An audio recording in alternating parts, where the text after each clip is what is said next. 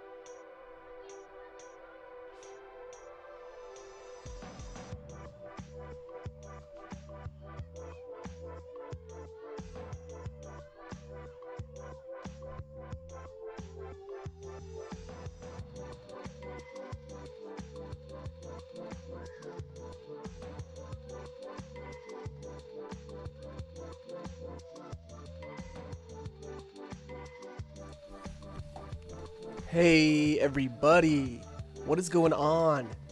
Wow, welcome back to Carboxylated's live builds. Wow, it's been a little bit. What? About a week since the last one? Land Rover, which, if you haven't seen the short already, I did build a custom diorama display. I was gonna go live with it, but it actually just ended up taking me an hour and a half-ish. I already had the idea in my mind, planted for a couple weeks, and I just built it and went with it. You can barely see it behind me because I have my studio lighting on right now. I don't have my display lighting. I have a few configurations where I can like bump up the brightness on these lights, change the colors to a more warmer tone, less colorful, and more pleasing for the eye. But anyway, thank you all for tuning in, and who tune in after this is live. Means a lot. Greatly appreciate it. Let's begin though, because today, ladies and gentlemen, we are going to be building the Lamborghini Miura. I believe that's how you pronounce it. Miura? Miura? Miura. Miura. Anyway, I got the instructions right here pulled up on a second monitor. This is an alternate build from Brad Barber, designed by Brad Barber, and then the build is available on rebrickable.com. Link is in the description if you want to get this build. I think it cost me like 12 bucks, something like that. I do have plans later today, so I'm trying to fit this all on my schedule. So let's begin, shall we? Alright. Yep, I did organize all these pieces. Let me get this out of the way. And what I mean by organize, I mean by part type. So I have all my snot bricks right here. Plates, Technic parts, which I really need to organize that better. Probably get a couple more bins for that. Tile, plate, smaller tile, thinner plates, gray bricks, maroon or burgundy bricks. And then I have all my big plates right here. Smaller components, obviously, in this side. And then these weird Technic pieces, which the instruction wants me to start out with right away. So we're gonna need some pins. Let's pull out the pins. Alrighty, we are starting right into it. Just right into it. So I hope everyone's been having a great week. It's been busy on my end. A little less busy. Not as busy as it usually is, which is nice, but still a little busy. I do unfortunately have to leave for about 3 weeks starting next week. I'm gonna be out of town for work, and I'll be very busy out of state. I will still be posting on my Instagram, so there'll still be content coming in. There'll still be news, updates, stories. So make sure you're following me over there on Instagram. Ooh, ×2.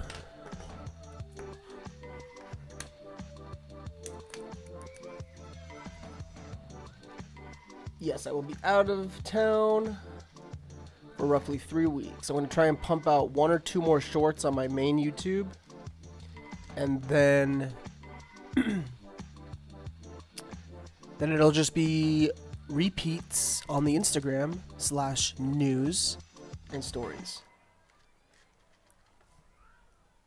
And I keep pulling that same Technic pin out. Okay. Looks like we're building the internal foundation structure. The chassis.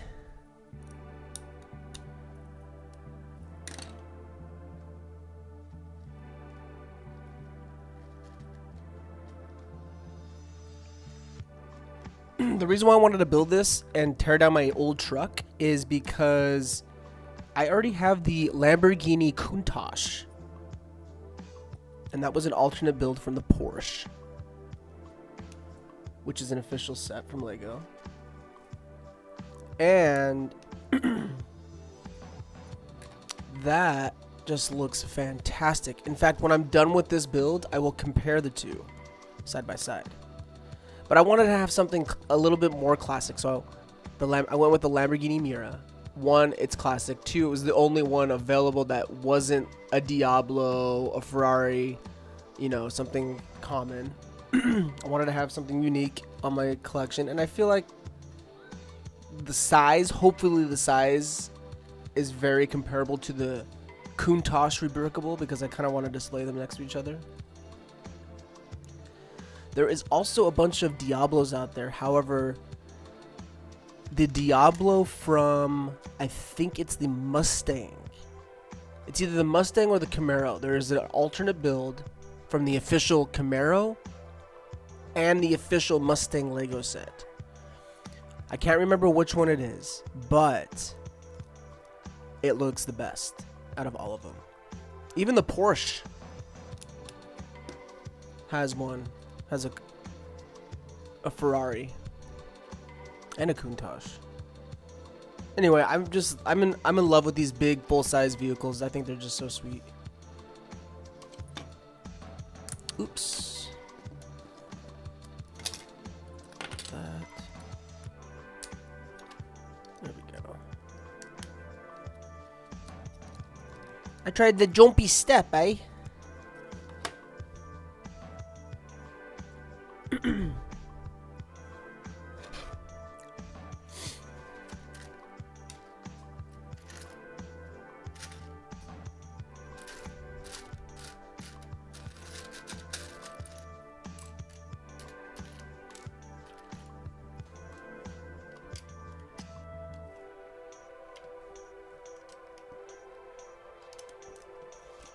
No. Get some coffee. Nice and warm. Love me some coffee. We'll dive into news and updates here in a bit. Lego news. Right now I'm just trying to focus on this part, make sure I got everything. I had to stack these weird pieces like this. They weren't really fitting nicely. It's kind of a take on an older piece. You old heads out there might remember a piece that was looked similar to this back in the day. I don't think Lego makes it anymore. It's basically that piece cut in half, which I like even better.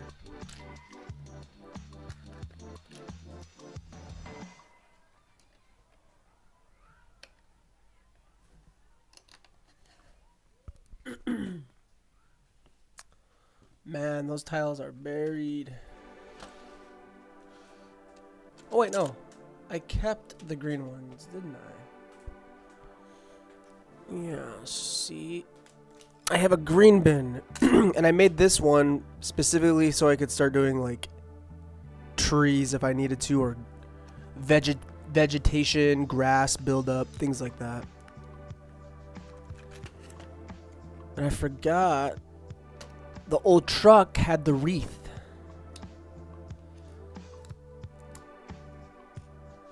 So maybe I'll just leave that out here. Tuck this away.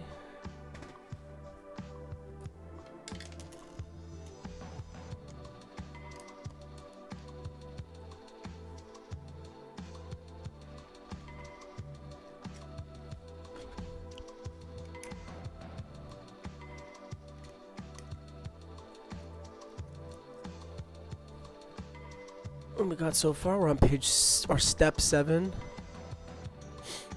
Page 9. This thing just jumps right away into it. And then you get these 3x3 plates. Very unusual piece.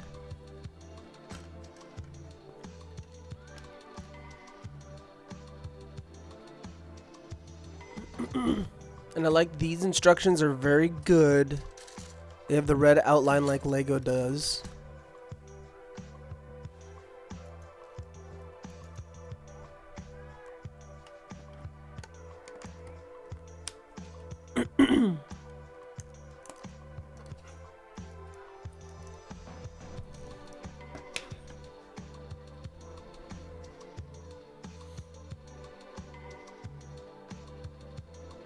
All right, let me just do a live check. Check the phone.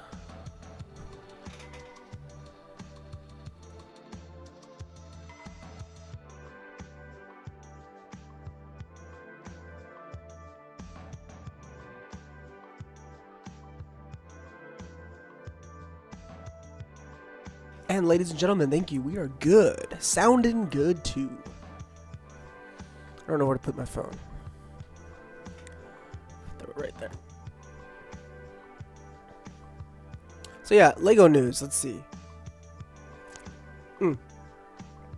That's why I initially pulled my phone out. Not to check the YouTube.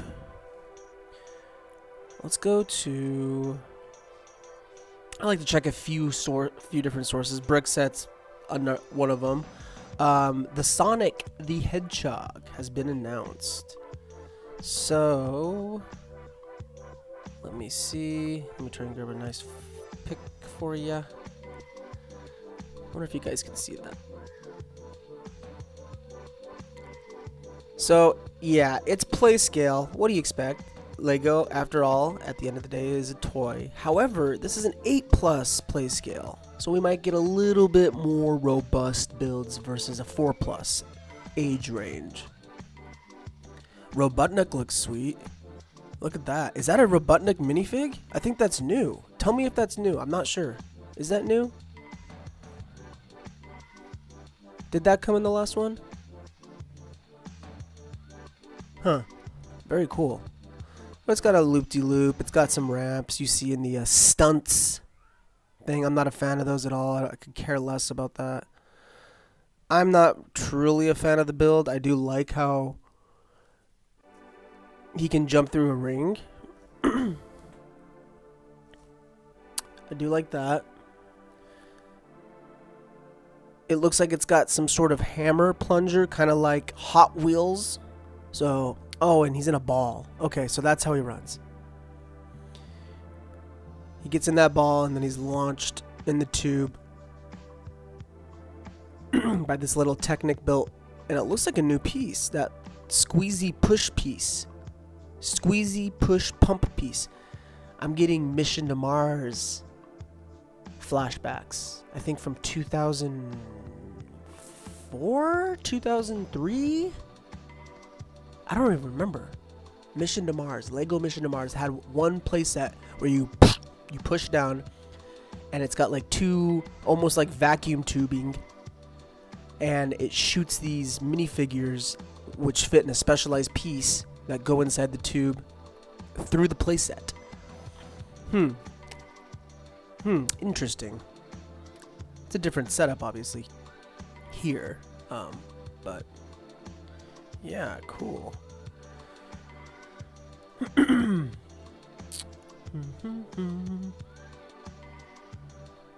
The Friends Beach Adventure Park was revealed. Now, I could care less about the Friends sets. That was recently announced a few days ago. But this one seems to have a crank play feature in which you can turn and it animates it moves the the ride. The build looks very good. If you're a MOC builder, that friend set would be good for parts, especially if you do like pirates or beach themed. If you're looking for some sort of beach pieces, this might be one to get. In fact, that build would be nice in a theme park for minifigures. So, this might be a buy. I'm not going to get it. I might actually get this one. Let me take my words back. I actually might get this one, and this might be my first Friends investment set, which means I'll sell it a couple years down the road. That's a little bit on Lego news. Back to the build. I don't know if you guys have seen the Star Wars MIDI scale Executor class Star Destroyer, or Executor. Everyone calls it Executor. I think it's pronounced Executor. Executor. Starship Executor is ready, sir. Good.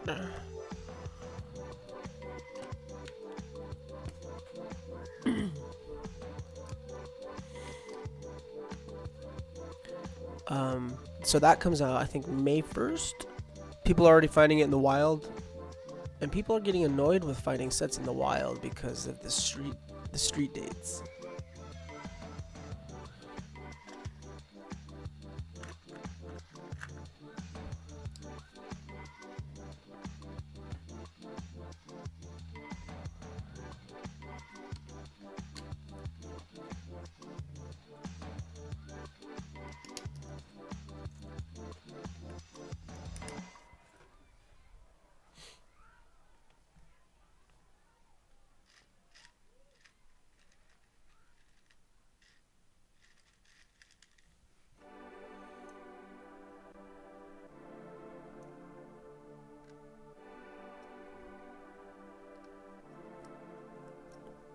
Alright, that's an update on the build so far. Lower chassis. Ooh, our first big colored maroon piece. I love these plates.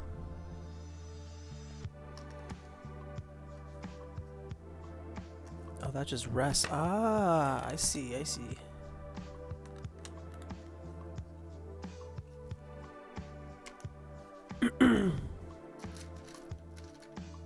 Yeah, I really like this color. It's another reason why I wanted to build this Lamborghini. I wanted a nice sporty big boy car, but colored, not white, not gray, something, but not poppy, not like coral or pink or something like that. Just something nice.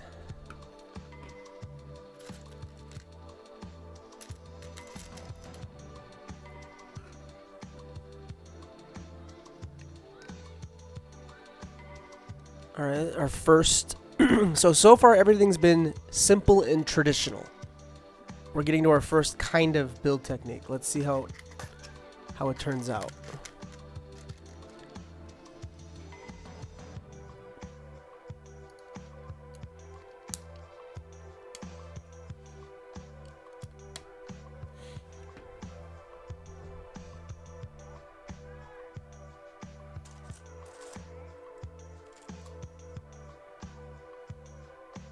Oh, whoops. Did I forget a step? I did. Typical me. Always jumping ahead.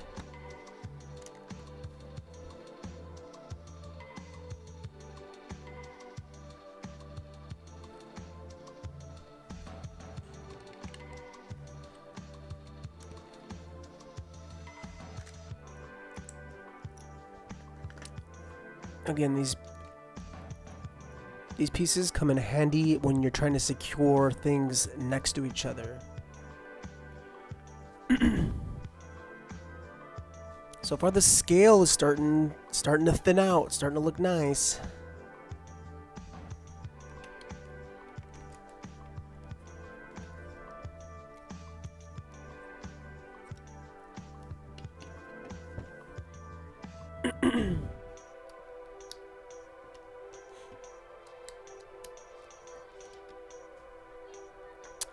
In investment news, I've been having not ultra, but really good, pretty good success on eBay. Not so much Bricklink.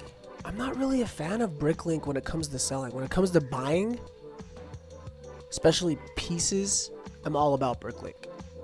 Yeah, eBay might have some good bulk, but specific minifigures and parts, Bricklink 110%.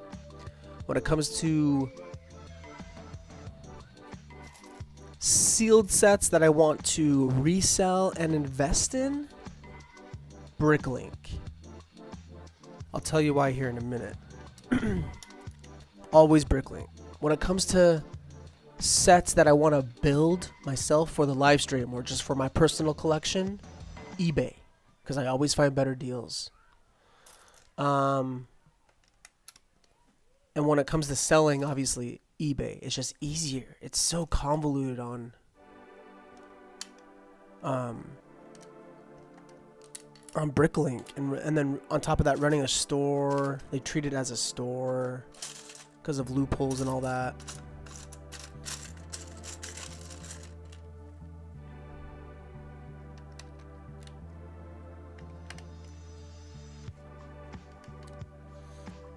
But I've been having good success selling, and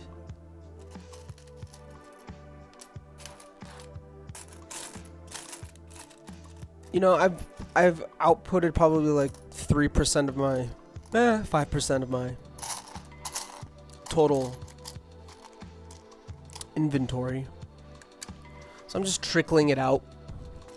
I'm not flash selling, fire selling, just trickling it out slowly but surely, but making my ROI through the roof. Seriously, everything I've sold has either doubled or tripled. It's been great. It's been really great.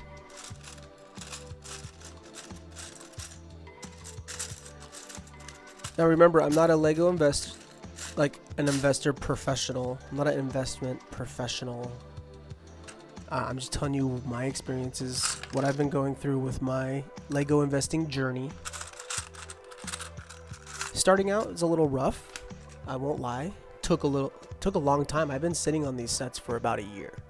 I told myself it'll either be 1 year or when I reach over 100 sets, I'll start selling.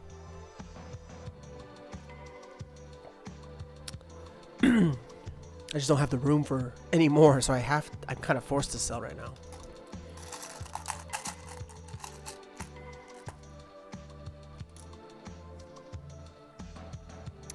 But no, it's been fun. It's been great. Been meeting some really cool people too, believe it or not, on eBay.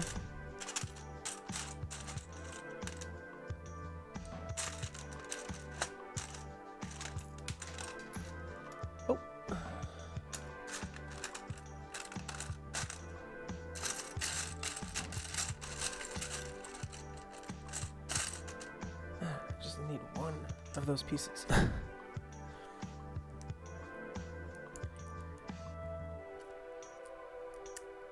going to kind of take a break on selling stuff at the moment, though, because I'm going to focus on my trip. Yep.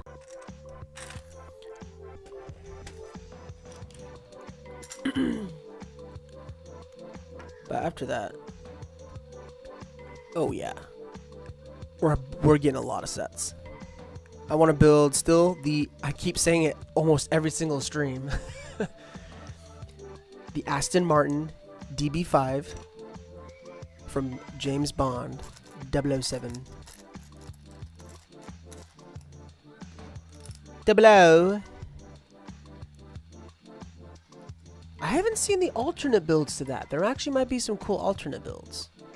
We'll have to see.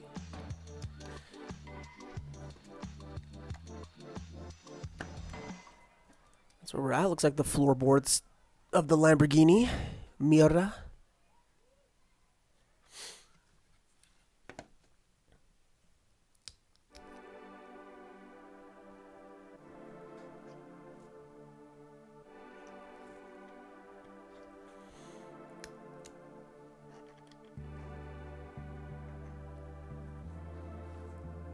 I also want to try and get some classics. I'm going to be running into an old buddy. And I might check out his little inventory.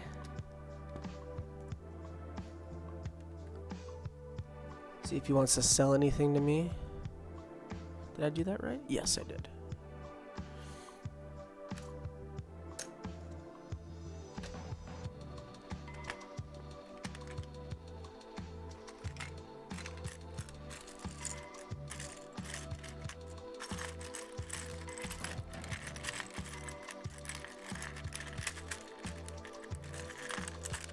I love these maroon bricks. They're great. They look awesome too.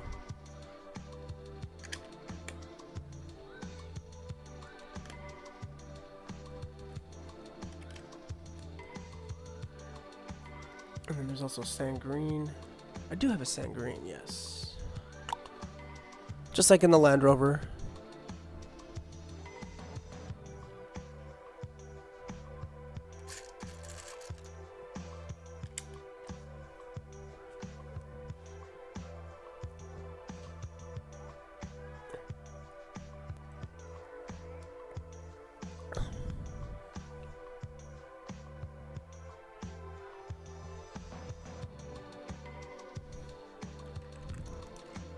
The underbelly. Looks like some snot bricks. Got a whole snot bin right here.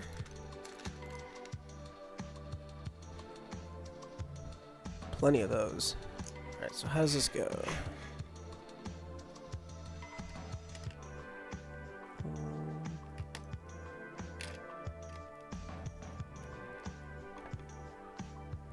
Oh, another reason why I also chose the Miura and not like the Ferrari. They even had a Land Rover alternate from the pickup truck,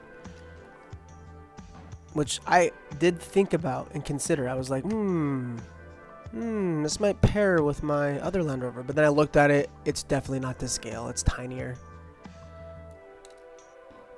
It's not quite to the scale that I like. It's not too much tinier. It's tiny enough to notice. What was I saying? Oh yeah,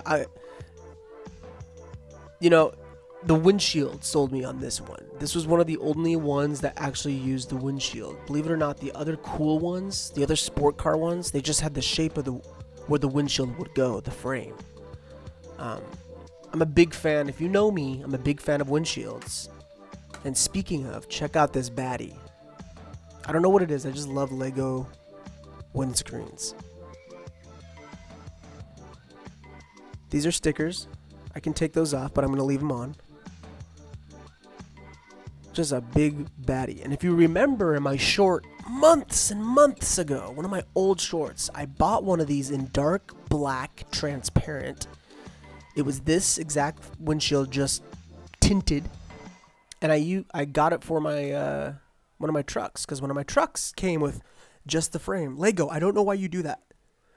Even your Technic fans. I'm not a Technic fan, but I hear your Technic fans crying on Instagram all the time.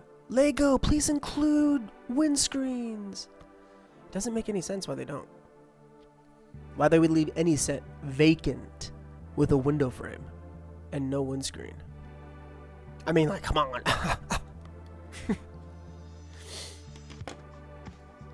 Oh, jeez.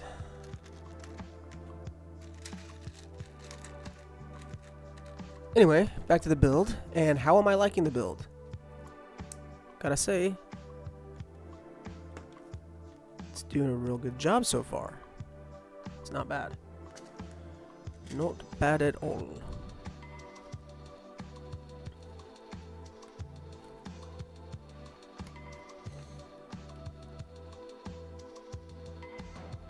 Okay. Gotta make sure I was doing that right.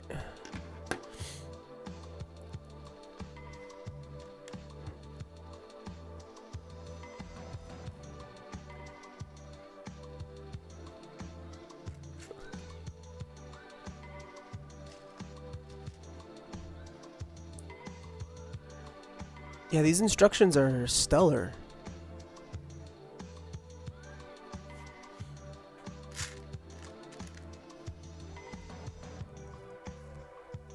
They did a good job designing this. Good job, Brad. You knocked it out of the park, bud.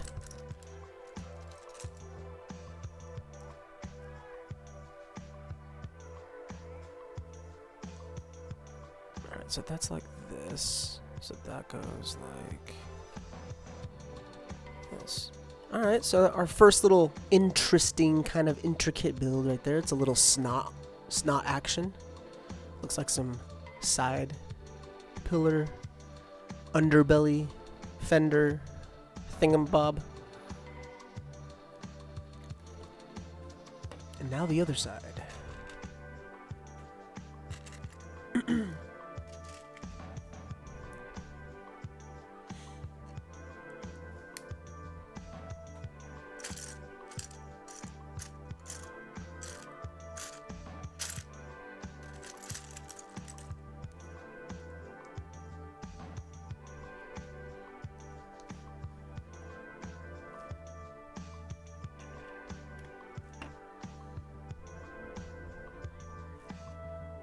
And inverted,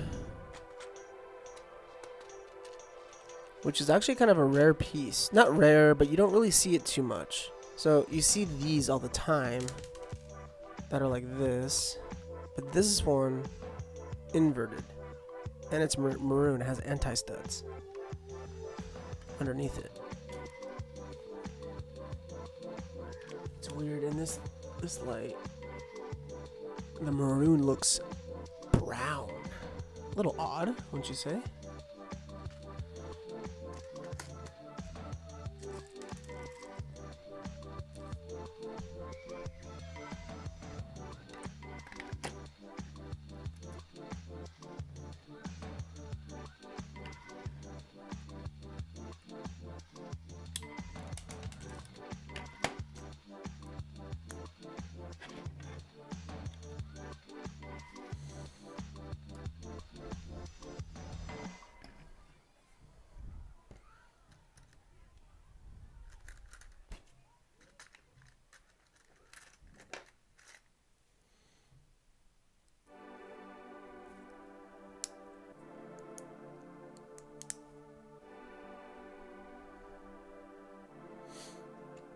Man,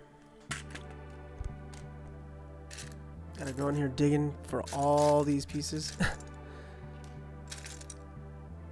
But yeah, I can't really think of anything else that's popped out on the Lego news.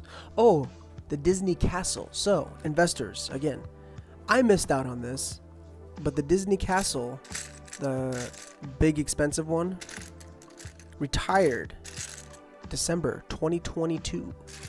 If you pick that up, you're sitting on like a 200 to 300% ROI right now. That thing's selling for like $500 to $600, and it just retired. It shot up. You can't find that set anywhere. So if you got that, well, congrats. I missed out on it. But the news is that, or rumor is, we're supposedly getting a new Disney castle. Now, is it going to be the same one? We don't know. We don't think so. Or the rumors, so to speak. Will I be getting this? 100%. I missed out on the last one. I'm definitely going to get this one. One of my rule of thumbs is I don't buy a set over $500.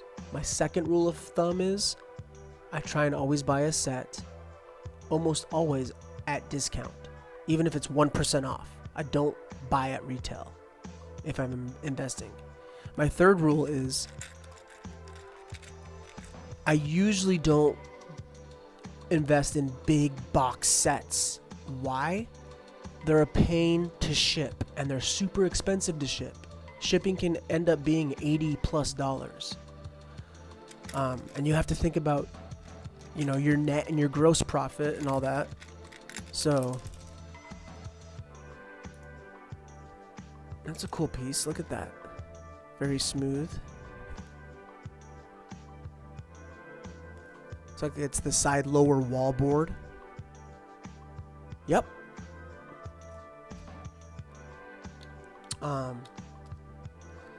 I typically do sets that are around 80 to 200 bucks. Usually those boxes are good size,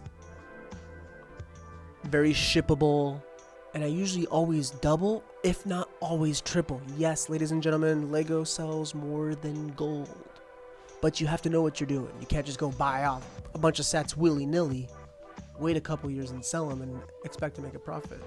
You also can't get into Lego investing to make a profit. I'm not in it to make a profit. I don't care about the money.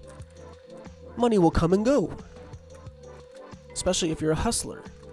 I'm in it to make a revolving door of funds for my Lego habit. It's no longer a hobby.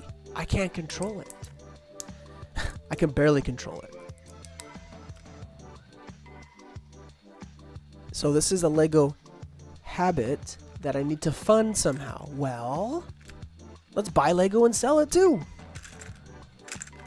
And I've been playing with Lego my whole entire life. Since I was like, I think 5 or 6. Probably earlier than that. My family was big into Lego. And, you know, I went through my dark ages for about 8-10 years. I didn't even touch or look or notice Lego. But I know what's good, and I know I have a good eye. I like to think I have a good eye for what's going to be a hot seller, what is a hot seller, especially sets that fly under the radar. Those are my favorite finds.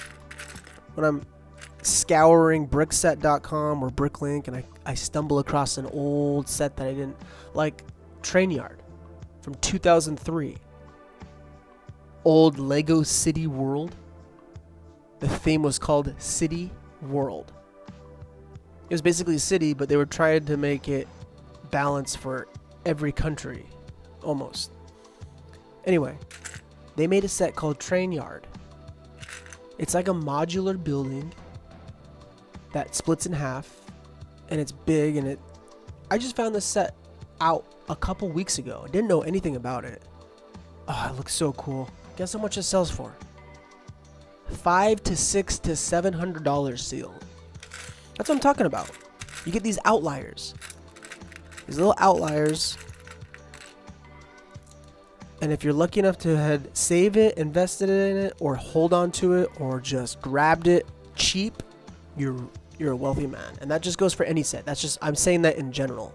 You get lucky on your sets, and thankfully I'm lucky on a few.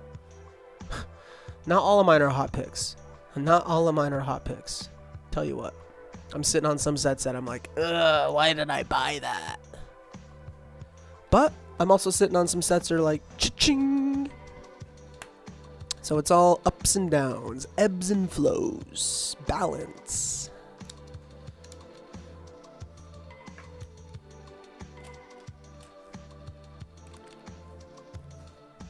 Alright, that's where we're at right now. Little update. Floorboards and sidewall underbelly of the chassis installed. It's really solid too. Not going anywhere, not flimsy. So I gotta commend the build. The build is tip-top, proper.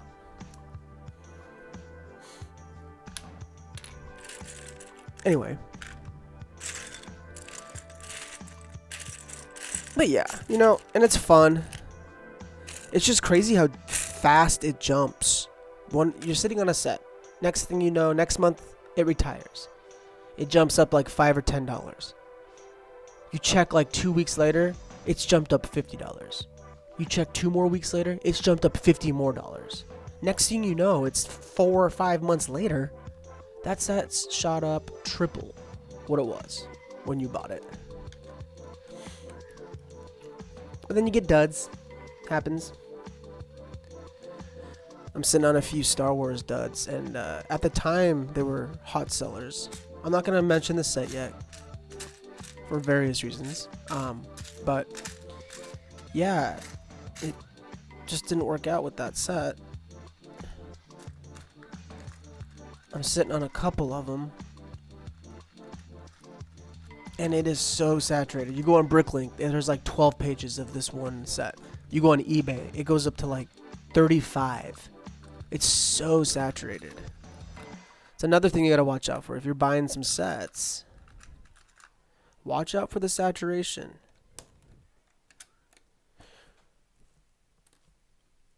I always, before I buy a set, one of my tips, alright, let's say I'm at Walmart, okay? And I see a set from 2022, early 2022. That whole year is retired, right? Okay. I step into that Walmart, 2023. I see this set. There's only one of them. It's hiding in the back, top shelf. People have been brushing by it. Okay. I take it off the shelf. I look at the set number. I type it in on Brickset, eBay, and Bricklink. 3 websites. I go to Brickset because I want to know what year it released and if it's truly retired. I go to eBay. First thing I do is when I hit that search bar and type the set number in. I don't even look at prices. I scroll. I hit search and then I start scrolling all the way to the bottom. If it has a page count of more than 4 to 6, I really don't like to buy it. I'm picky with my investments. I like to buy sets that are obscure, rare, have unique pieces in it, unique minifigures in it, one of minifigures. That's why I have Brickset open. Brickset, I go to piece inventory or set inventory. I look at the piece count. I look at what pieces, like minifigures, come in it. Does this minifigure only come in this set? Yes, it does. Like Grand Admiral Thrawn in that, what was that one set? Just a little dinky, you know, boo-boo ship, but it had Grand Admiral Thrawn. The only minifigure that exists of him. That guy's worth over what? $200 plus, $300 plus. Little things like that. Be aware. Just be aware. Be aware. I was born in it.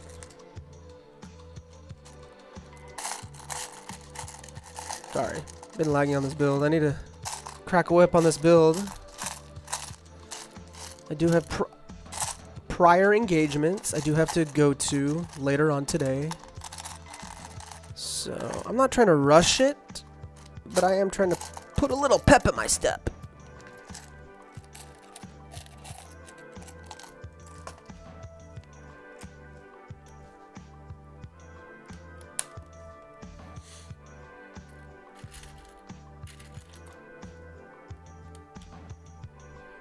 Yeah, it's fun. You know, I really love Lego investing. One reason, it's my hobby or my habit. It just lets me further indulge into my habit. 2, you know, you get to make a little bit of money. Granted, it goes right back into Legos, but still, it's fun. It's not like, oh, I'm using my paycheck money. I made $250 on selling these 3 sets. Let's use that money and buy a brand new 2023 Land Rover. You know what I mean? It's a revolving door of Lego funds. That's why I love it. It's fun.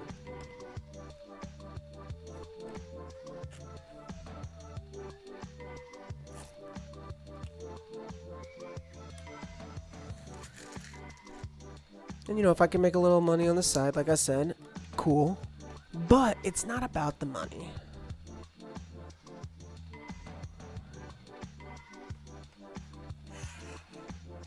Another thing that's really cool about it, I love finding old sets, like the model team sets. Whew.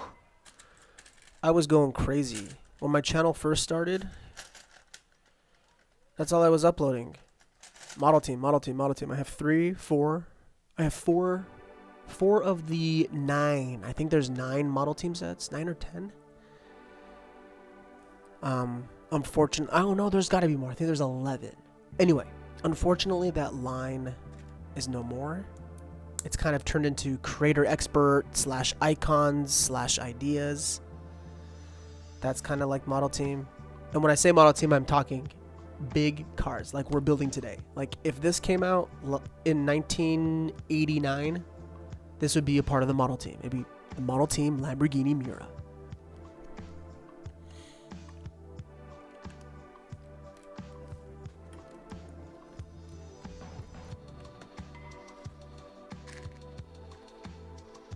And I just went crazy on those sets. I still want more of them. Once I visit my buddy soon, hopefully he's willing to sell a few of them to me, maybe one. And then, because my most elusive set that I want to get, it's just way too expensive. It's over $3,000 sealed. And I only want to buy it sealed. I don't want to buy it used. I think it's 5511, 5510. Just look up Lego Giant Truck. That's literally the set official name, Giant Truck. I want that badly in my collection. There's just a lot of nostalgia with that set, there's just a lot emotions with that set. I have a lot of feelings for that set. Ooh, this is unique. This is cool. The drivetrain?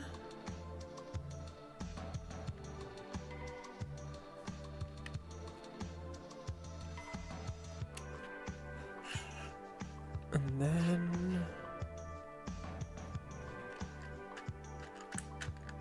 dark gray bar. Wait a minute.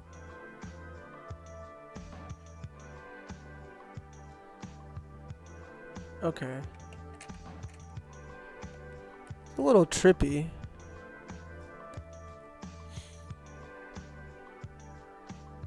Ah, a bunch of snot.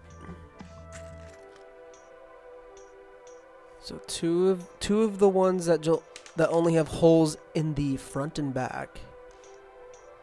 And then 2 of the ones that have holes in the front, back, and only 1 on the side. Or is it all sides? Oh, it's all sides. All sides.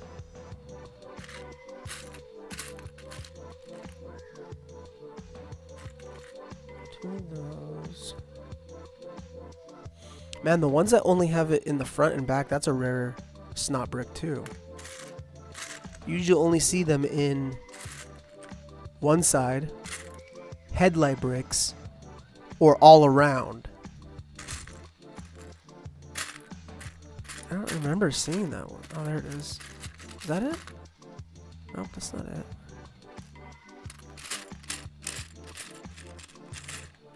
Wow, that's it right there. Okay. Now look at this weird configuration. I will show you in 1 second. There has to be a reason to the madness, though. I hope so.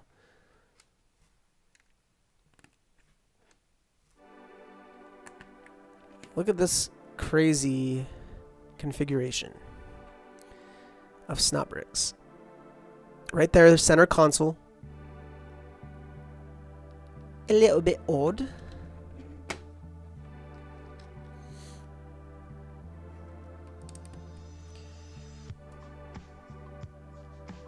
Ah, so you can get, okay. So you can get unique shapes. I will show you here in 1 second. This is actually a really cool building technique. Props to the designer.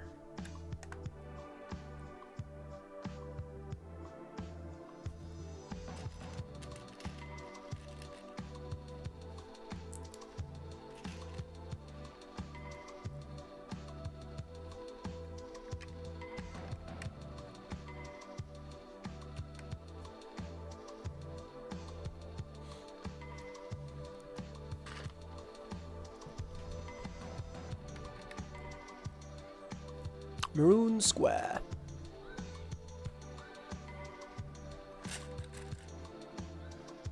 That piece literally is the one that fell out. There it is.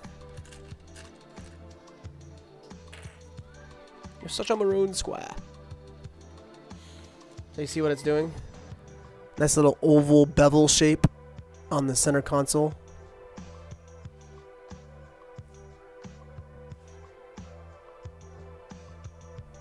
Get that cool shaping. It's looking nice so far. Go to say.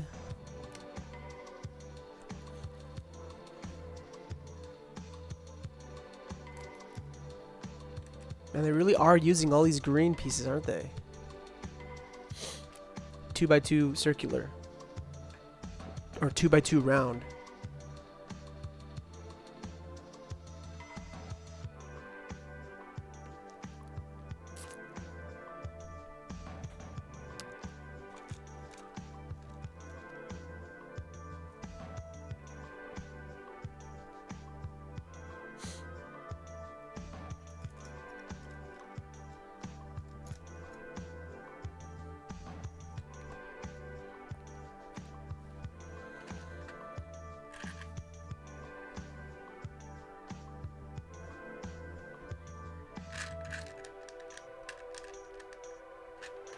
I am really excited for...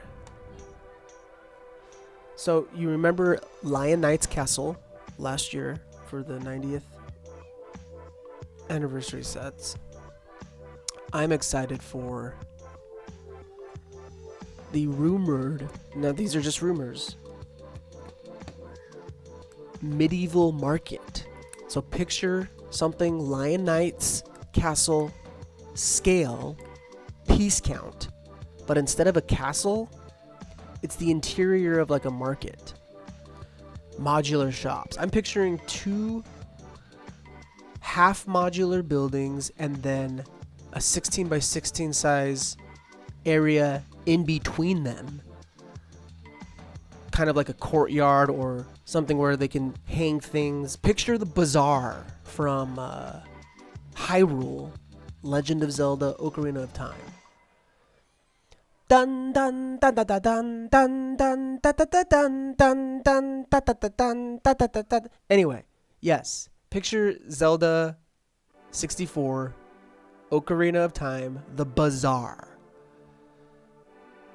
That's what I'm picturing it.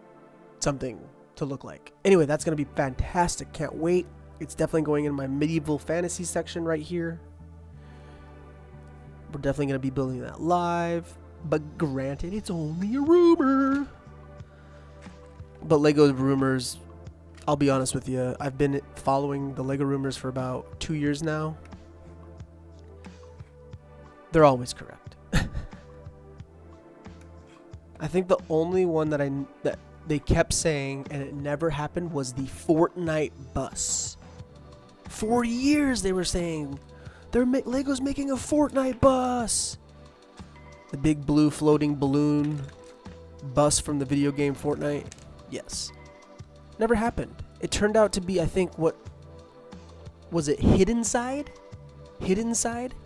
I think that's the theme. Or Scooby-Doo. One of the two.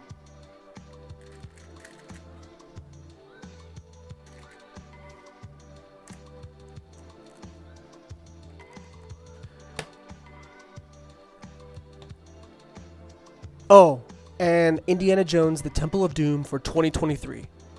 Now that was actually really gonna happen, come out. but due to controversial reasons, Lego dropped it. And I'm glad, because their Temple of Doom looked boo-boo. Everyone loved it.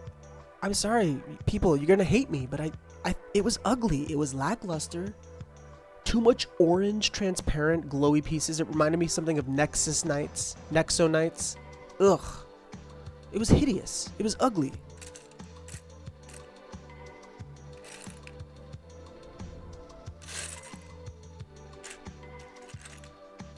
Now, I would have gotten it anyways for the investment reasons, because the minifigures are stellar. In fact, I recently just got all of the Indiana Jones sets, the new 2023, sealed in my vault. Those are going to sell for a nice penny. Why? Just look at the ones from 2008. I think it was 2008. Was it 2008? I don't know. You can look it up. Look at the Indiana Jones from back then. Whoo! All of them are selling for buku.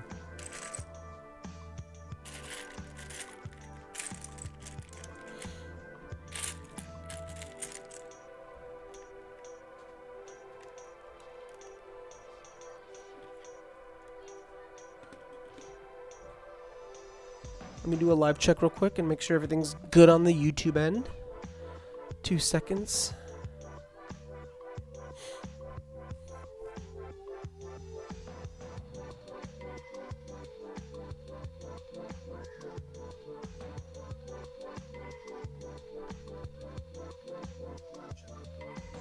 Perfect. Looks good. Sounds good. Alright, a little bit more of the center console build.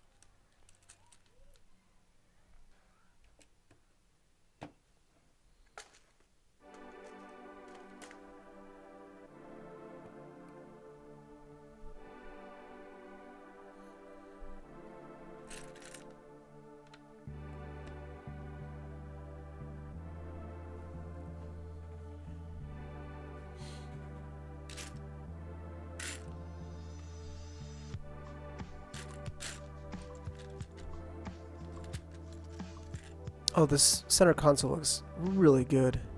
Dashing.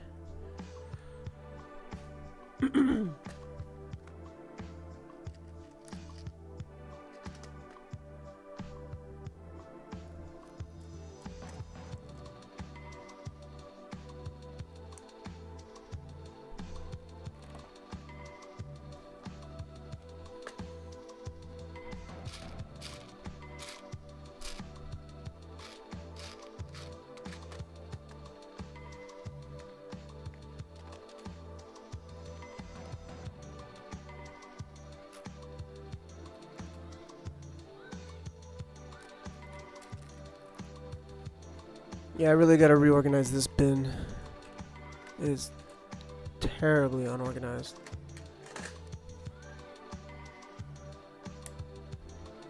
Check out the subtle details we're installing.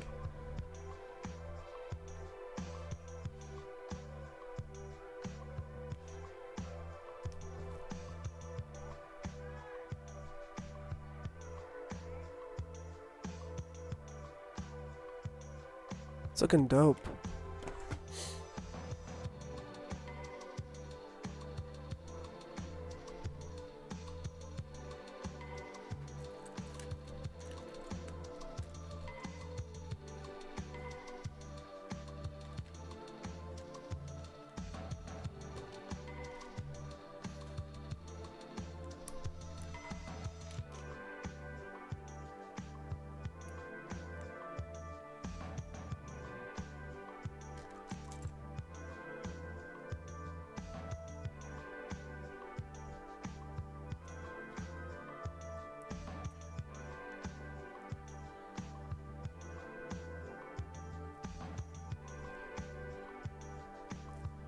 Wait, is this just hovering? Yeah, it is. Weird. Okay.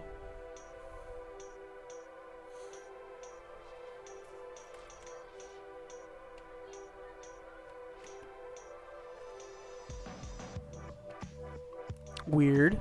There's some weird part usage right here. I'll show you in a minute.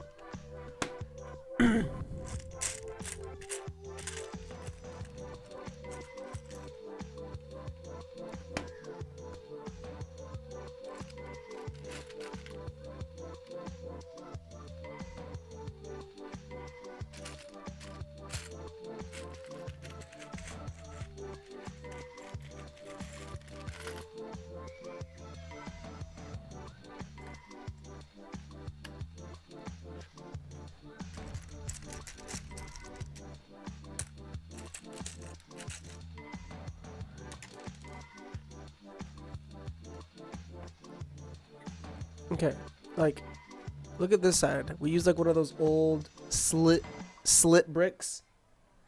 Has like a slot in it. Slot bricks, I should say. Then on the opposite side, we use one of these classic 2x2 bricks with pin.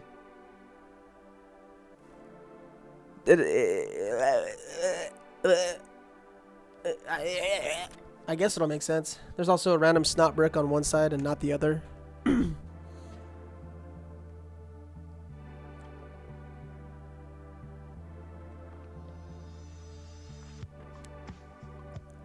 Ladies and gentlemen, we are 1 hour, 8 minutes into the stream. If you've tuned in at all, if you stopped by, thank you so much. Appreciate it. Back to the build.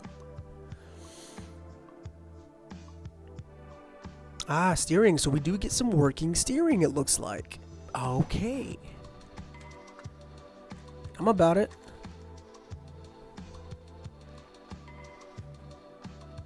I'm down with that.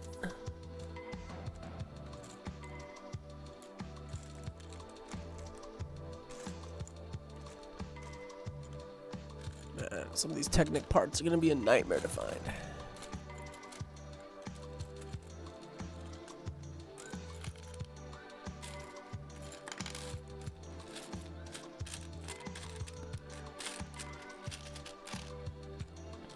I just need like a big bowl.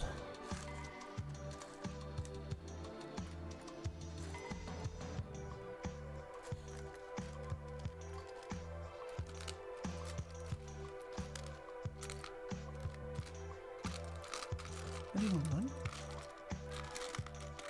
Can't give me one?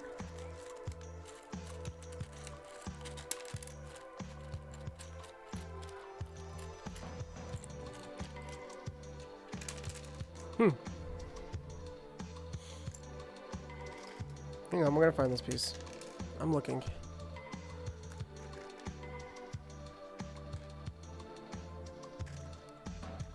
It's a Technic. I don't know what to call it. Shaft clip?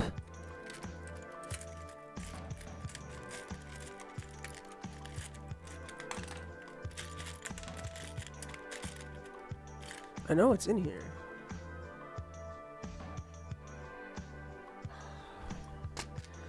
Literally, all of them are on the bottom. All of them. All of them. All of them. All of them are on the bottom.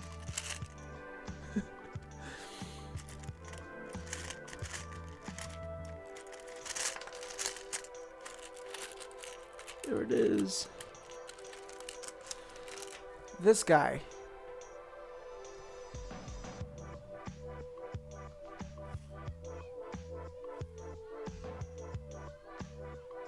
Yeah, it's like a shaft clamp or a clip. I don't know what to call it.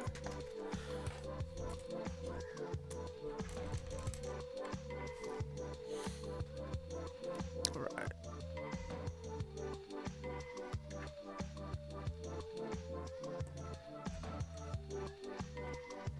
Okay. I need another cog. Smaller red axle. This size.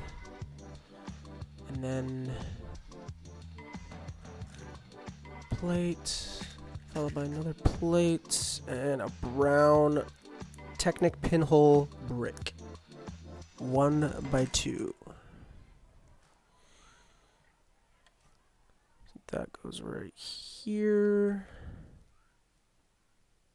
Right. Oh, it's a smaller one. I thought it was a 10 bricker.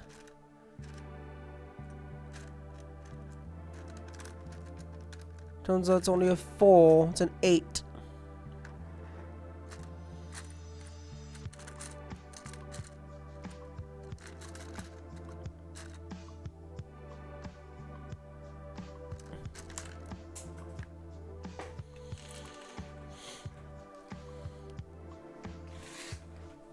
Hang on, do I even have that in red? Does that even exist? Are you even real? Of course you're real. I was born in it.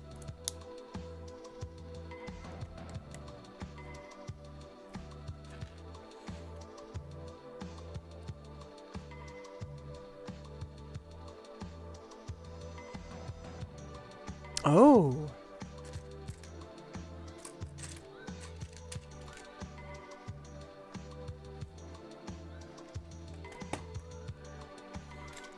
Got some steering right there. Mechanism. Some cogs. Very nice.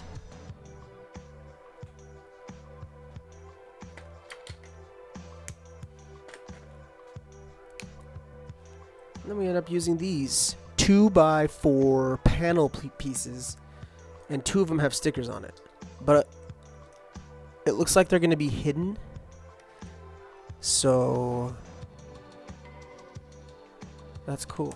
We can keep the stickers on in case we wanted to rebuild the pickup truck, you know, years from now. Which we won't. I'm not like that. That'd be insanity. Tearing apart a set, building something else, then tearing that set down to build the other set back again. Ugh. That sounds just like insanity. No thank you.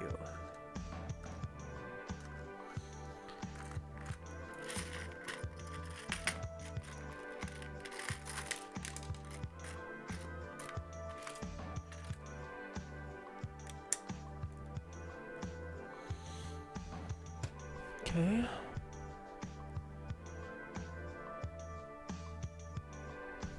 Ugh. Ugly steering wheel. Like John Hammond said, I really do hate that man. Speaking of John Hammond, Jurassic Park sets, June. I'm getting the whole line. Not just as an investment set. Well, yeah. I'm going to invest in the whole thing. I'm not going to build any of them except Stegosaurus poop. The reason why I want the Stegi or Triceratops poop, you know the scene in the movie where they see the big pile of Triceratops poop? That's going to be a set. The reason why I want that set is it comes with the Ford Explorer, the one that's painted green and yellow and maroon. And I want to add it to my existing 2021 T-Rex Breakout set. And I want to display that differently. Instead of one half-built Ford upside down and one right side up, I want 2 right side up. And I'm going to put the T-Rex inside behind the fence, and I'm going to fix the brake in the fence. Just something different. Change it up. All right, that steering wheel is ugly. We're going to use the steering wheel. I don't care what anyone says.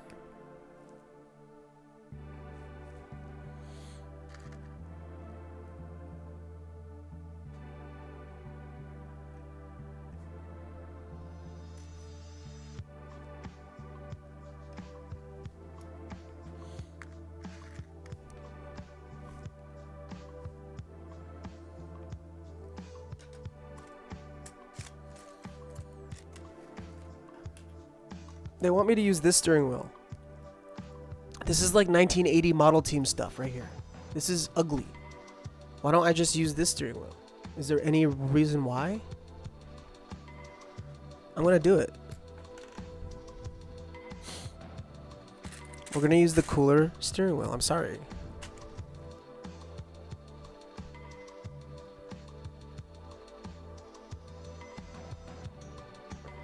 Where is this piece? I don't remember seeing an extra one of these.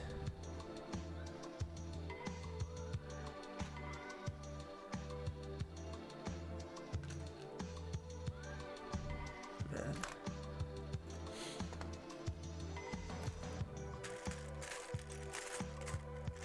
Wow, right there. I was just one of these swivel joint axle pin cup links. So let's see if this works. Let's connect this bad boy with dun dun dun dun dun dun dun dun. Ah, that's kind of a hard connection to make.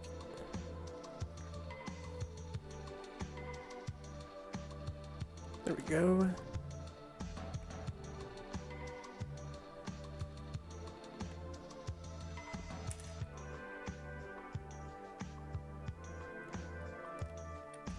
Ah, I just messed it up. It's a little hard to get that cup link in to that socket. There we go. Where is it? Up. I think it goes up a little bit. Anyway, yeah.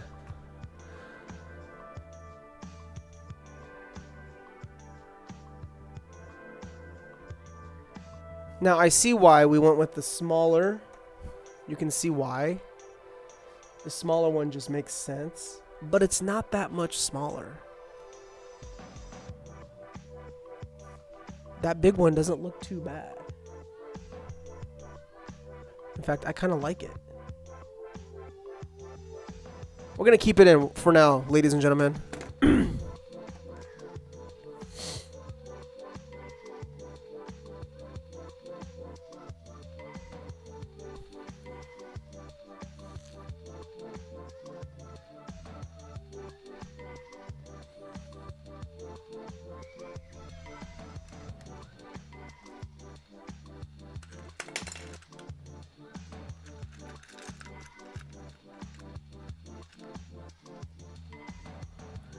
Wheel wells. We are designing the wheel wells.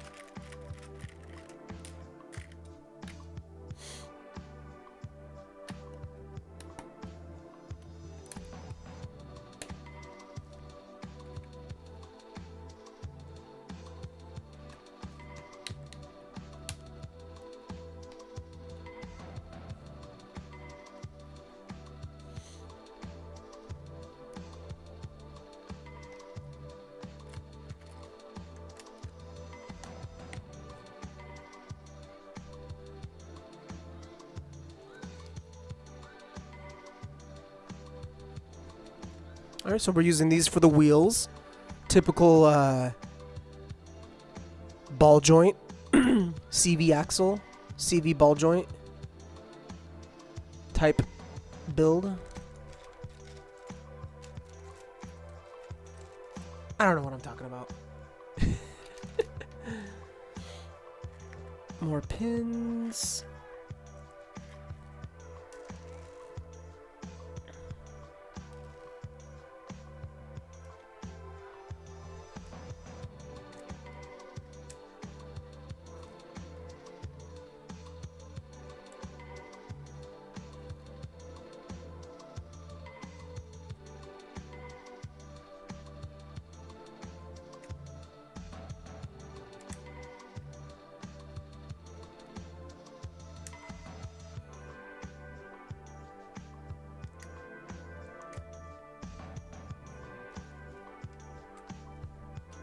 Little unique right here.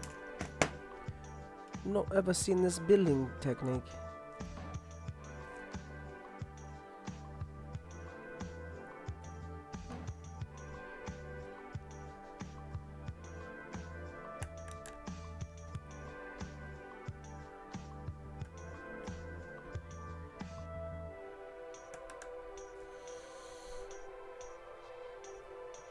And then I need one of these. What is that?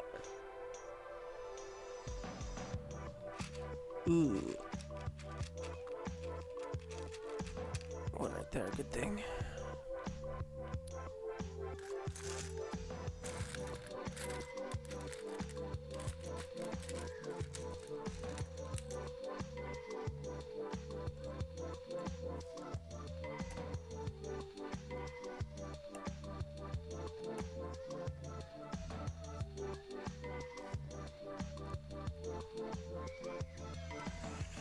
A little bit more of the steering action.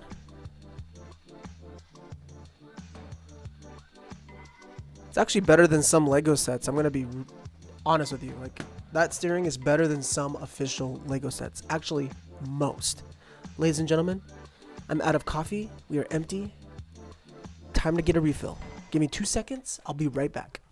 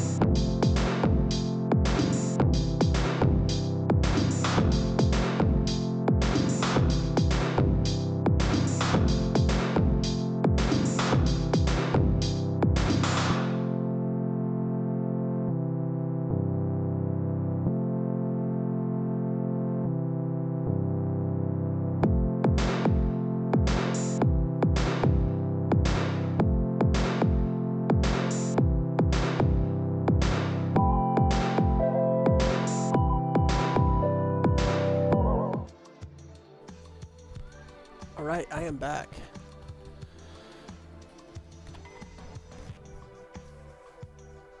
Alright.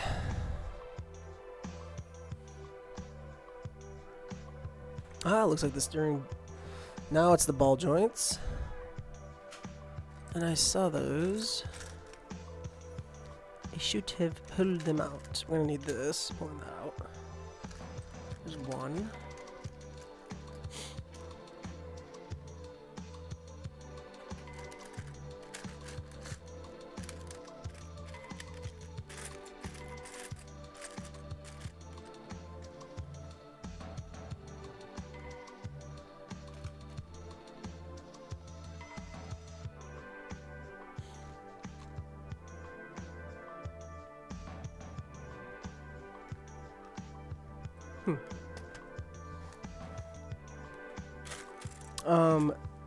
There was that leaked. I think it's going to be like a Japanese temple or Zen house, something like that. Architectural set.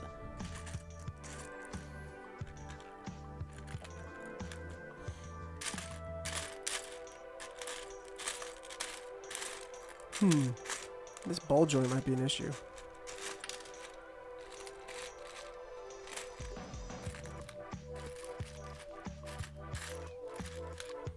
Might just have to kind of slowly dump these, huh? There it is. We found ya. All right.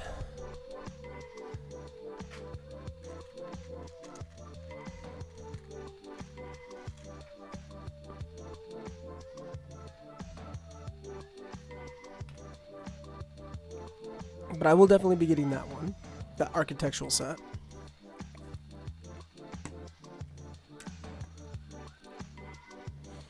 I've been kind of investing in them, not heavily. But I do have some of the gift with purchase architectural sets and the ones where you get with VIP points on Lego.com. So maybe one day. They seem to be selling as is decently already. Whoa, there's a lot of Technic right here. I need that. Ball pins. These things. 2 of those. And red. Oh, come on. You know when you're trying to grab something and it sinks to the bottom? Yeah. Alright. Now how does this contraption go together? Oh, we need 2 of those. My bad. So those clip onto the top of the ball joint.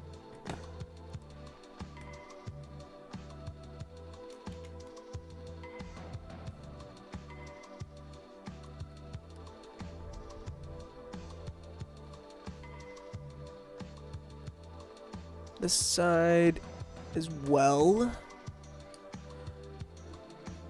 And then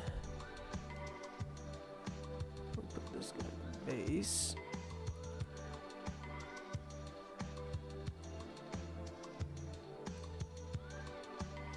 Followed by 2 ball joints.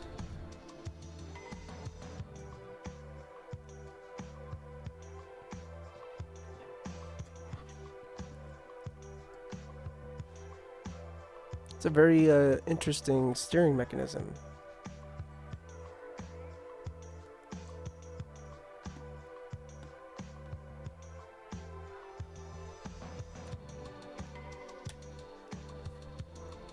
So I'll hold things like this for now before they fall out.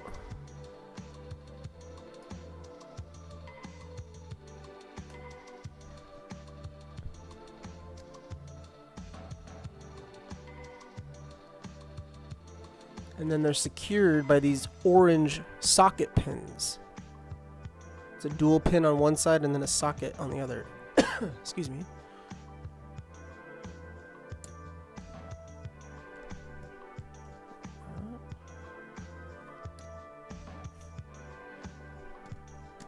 Like that.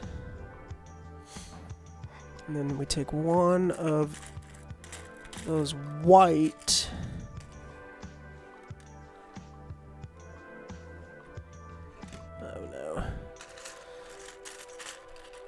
needle in a haystack. Quite literally.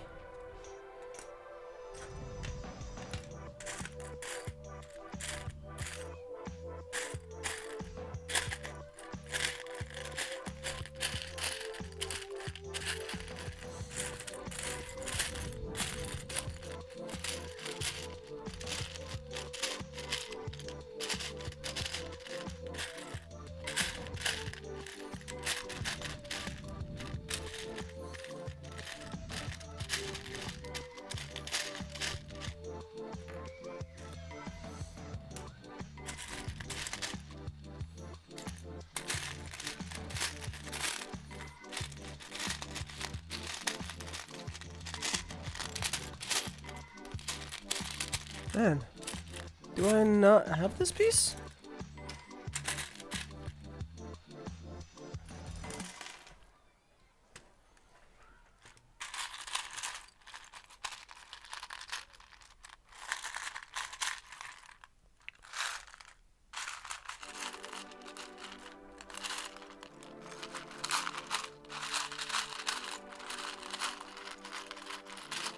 Uh-oh.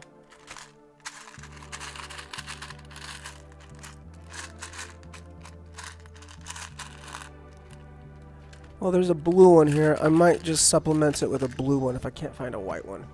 I basically need this piece in white.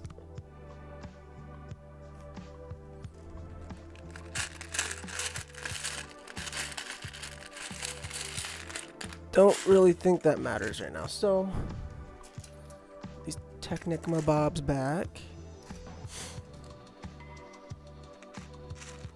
I need 2 cross pins. Small.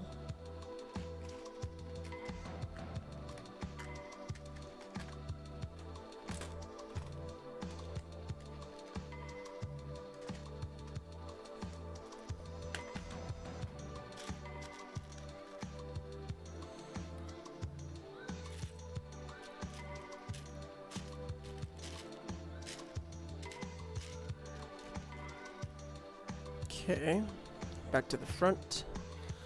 All right, where do these cross pins go? So one cross pin goes here. The other one here.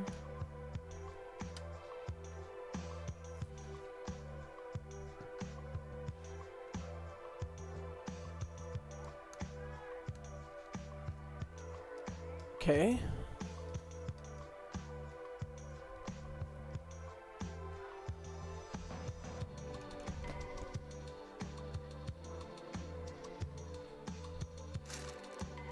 Let me take these 2 brackets.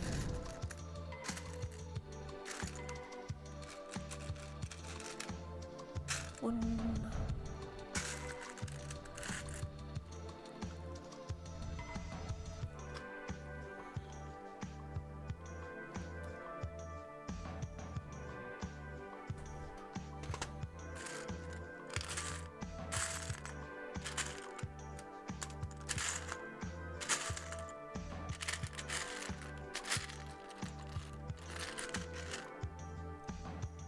Nope, that's too long.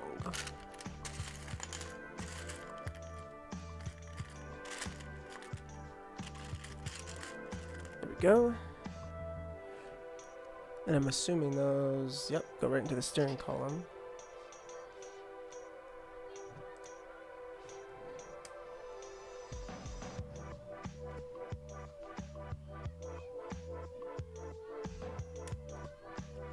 There we go, working steering.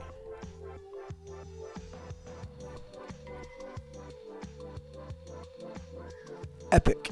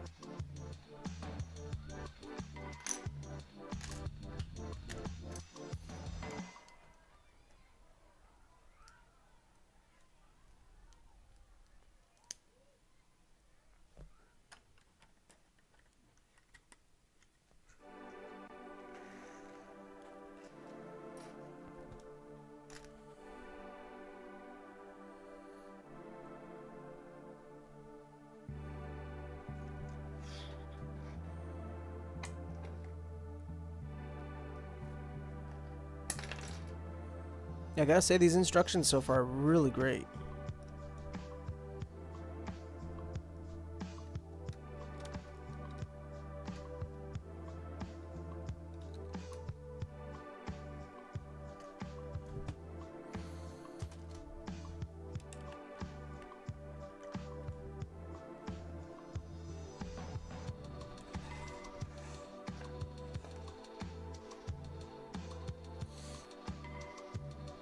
Courtney, what's going on? How are you? How you doing? Welcome to the stream.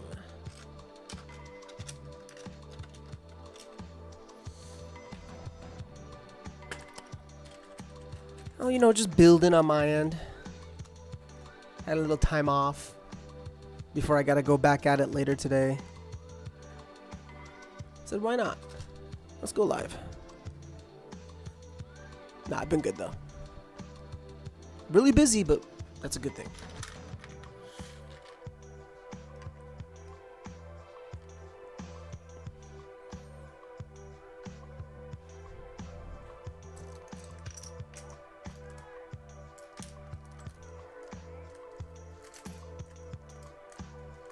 Also, I would appreciate a like as it helps boost me into the algorithm. I know it's cliche.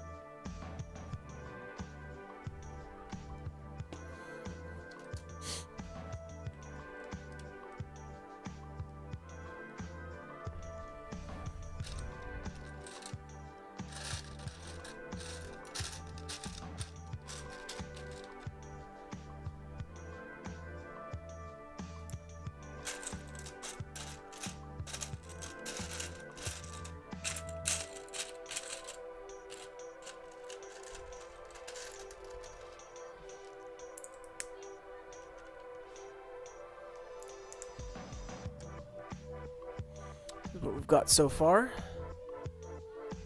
The chassis, a little bit of the front section,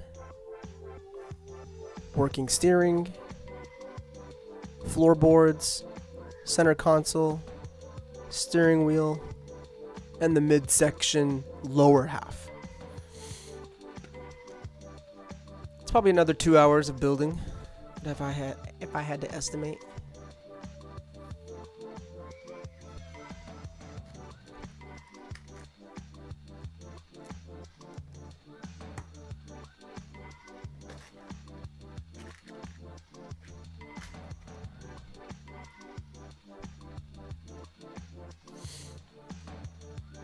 I'm good, just cooking up some lasagna for dinner tonight. Figured I needed a cooking buddy. Oh, right on.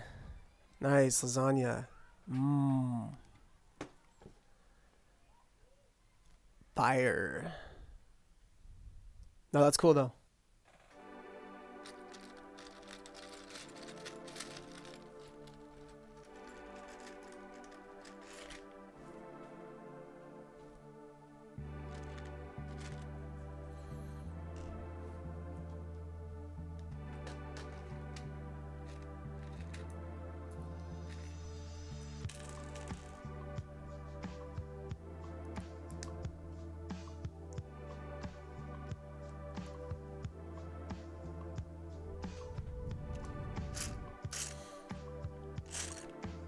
What you guys been up to?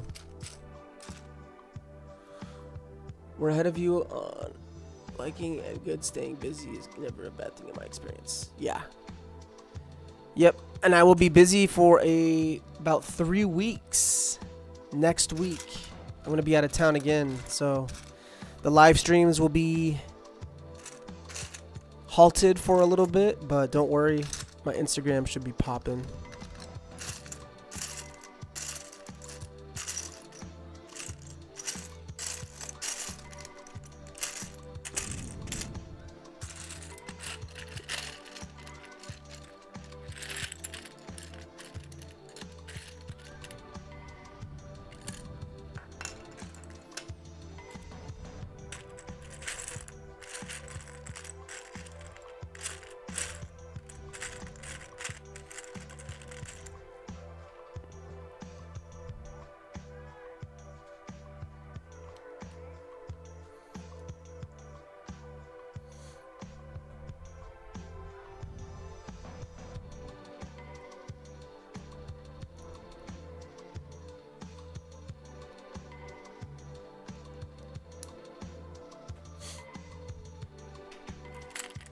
Trying to think if there's anything else in Lego news that I saw this past week. Oh, I'm not a big fan of Disney at all, but the Disney Little Mermaid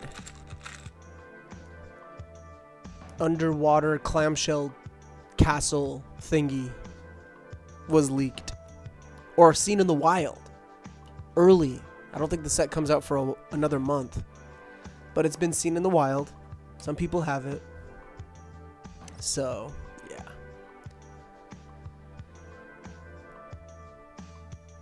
Not getting that one. Could care less about it. It's based off the new movie, which the new movie is bombing or not very good, I hear.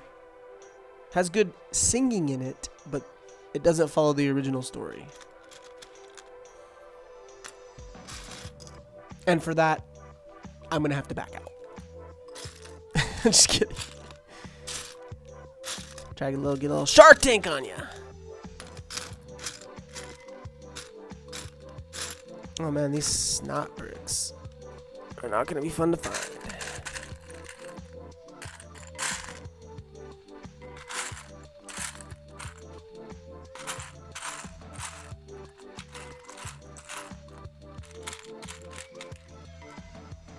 One.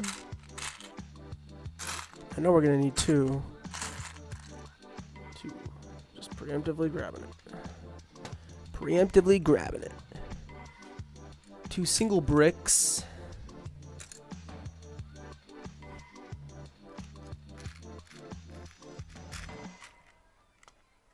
And 2 slopes.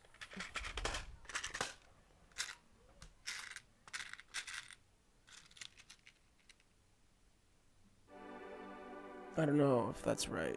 I don't think I've had any slopes like that. Anyway. For these...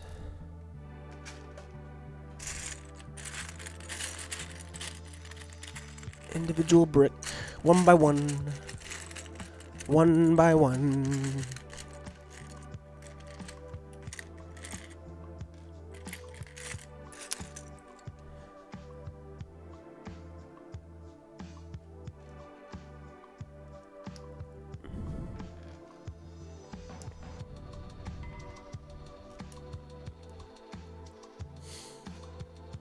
Nothing much. Raleigh just got back from visiting his dad, and I've been working getting ready for a Moab trip here soon. Nice. Love Moab.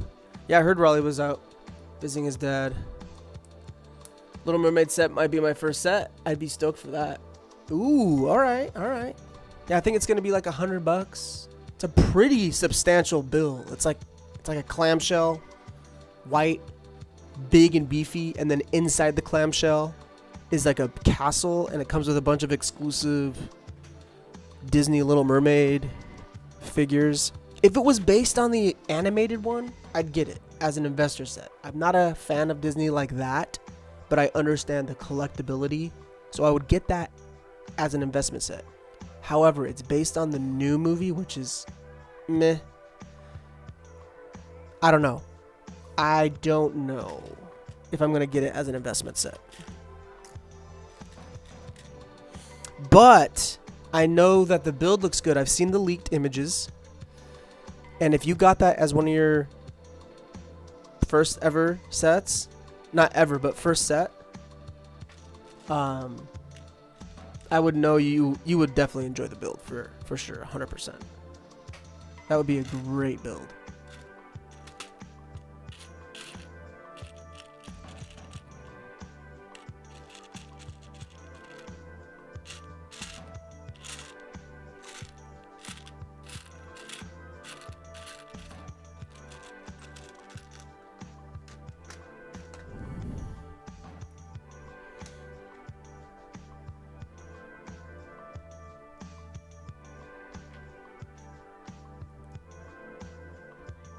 In fact, let me see.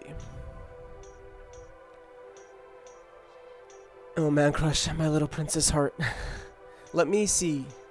Let me pull it up because it's actually a cool set. Let's see.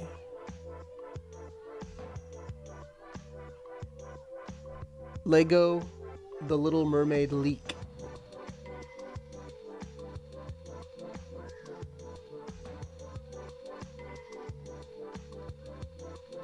Yeah, there we go. There's a nice photo of it. So it's a little blurry.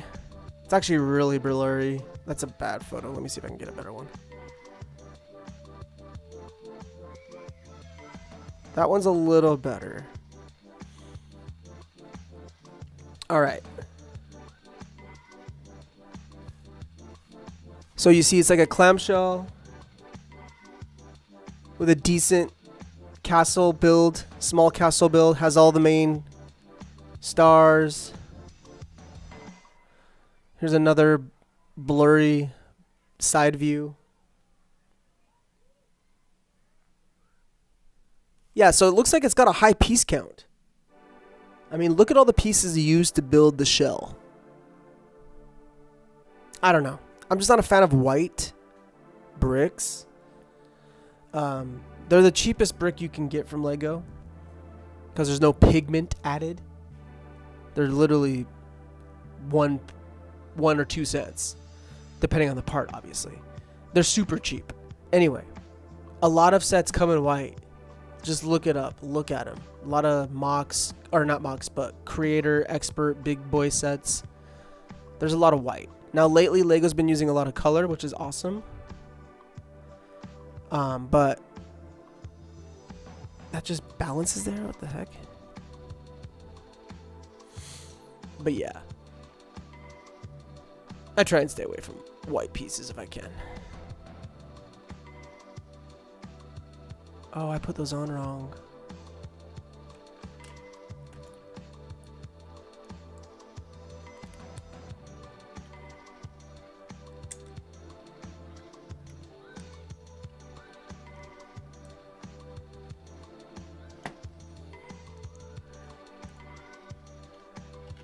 But yeah, having a lot of white bricks, I don't know. I'm picky with my stuff. I know it's gonna sell because a lot of people are Disney fans.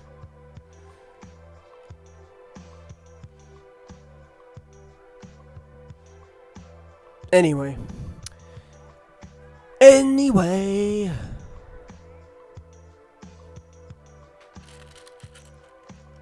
Lasagna sounds bomb though.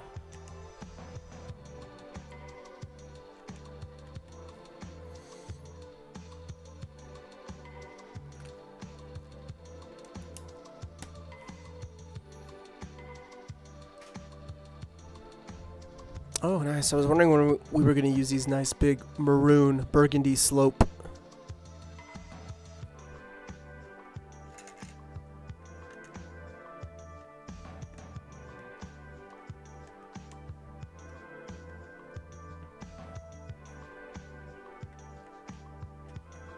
All right, I'm seeing shape. We got shape, ladies and gentlemen.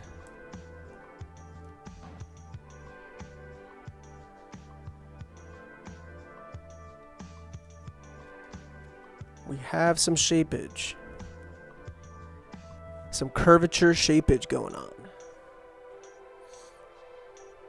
Nice, nice.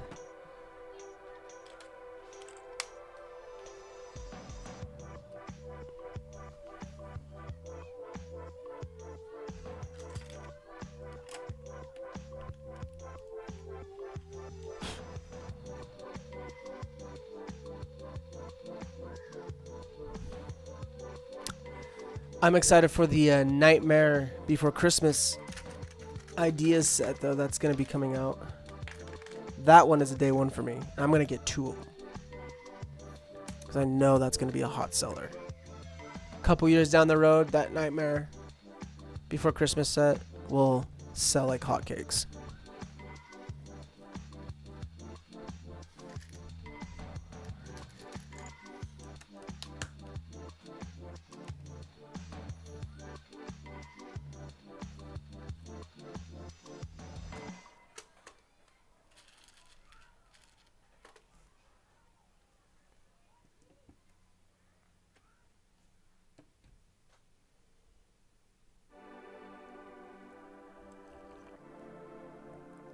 Ah, the coffee's exquisite.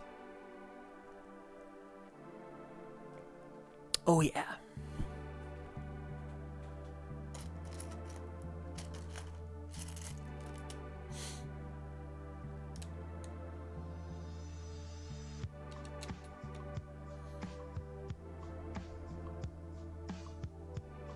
Hold up.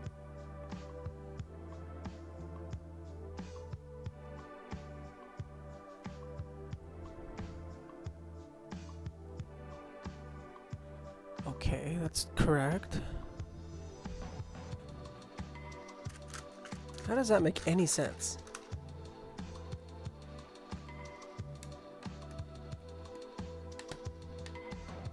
And then this one just goes magically right there.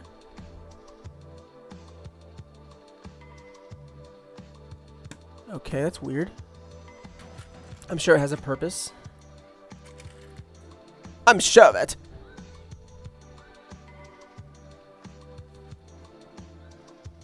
Oh, almost jumped ahead again.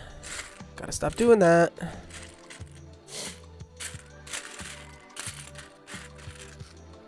Let's see, any good movies that I watched lately? No,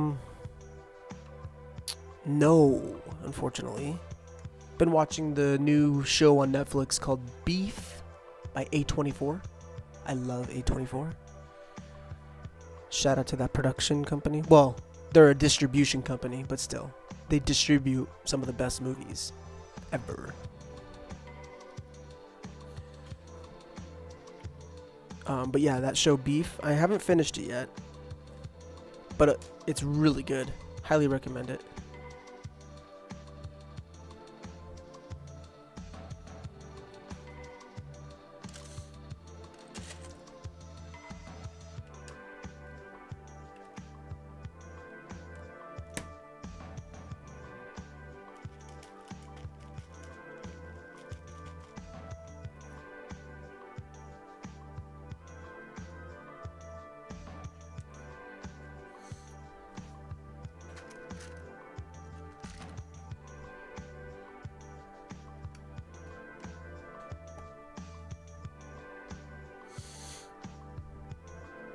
Pretty cool.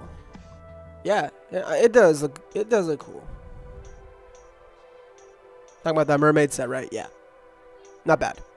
Not my style, not my taste, but I can take a good build for a good build, and it's a good build. At least what it looks like in the blurry leaks.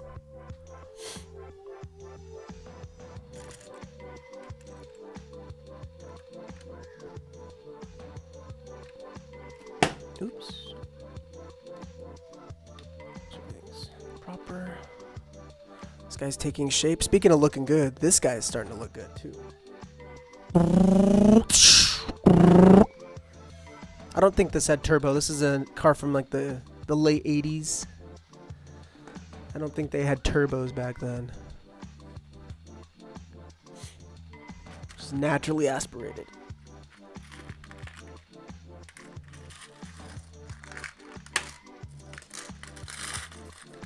Oh, and I'm dropping pieces. Wouldn't be a live stream without dropping pieces. Seriously? Dropped all the way underneath the shelf.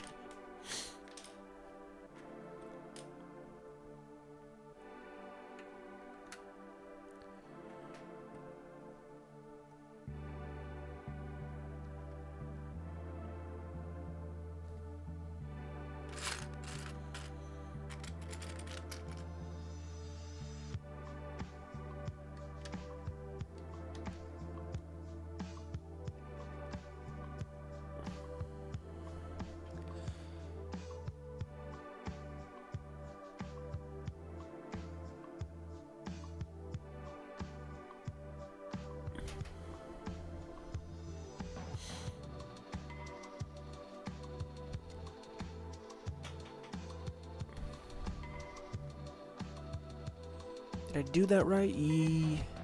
I did. Why is there such a gap?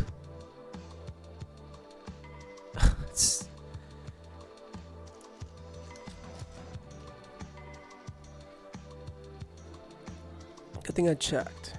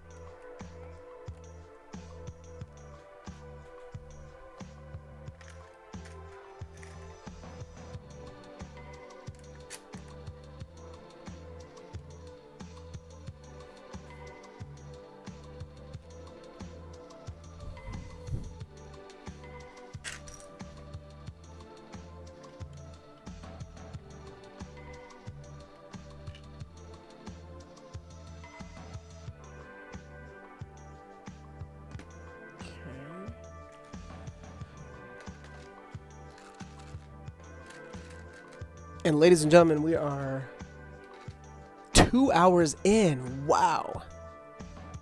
Whoever's tuned in, thank you so much. Whoever is just tuning in, you're awesome. Don't forget to hit that like button, ladies and gentlemen. Share it if you want to. Share it if you have any AFOL Lego friends. And click the description. Go to the Instagram. Give that a follow as well, as there are tons of goodies on there too.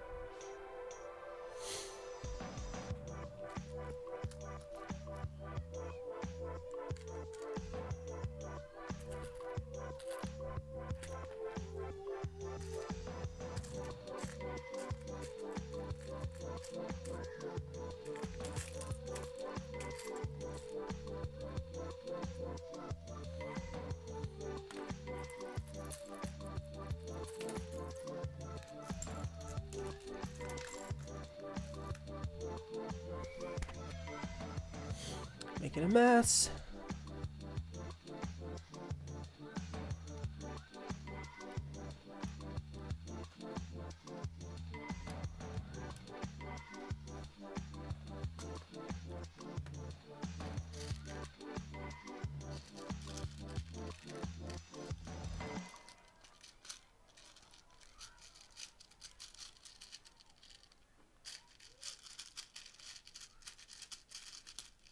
Oh my god.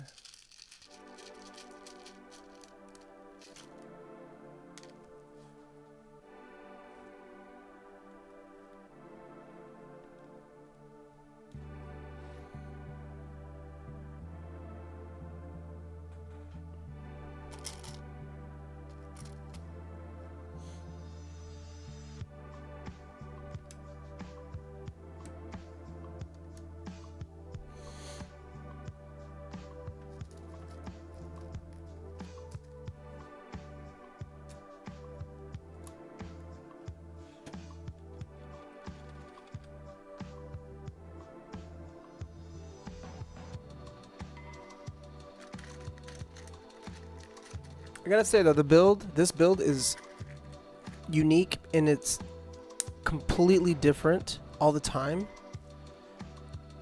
And it's maintaining a really good flow.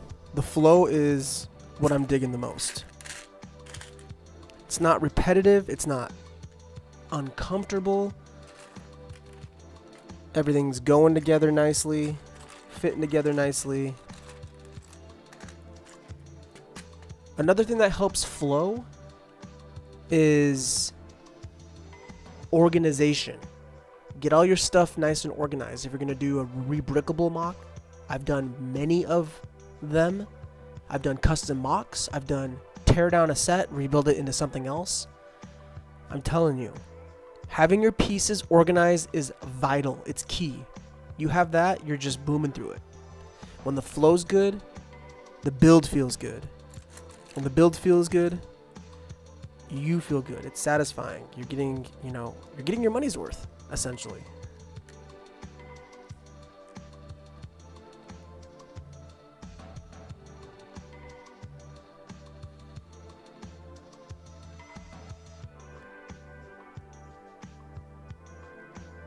That's a little concerning. Okay, now we're gonna secure that.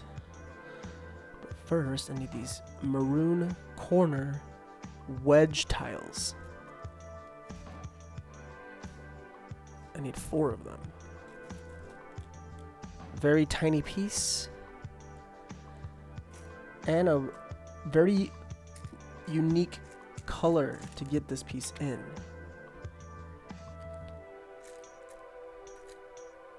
Come on, where is the last one? Where are you? There you are.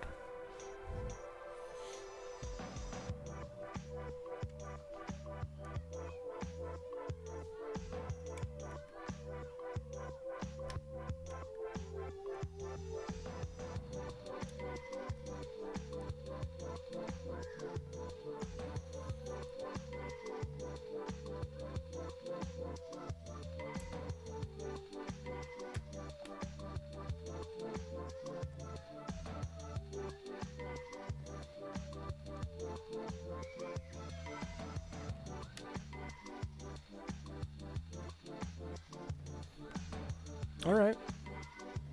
Coming together. A lot of intricacy, but it's coming together.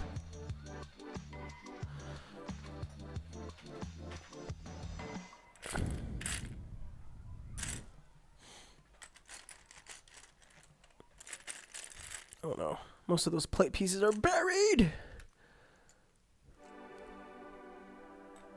Yeah, they're right here.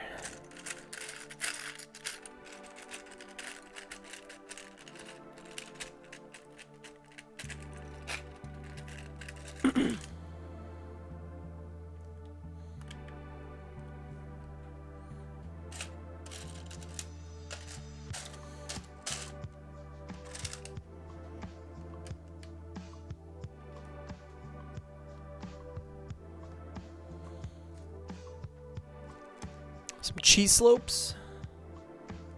Cheese slope piece. Looks like a block of cheese.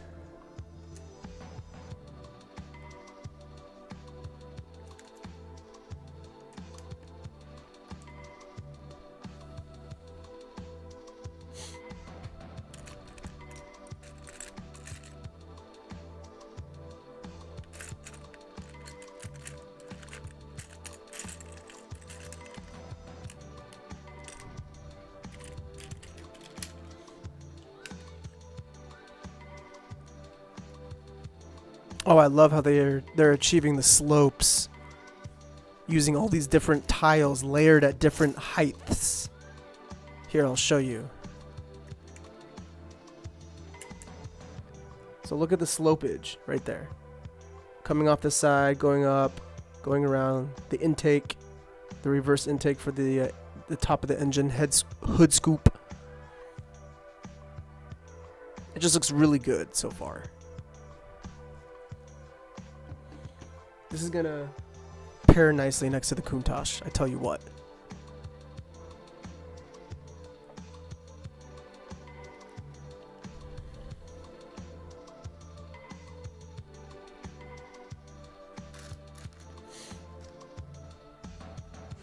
Alright, a little interior design right here. Some roundies on the bottom.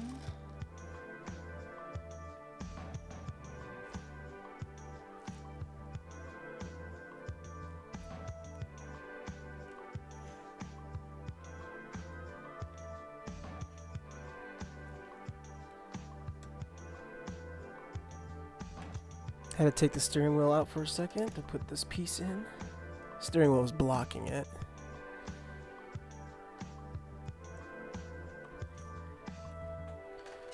But yeah, so I'm going to be gone for the next 3.5 weeks or so. So that means I got to make at least...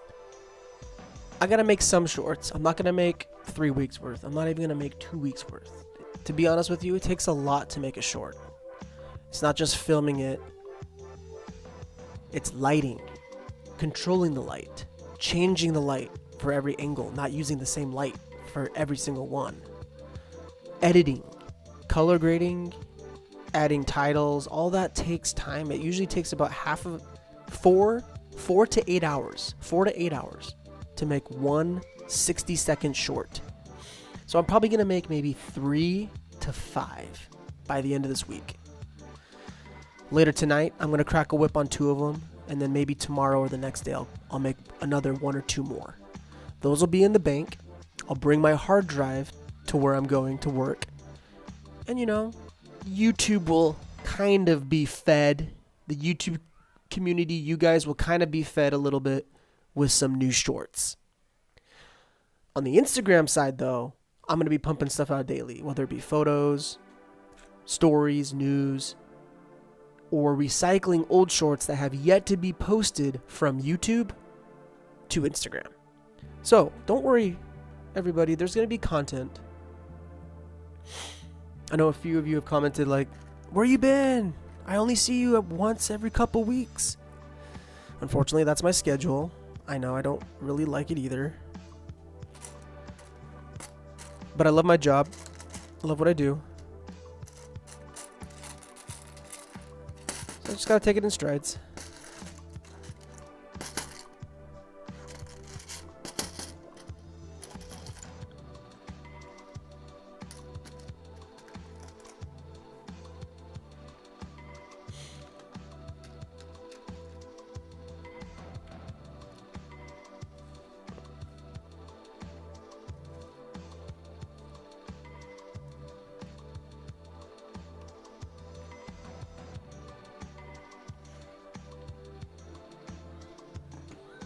This is looking good. There's a shot of the interior.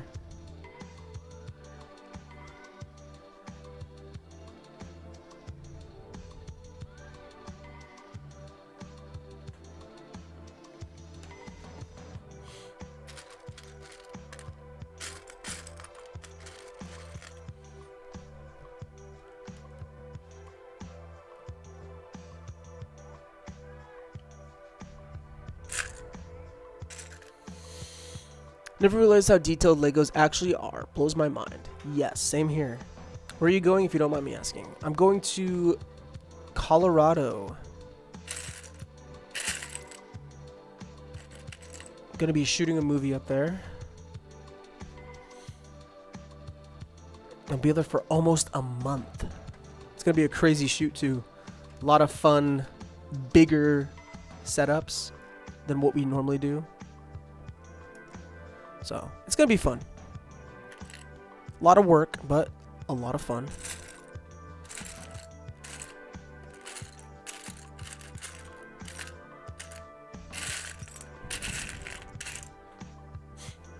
Wait a minute, what am I doing?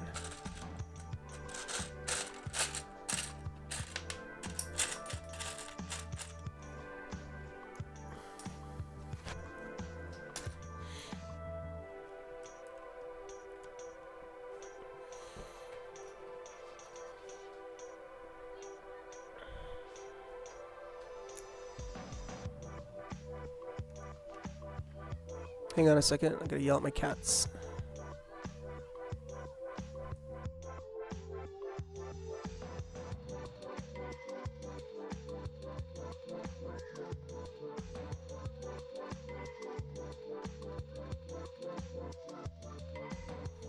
Alright, we're back.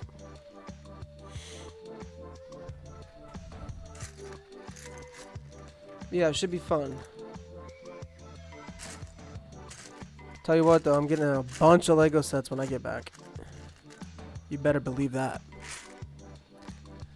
I'm gonna get like at least a month's worth of live sets to build, retired. And when I mean a month's worth, every week is a new live stream when I come back, which will be middle of May. Well, after the first week of May, I'll be back. Hopefully.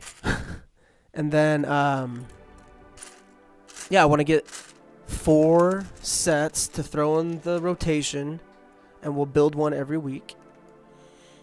Then I also want to get a bunch of old, smaller sets, and I want to do shorts on them, kind of micro reviews. And then I have a lot of other short ideas. And then I think I'm going to start doing videos this summer. One of my good buddies, and Courtney, you know them. Random 90s, he comes in, one of the moderators. He's been telling me I should start going the video route as well. Not just do live and not just do shorts, but also do regular videos. And make like 4 to 6 minute condensed versions of my live streams. So picture this stream, but chopped. Only funny, important moments seen. And then the very end of it shows my little review of the build, and then just upload them. It'll add watch hours and watch time for my growth. It will also help push me out there, because some people don't like watching the live stream because they're like a 3 to 5 hour video. I get it.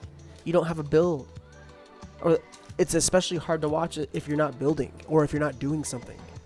I get that. So I want to. There's multiple reasons why I'm going to do that, but I think I'm going to start that after May. I'm going to start making the videos at the middle and end of May, and then come June, along with uploading shorts, I'm also going to be uploading videos. So, we'll see. We shall see. And then right after June, I'm busy again. July, August, September. I've got like 5 huge projects we're doing, all within those 3 months. It's gonna be nut. It's gonna be a nut house. Late summer, fall. I tell you what.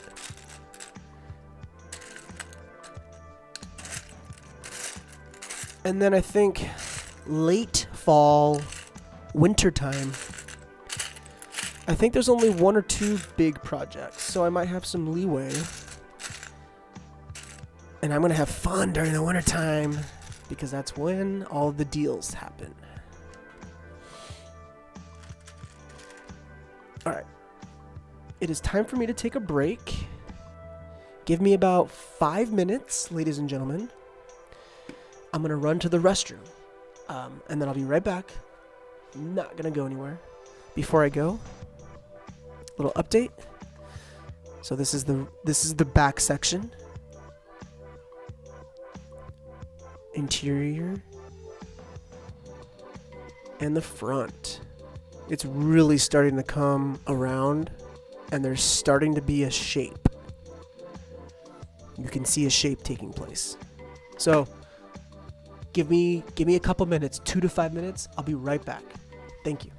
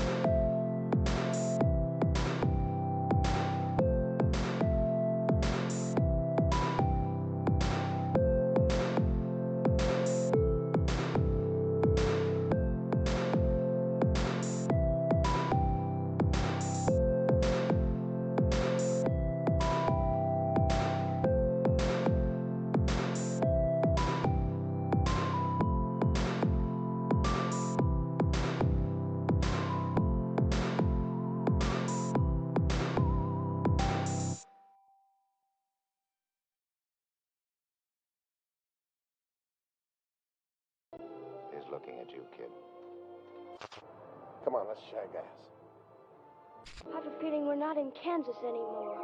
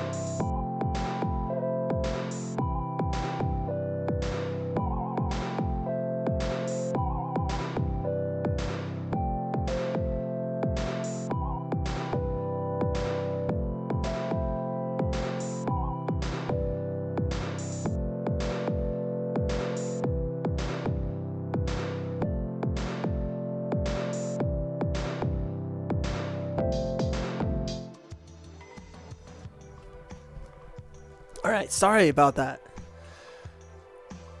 Oh yeah, okay. Oh hell yeah. I'm sure people will eat them up as well. Those have a hard time finding time for the live stream as well. Sorry if some messages don't make sense cooking and all my texts on the side. No worries. No worries. If you're still here. Sorry, that bathroom break might have scared a bunch of people away. One person. Alright, back to the build. Oh, I also did see that the Sonic sets, there's actually not just one, there's multiple Sonic sets. Now, like I said earlier, not really my forte. I'll get the cheapest one with Sonic in it. The smallest one with Sonic in it, just so I can have the minifigure. And then I might get another small one for investing and sell it 5-7 years from now.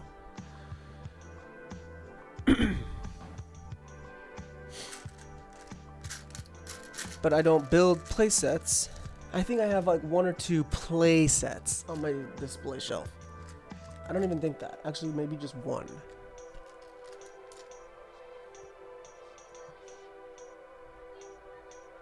I got a few actually. They're tiny.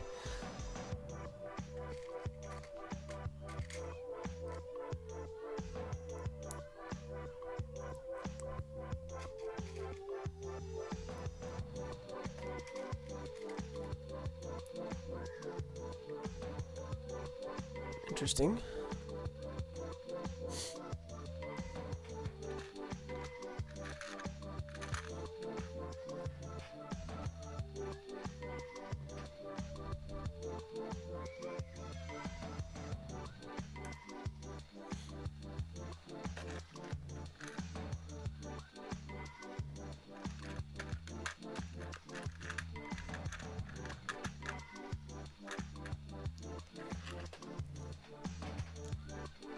Let's see. What else did I read?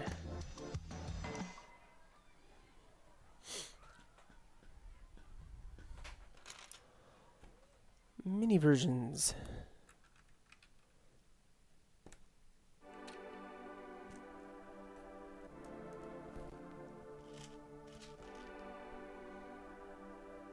It's gotta be the one with the holes. Gotta say, I love these new pieces. I think they came out like 5 years ago. 1x1 circular with pinhole to the top. It's great.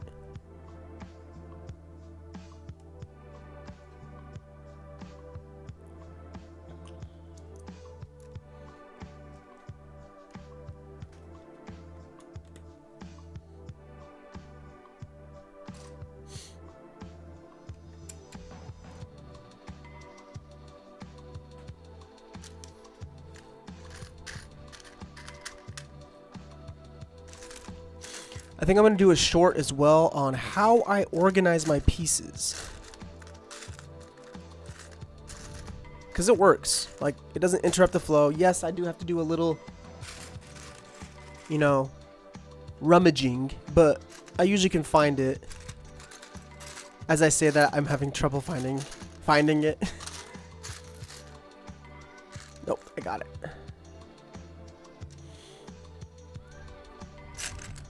I do, however, need to upgrade my bins. I need to get more of these bigger square ones.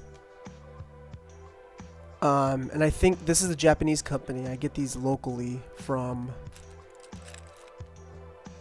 Little South Korea, or K-Town, Koreatown, here in California. They're great bins. They're perfectly sized. Like, just look at this. Perfectly sized for Lego. Perfectly sized for Lego. Literally, everything fits in there nice and neat. Again, they're made in Japan. And they stack. They're great. They have a little bit of like a softer plastic, lower mold. They're really nice. They're really, really nice. But yeah, I need to get bigger ones. That's one thing I would change about my setup. I get 2 big ones. So the main pieces, like, these are like main components of this build. So these would go in the bigger one. My Technic pieces are overflowing. These need to be a little bit more organized and thrown into a bigger one. Things like that. Thingies like that. Courtney says, aha, ha ha ha ha ha ha ha ha ha ha.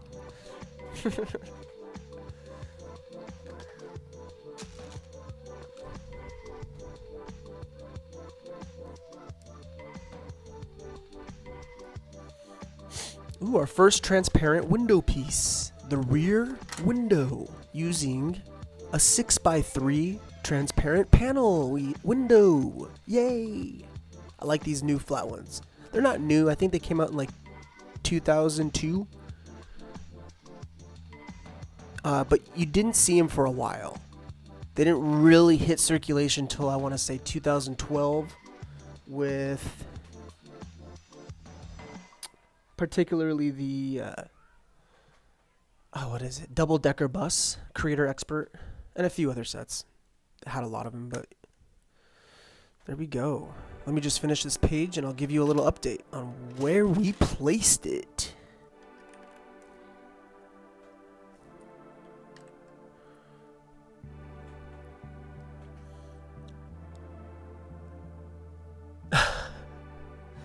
Alright, I'm checking. Let me check it right now. Let me see it.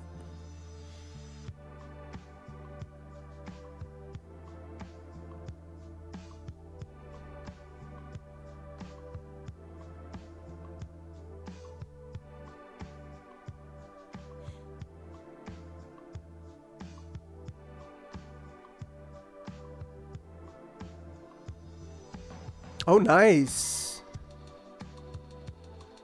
Nice. I like how the phone's sideways. Got the phone propped. Need to send you guys a little care package. I'll give you one of these nice little table phone stands. Tiny, mobile, folds up, quick, easy, handheld. Hold it in one hand. Epic setup.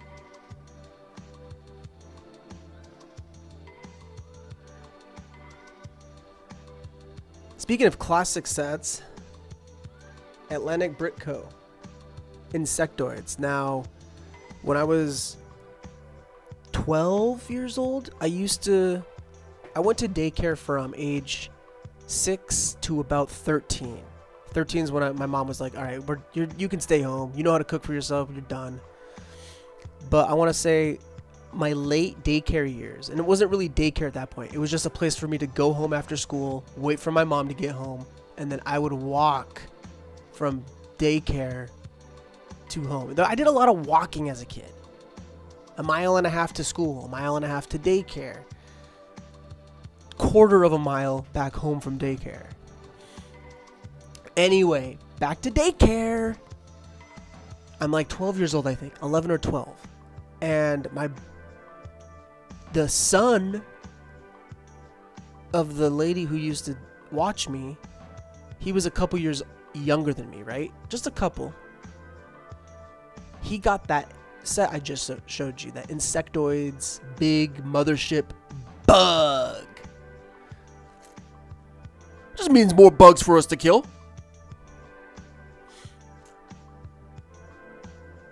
But yeah. That's what that picture reminded me of. That's the power of Lego. It's got so much nostalgic juice to it. You see a set and you're like from the 90s or early 2000s or whenever, and you're just like, wow, I remember that set. You know exactly where you were.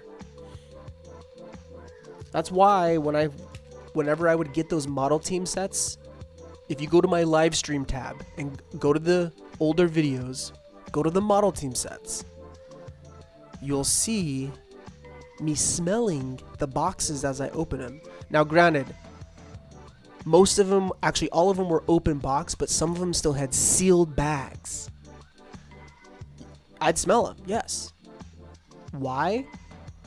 Well, sometimes nostalgic memories are triggered by scents and smells. Like vivid, like super vivid, just from smelling something. And yeah, I got that. I didn't get necessarily Lego nostalgia when I smelled them. It smelled like my grandma or my aunt's old shed or attic where they kept all their old stuff. It smelled like that. Kind of a subtle, old moldy smell, but soft, kind of dusty smell. Sorry, I went on a tangent there.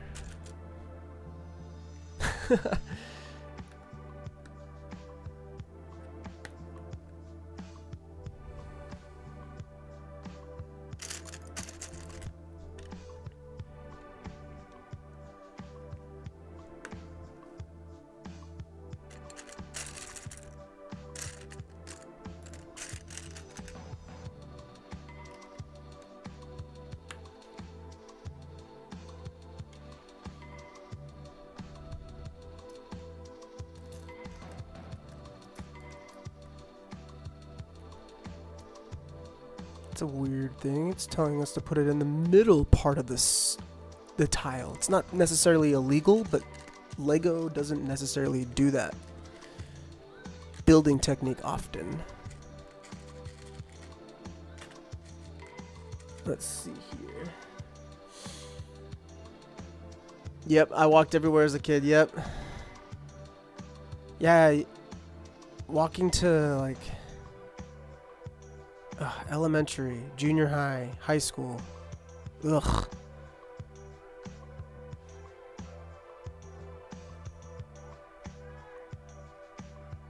But I still walk everywhere. I walk all around Hollywood right here with my dog.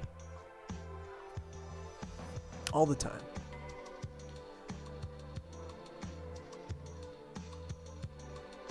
I like walking though, and it's actually very healthy for you.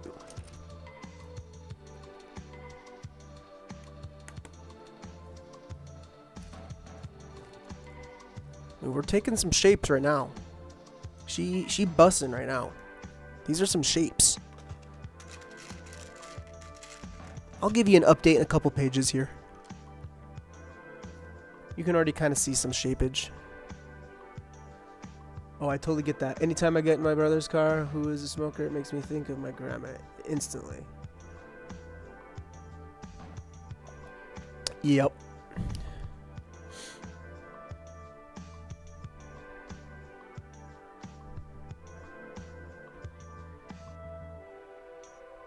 Wait a second. Oh, I messed up big time. Not big time, but kind of.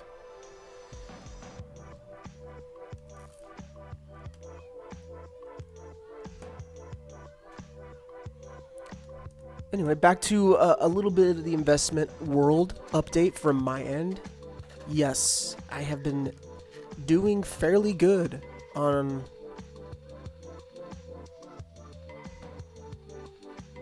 Lego reselling.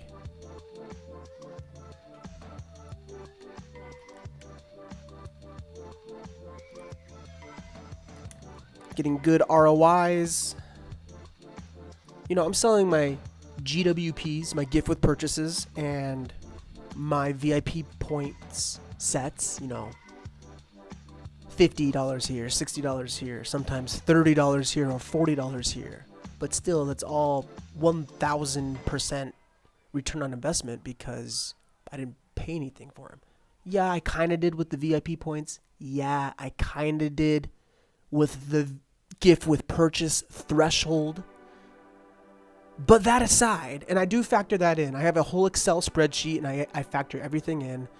If a gift with purchase cost me $180 worth of Lego sets to get that gift with purchase, I'll usually do the numbers and crunch what type of sets I bought.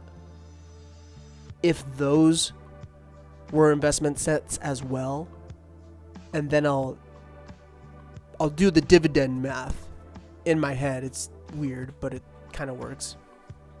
And then I'll have my gross and my net. Or my net and my gross. And you know, I've been keeping track and I've been doing good. I've been having a good return. Better knock on some wood. But yeah, the game's been fun. The game has been fun. How many do we need? 4? Yes.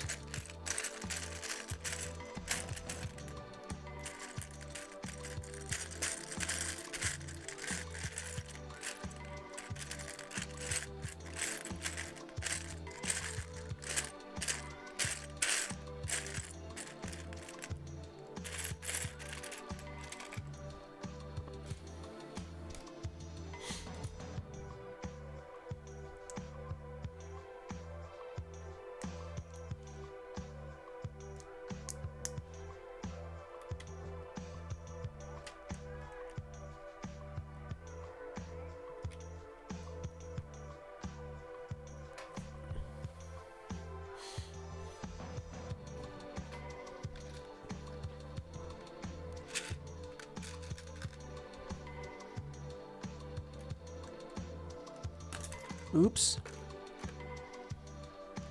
Breaking stuff. Alright, our first bucket seat of the night.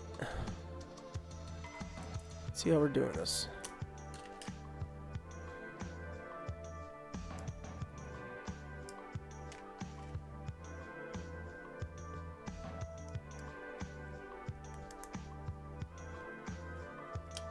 Man, we've been decimating these green 2x2 rounds, haven't we? He's like, I'm using all of them. The MOC builder, the guy who designed the set, he's like, I'm using all of them. They're all getting used.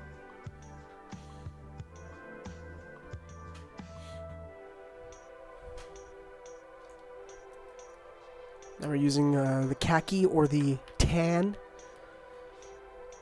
quarter round 3x3 plate. With a burgundy bottom, leather, Napa leather finish, upholstery.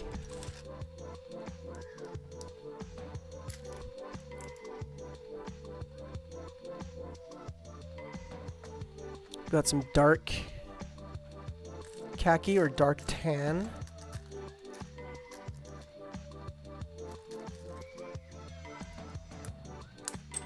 Action.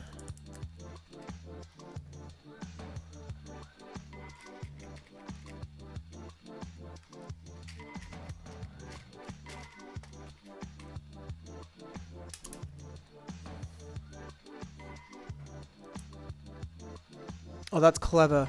Clever girl. Clever girl. This piece, because it has that up stud right there, you put it right here, and you're still able to make the backrest of the chair bend. Clever. Just simple. Simple method, but clever.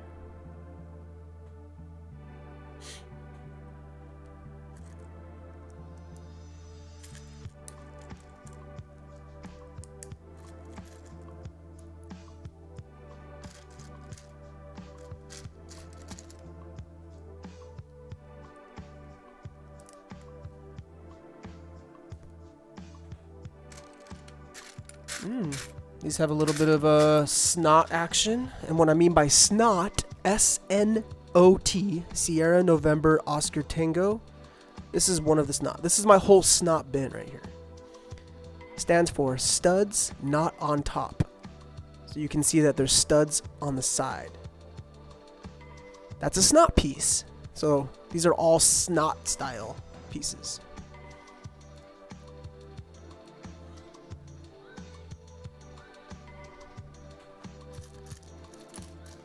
Little nerdy Lego lingo. Nerd alert, nerd alert.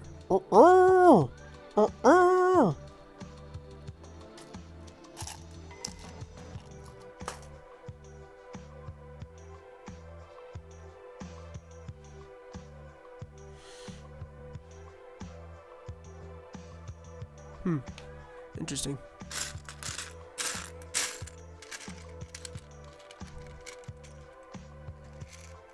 There's a lot going into this one chair.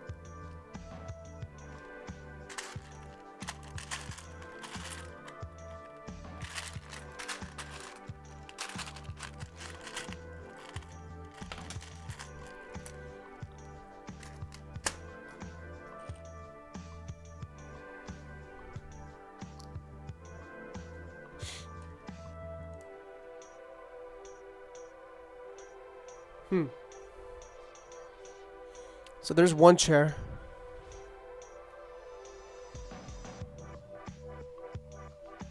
Not too bad.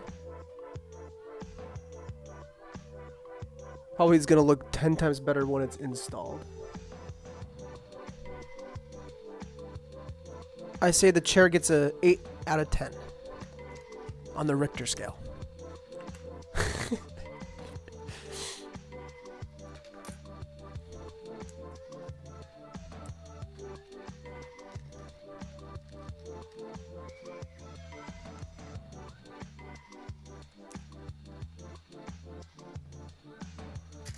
It's similar build style, just mirrored.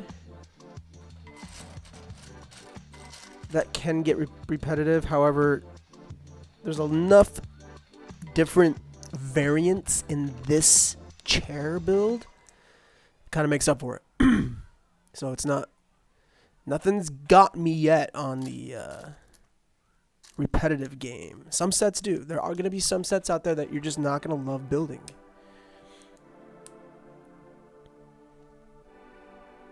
I can't really think of one that comes to mind right off the top of my head. Most of mine I've been picky. I'm very picky with my builds. Very picky. That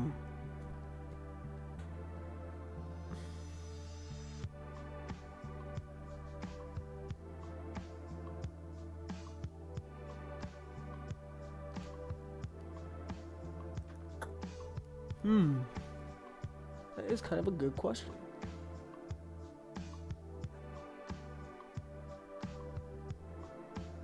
Probably one of the creator expert 3-in-1s. It's probably like a 6 out of 10. Just meh. Yeah. I usually gauge my sets off of piece count and the build. And I look at the pictures very carefully. Almost incessantly. Just can't stop looking at the photos of a set that I want. I zoom in. I'm looking at everything. And I usually can tell what I like. What is going to be a nice, good build style. I don't know if that makes sense or not. But it's also put me in a position of being very picky. And that also kind of sucks. Not as bad for my wallet. My wallet's still bad with Lego. But I guess it's just a little bit of a barrier, if you will.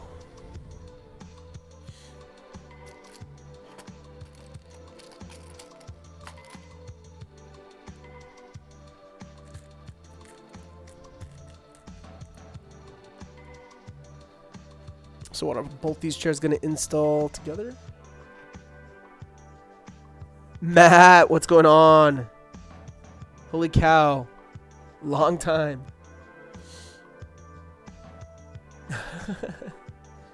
How are you?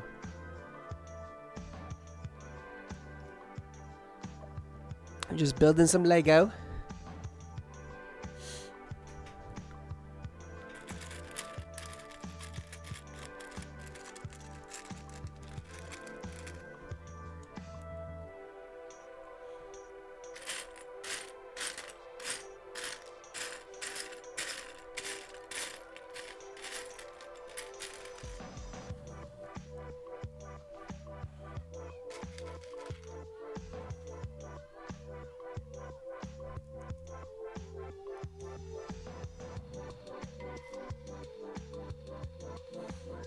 Nice.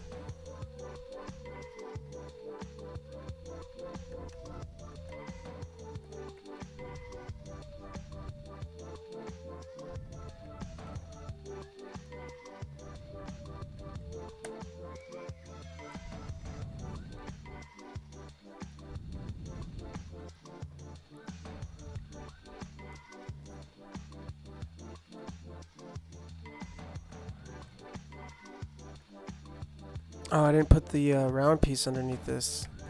That's what I forgot.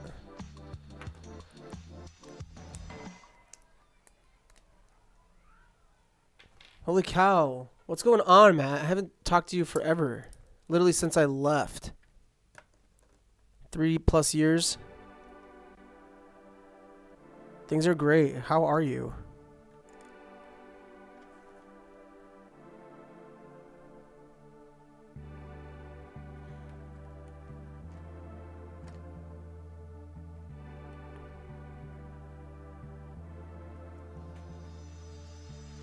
Yeah, ladies and gentlemen, I will show you these seats in 1 second. These are awesome. I'm just gonna adjust them real quick. Okay.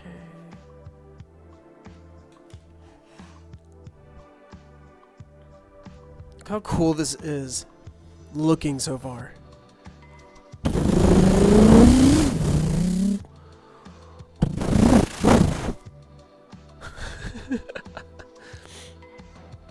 And it looks really good with that steering wheel. I was concerned that because this is not in the instructions. This is an added bonus that I put in there. The seats look great. Top-down view. Wow. It just looks good. It looks good. It looks good. It looks good. All right, now we work on the rear part.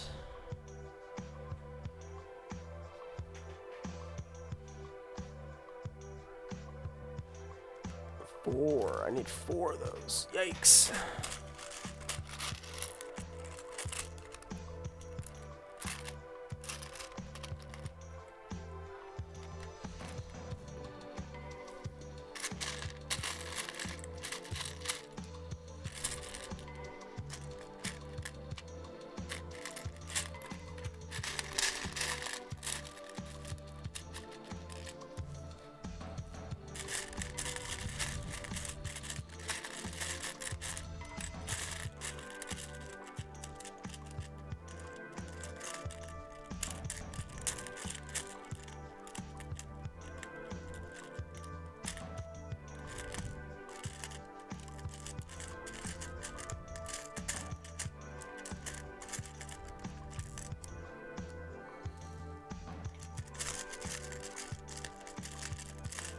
Pro tip, don't put your pin cup links with all your other Technic parts. It's a nightmare to get them out. They're so tiny.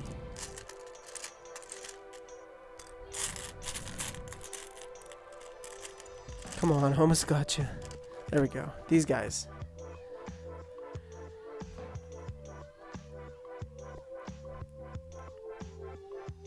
Alright, what we doing?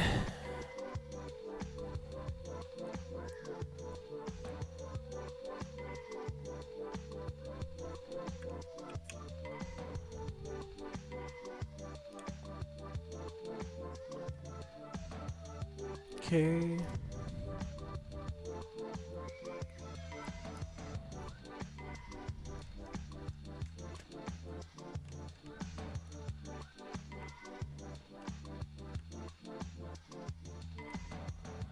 Got it.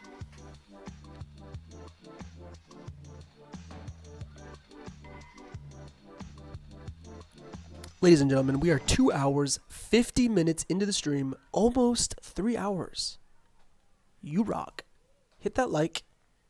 Share the stream with a bunch of people. Everybody. Just share it with everybody. Just go on your phone. Mass text everybody. Even people, your ex. People you don't talk to anymore. Just boom, boom, boom, boom, boom, boom, boom. Just send. Bling, bling, bling, bling, bling, bling. Just kidding. Let me get some more coffee. 2 seconds. Un momento. Por favor.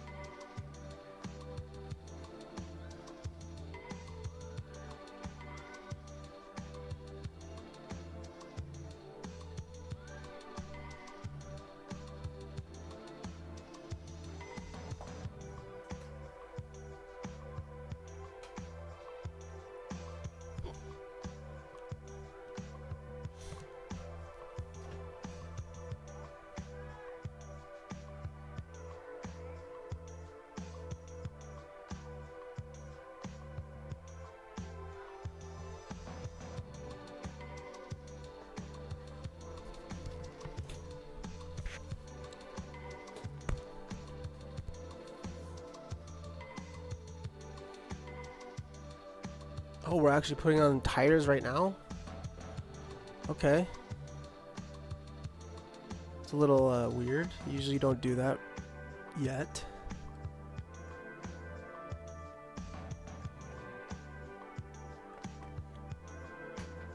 The tires definitely need to be swapped out. In fact, on the Countach too, the tires don't match. They had to do with what they had to do.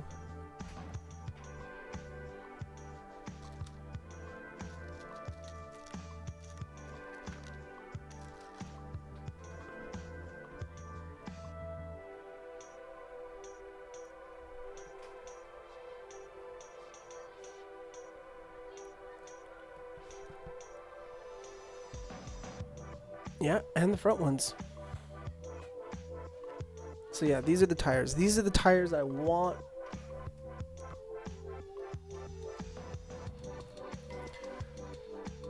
To put on from this set.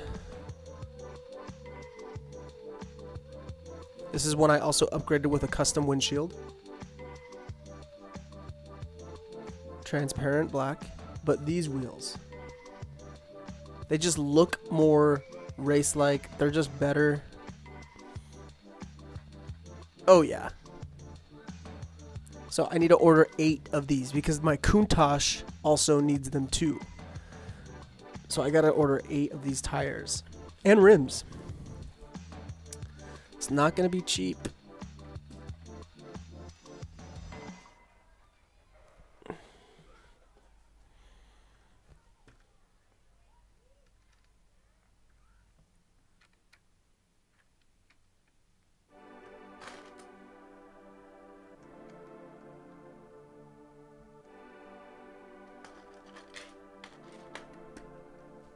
All right.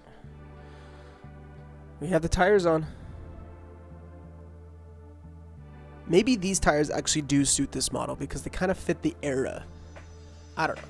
We'll see. We'll have to see when the build is completed. Which should be soon. We're getting there.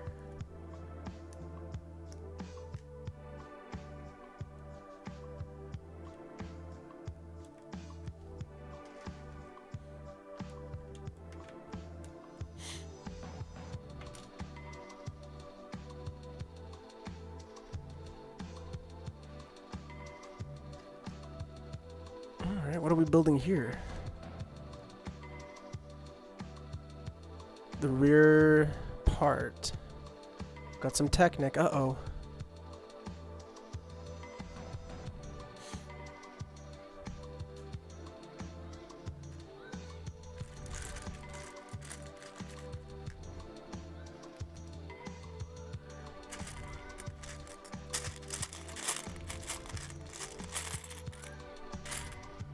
gray cylinder piece. Oh, is that it? Oh, it's a quarter. That's a half. Need a full. Could always use this metallic one. I'll keep that on standby.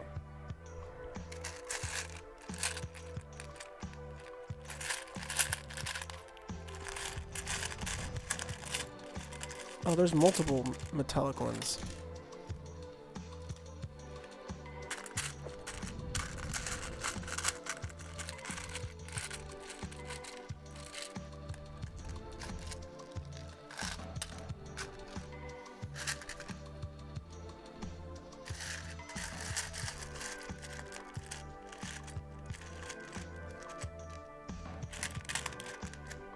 I'm gonna use those. Why not? Right? Like Bilbo Baggins in Lord of the Rings when he... Why shouldn't I keep it? Why not? So we're building this weird thingamabob. But it makes sense. It does. Trust me. You just do a live check on the...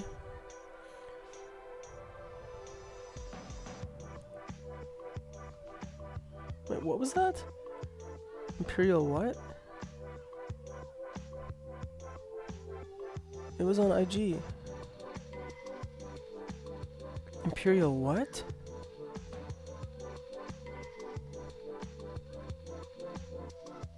Oh, I missed it. I'll have to find it later. Anyway. Live check. We're good. We're Gucci. Carry on. Alright, I need this weird piece.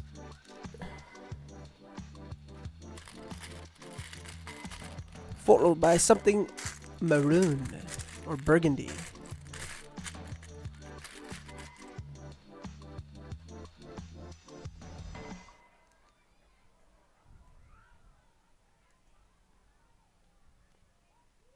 Okay.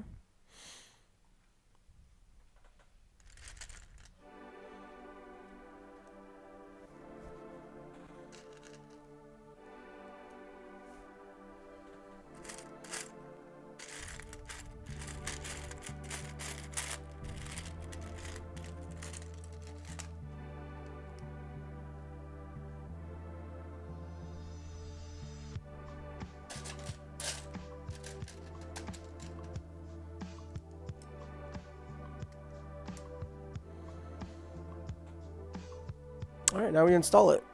And the way we do that is...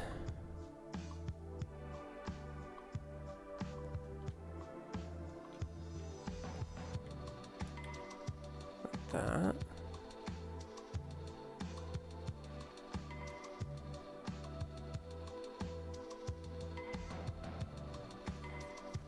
So it's something... we're building something like this, which I guess that is kind of the shape of the rear. Very cool.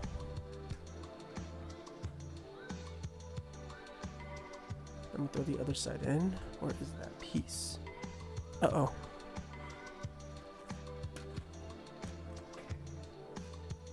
Yo, seriously, where's that other piece? I just had it.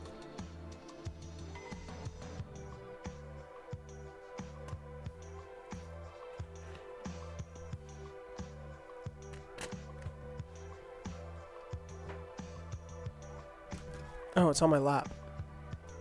Wow.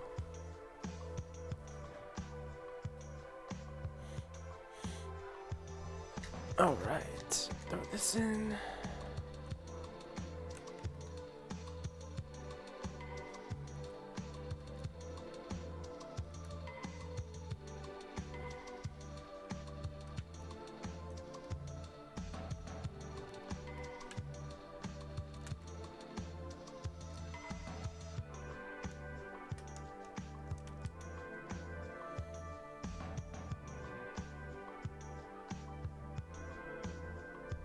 Huh, okay. Little bit odd, but it works. It's gonna be covered up anyways, I'm sure of it.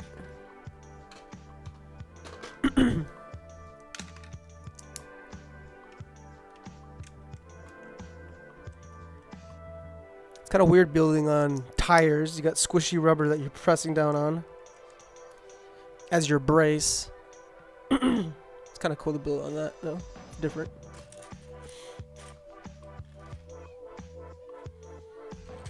Right, need some snot.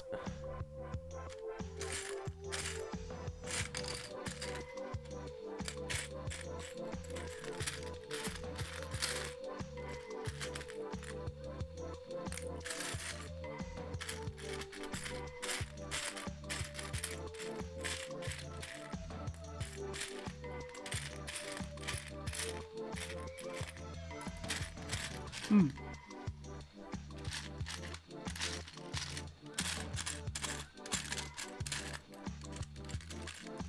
we go.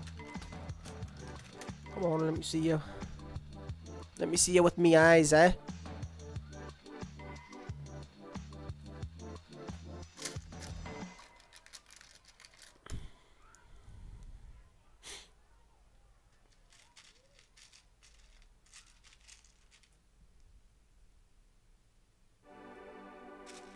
All these shiny ones that I have stacked. Drum lacquered metallic silver.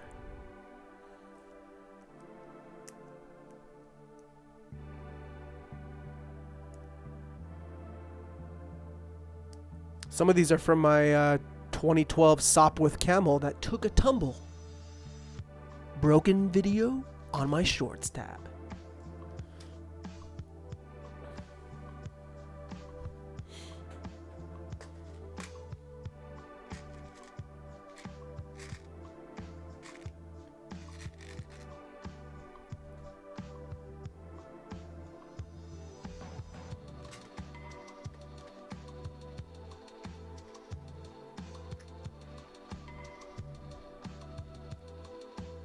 Looks like the motor. The rear part of the motor.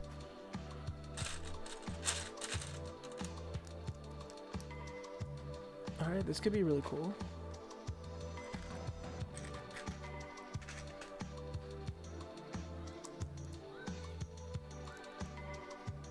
Comment below or in the chat if you know what motor is in the Lamborghini Miura. I'm actually not sure. I'll have to look it up afterwards.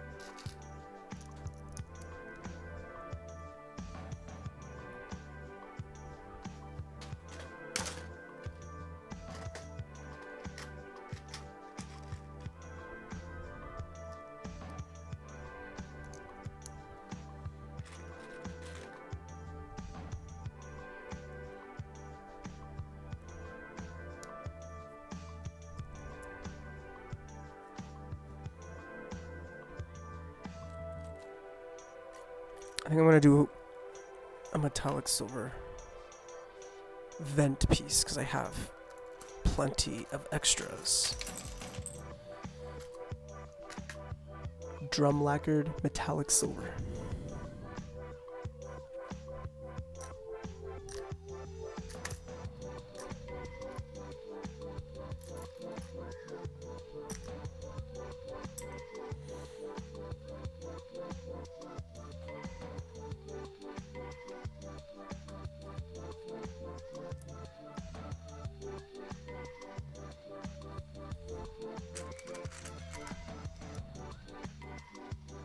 A little bit of Technic pieces in this. I like it. They're actually doing a really good job with the details.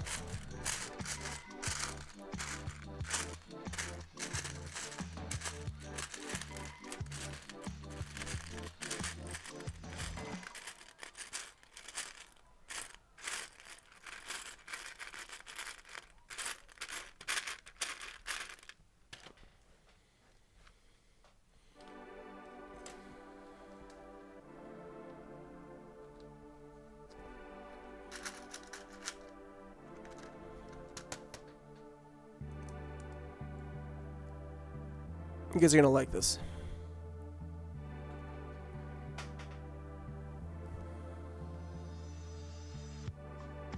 Oops, blocking the light, my bad. Thought that would help the exposure. Nice little detailed engine.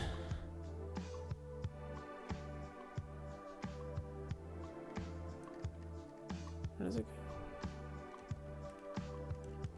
It's right there.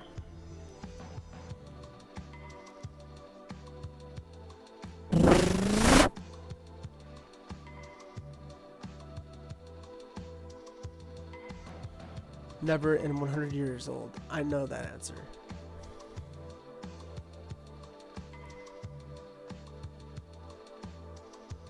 Oh, we add even more detail. Okay. Okay. This weird anti-stud 1x3 with a pinhole in the bottom. It's a weird piece, but it's a great piece. Comes in handy.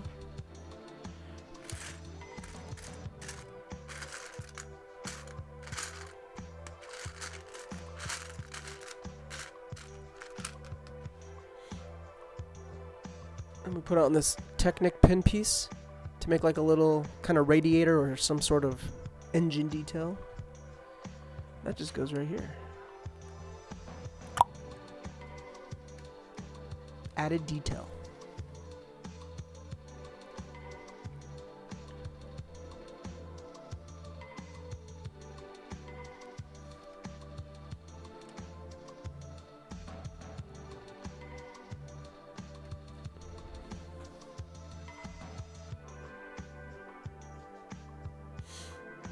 Alright, we finally get to use one of these.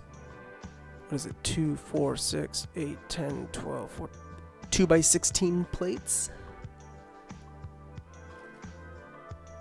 Always satisfying.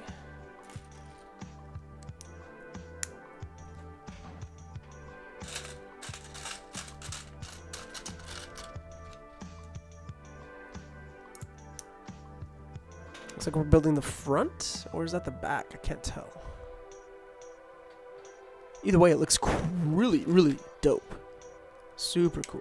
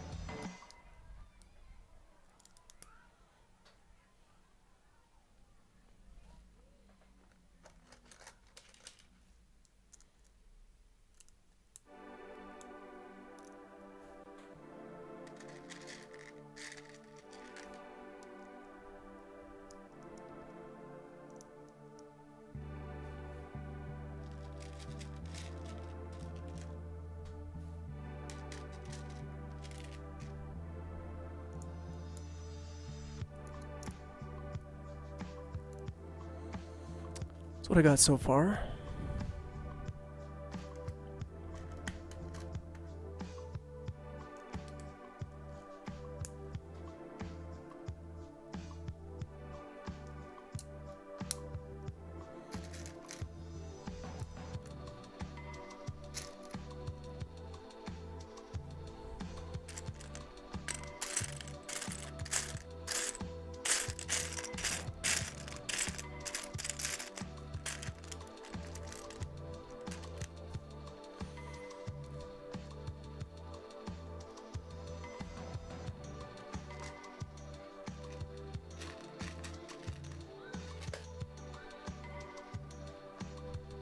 How'd I close that? I still needed one more piece.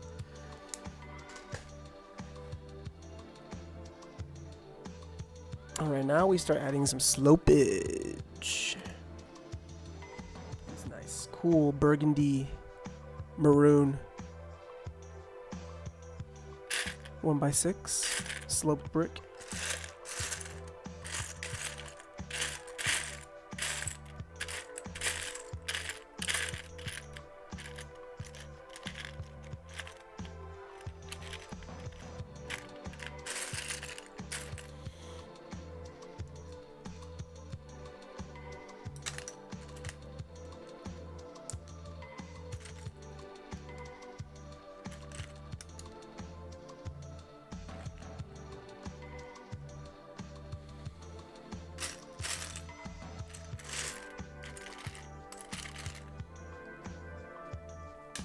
Oops. Some bulbous action. Some slopage.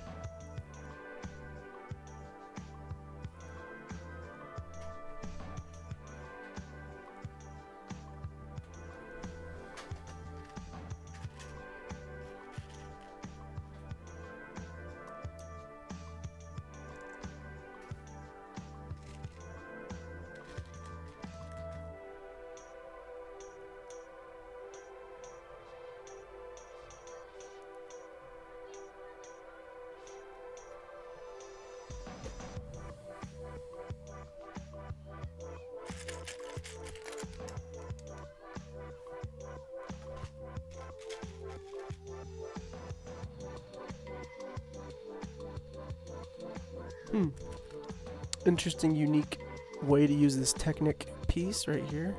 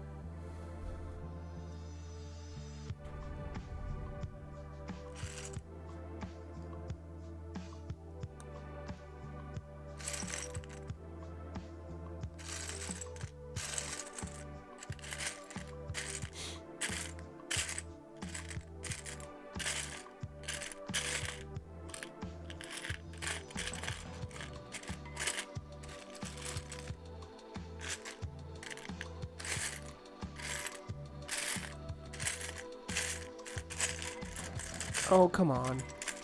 Where are you at, piece?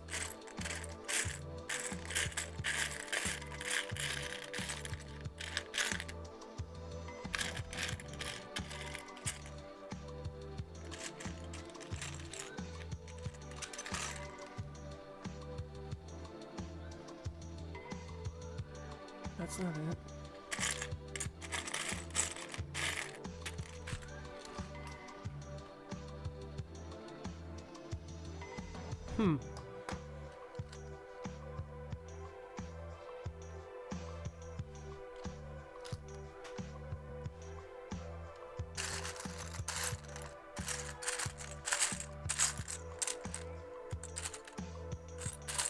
We haven't had a problem finding pieces so far, and now all of a sudden we do.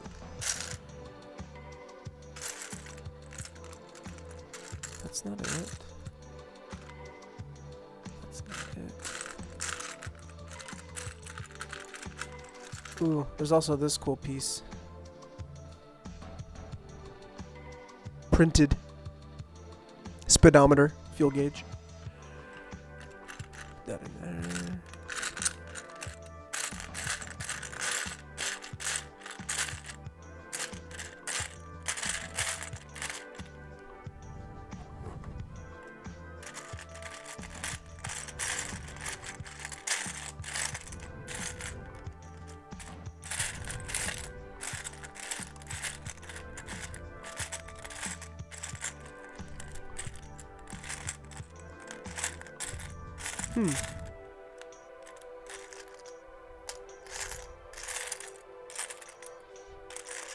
There it is.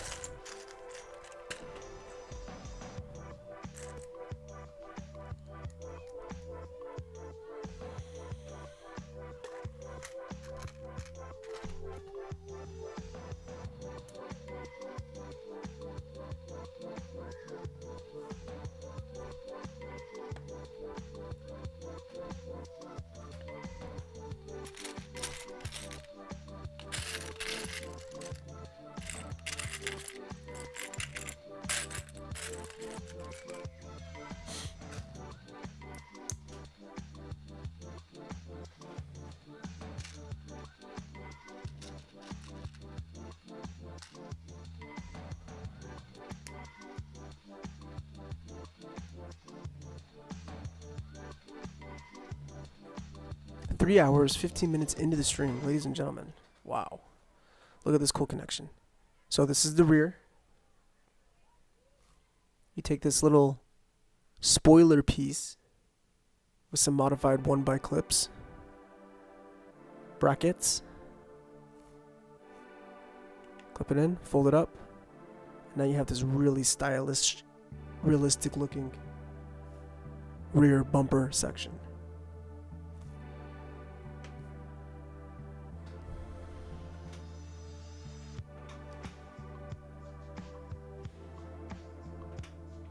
Oh no, this is the front. My bad.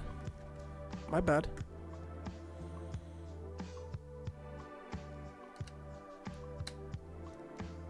Whoo! Look at that.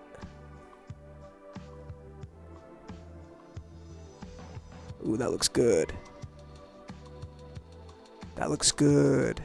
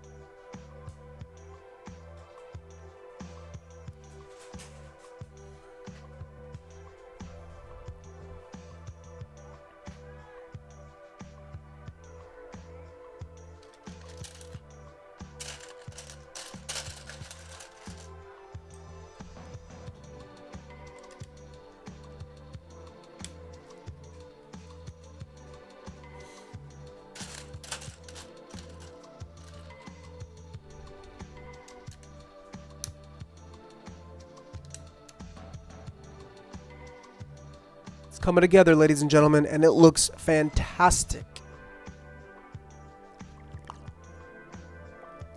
Just look at the shaping of it right now. Wow. Wow. Wow. Wow. Wow. Wow.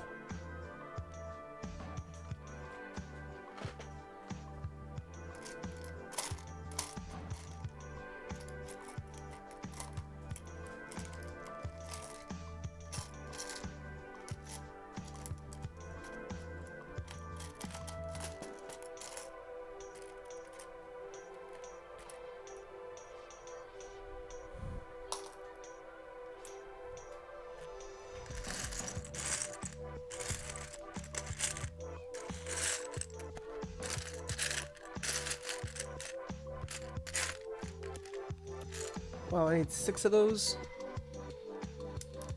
Uh-oh.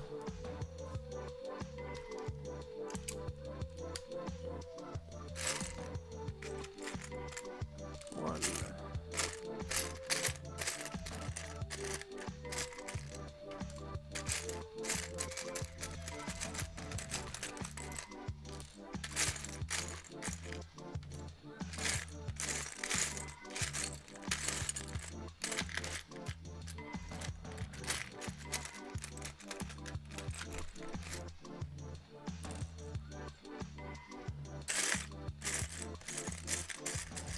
One more.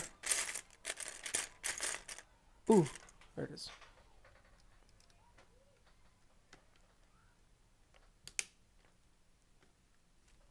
Everything's secure too. It's not loose fitting like the Land Rover. Gotta say that 2023 Land Rover, it's not built very well in some places. Oh yeah, look at that shaping. One more piece. Nope, I already added it.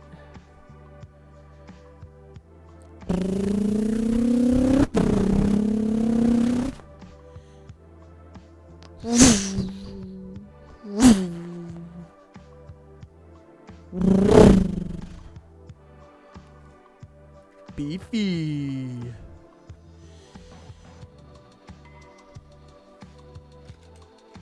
Alright, we play around with one of these big burgundy 6x14 plate. It's gonna be the front hood. Just means more bugs for us to kill.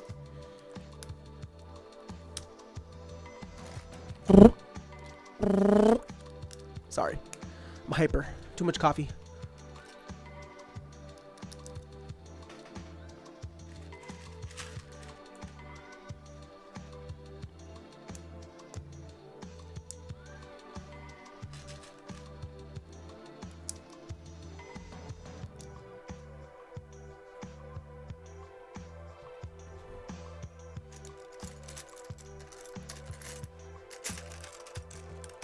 $12.18.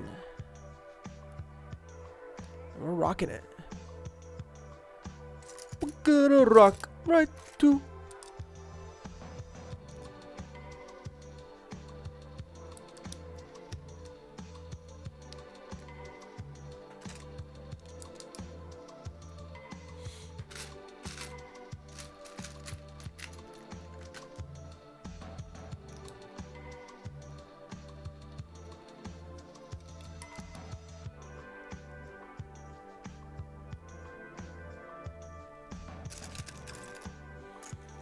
Five.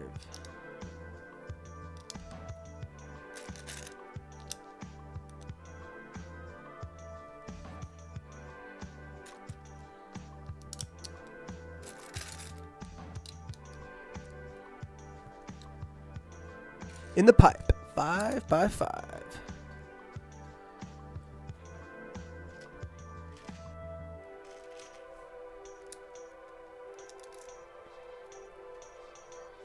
I like this. Whatever we're building, it's looking cool. It's satisfying to put together too. Stress relieving.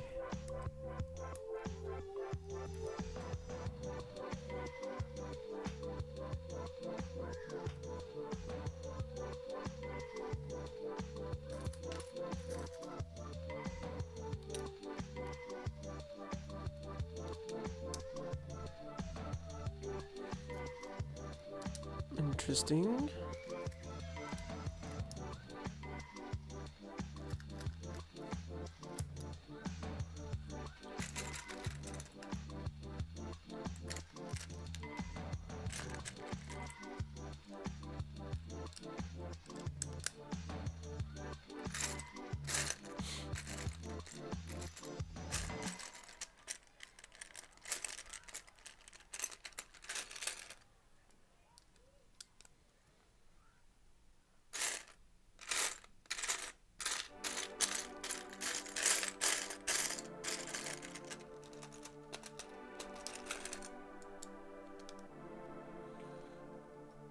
Ooh.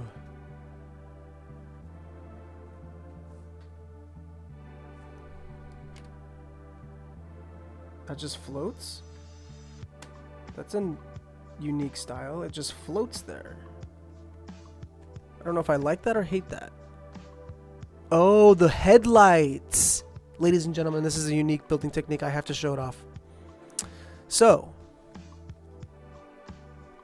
here's the frame of the front of the car, right?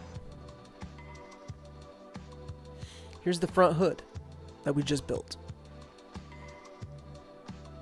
Now you'd think these inverted clip 1x1s would have something to clip onto on the hood, right? Well, no. You just simply place this right here, and it rests right here on this little slope piece. But you take it like this. It just rests there. So it's just sitting there. Look, it's not fastened by anything. Then you take these headlight bricks, wherever they may be. Ooh, there's one right here. Sorry, headlight piece, not brick. And it's like a shield piece. It has a grab point right there.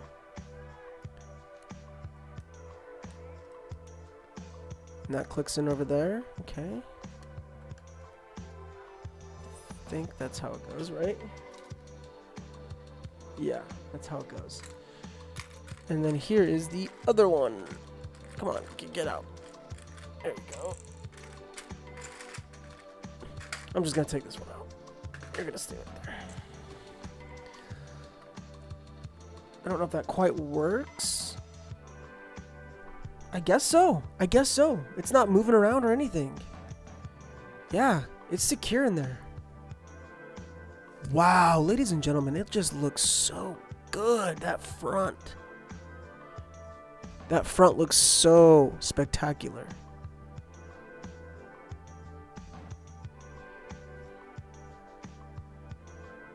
It really does look good. Here's a side profile of the front. Wow. I'm impressed with that.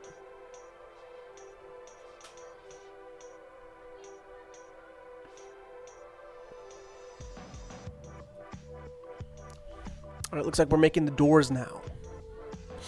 More Technic components. Yuck.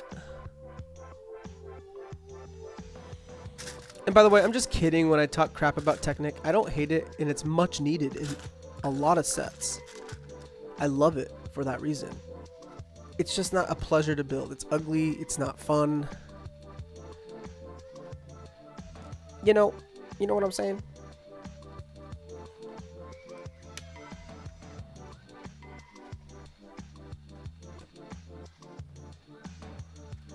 One by one, one by one. Doop-be-doop-be-doop-be-doop.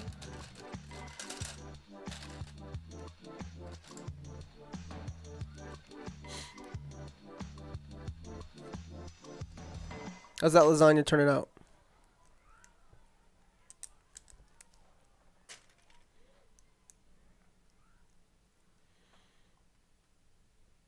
Ooh, this door's detailed too.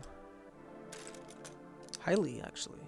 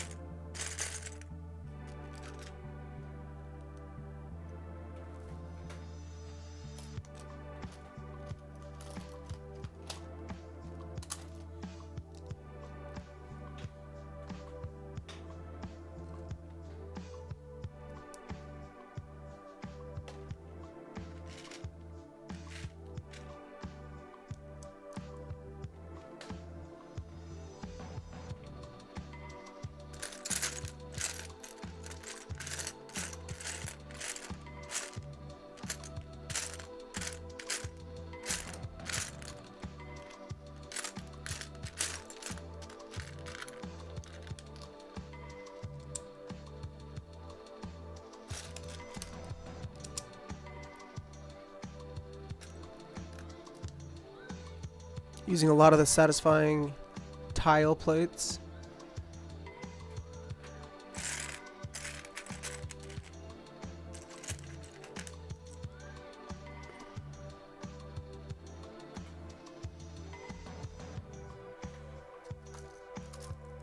I didn't see another maroon one in here. Oh yeah, there's a couple.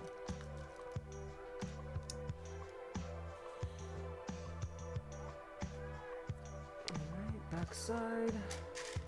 Structural integrity of the door and its inner components.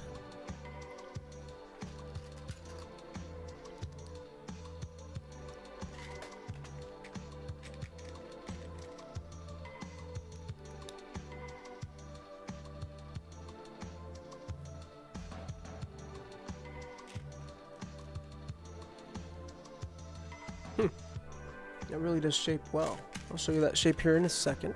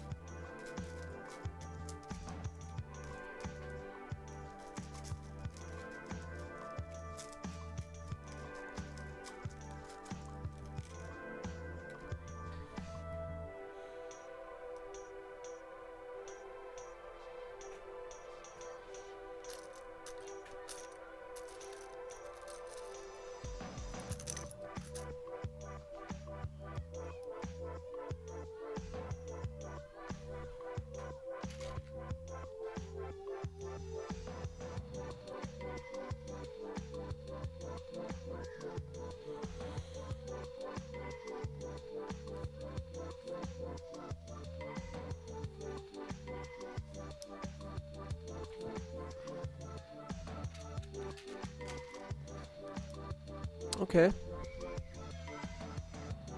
Ah, that's very unique. I'll show you this in a second.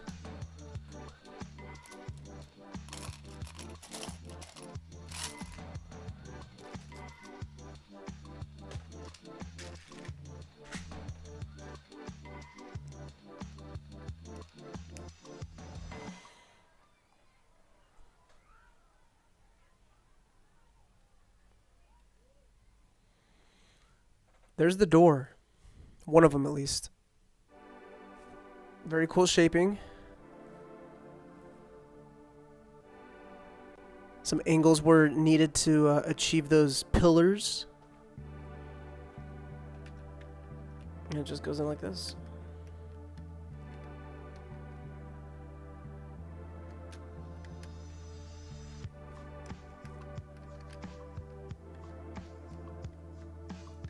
Hang on.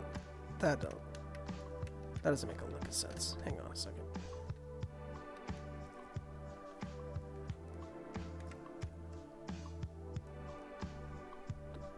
The door doesn't even work.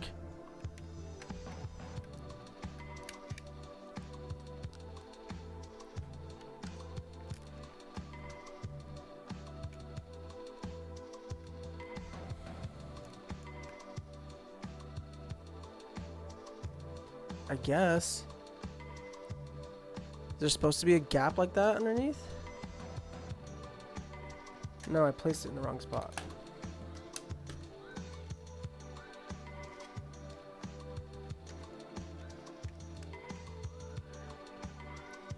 Yeah, it really doesn't like to work. It's not a good functioning door. I'm gonna be honest with you. But there it is, installed. Doesn't really open. It's like it breaks pieces when it opens. Kind of unfortunate.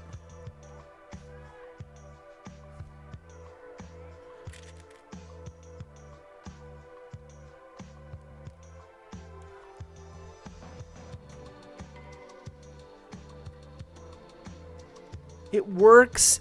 It's not doing anything illegal as far as building techniques go. It just doesn't work properly, so to speak. Anyway, on to the next side. On to the other.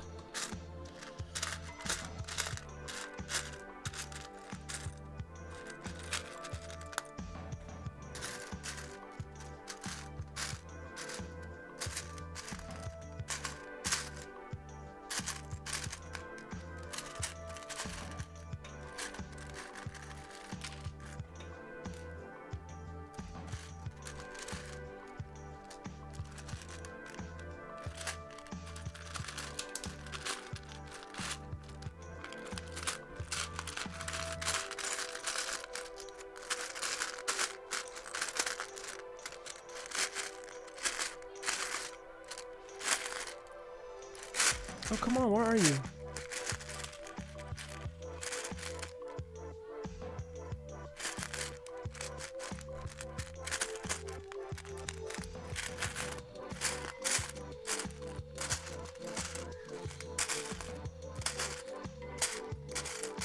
Crikey. Come on. Where you at? Where you at? There you are. Okay. Boom. Boom. Boom.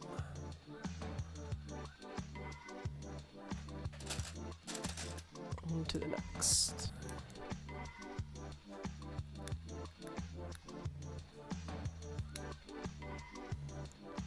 Three hours, 30 minutes into the stream, ladies and gentlemen. Wow. And it's turning out to be a smooth one. Only dropping a few frames. Says we've only dropped 6. So that's not bad.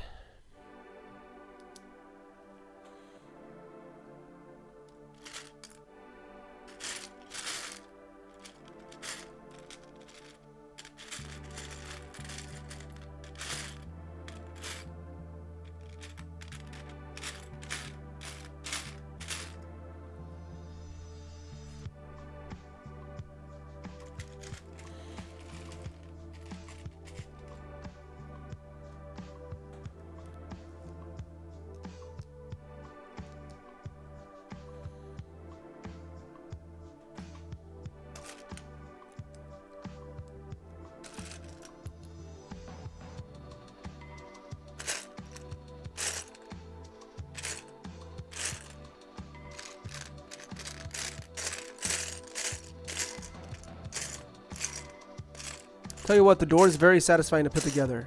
Very. If I can find the components. There we go.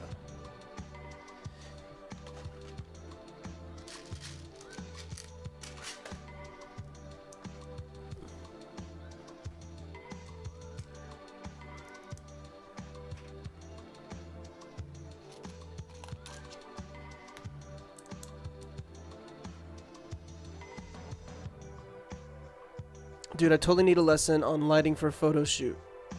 I've just always worked with natural light. Yeah, it's fun. Once you understand how to shape, you know, tungsten bulbs, regular bulbs, high output bulbs like HMIs or LEDs, shape them, color them, and illustrate your frame really well, you can tell a story with it. I love shaping light. It's very fun. I enjoy it. It's a lot of work. It's expensive, but it's fun.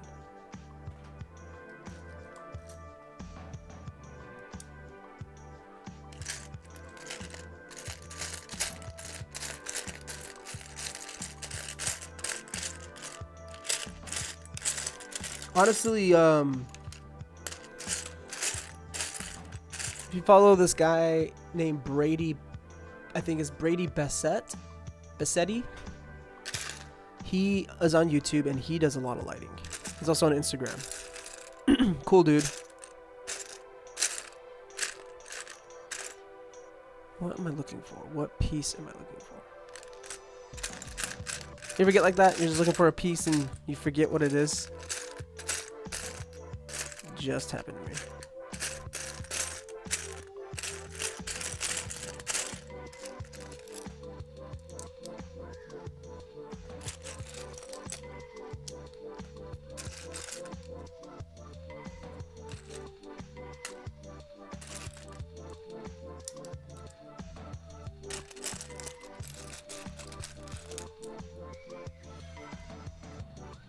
Alright, spin it around.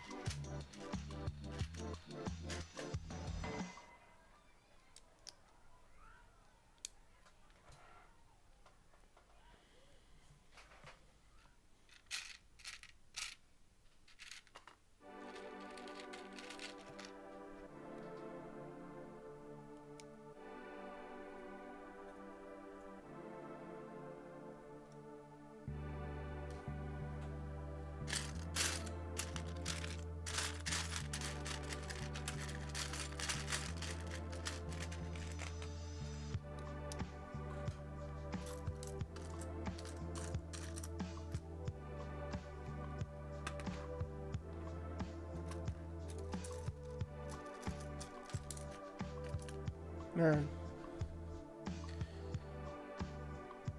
I'm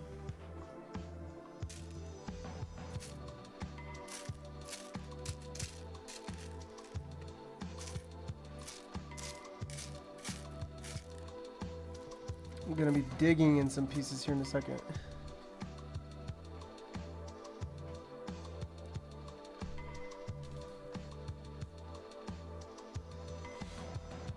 How am I gonna get these out?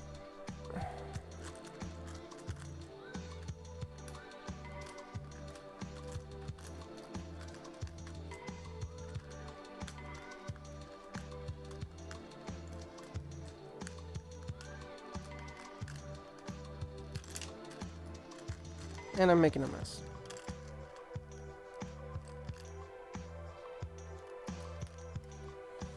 Got it, but I made a little bit of a mess. It's okay.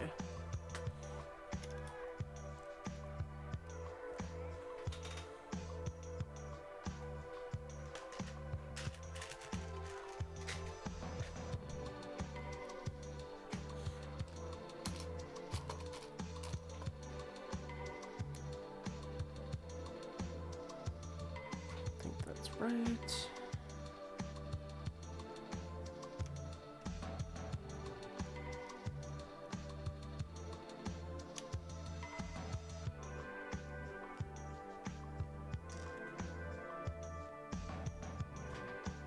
Okay, now this one doesn't want to work.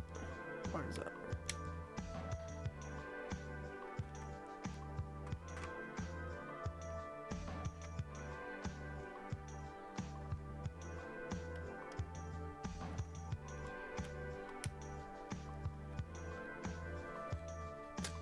Yeah, these doors suck.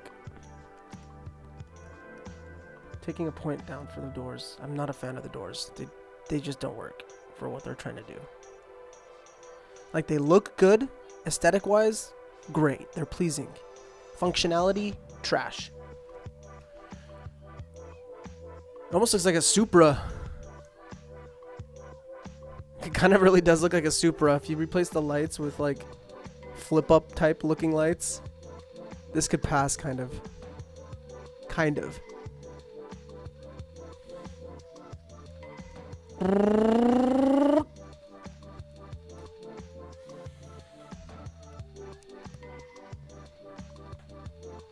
Oops, I forgot a piece to the puzzle.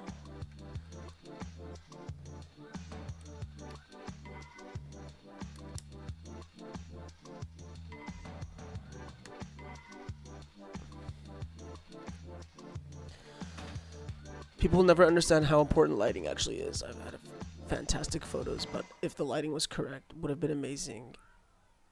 You know what you should do since you're doing natural light? You should make a pizza box or a surfboard. We call it a surfboard or a pizza box.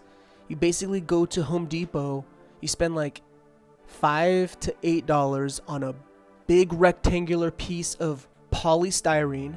It's not going to fit in your car.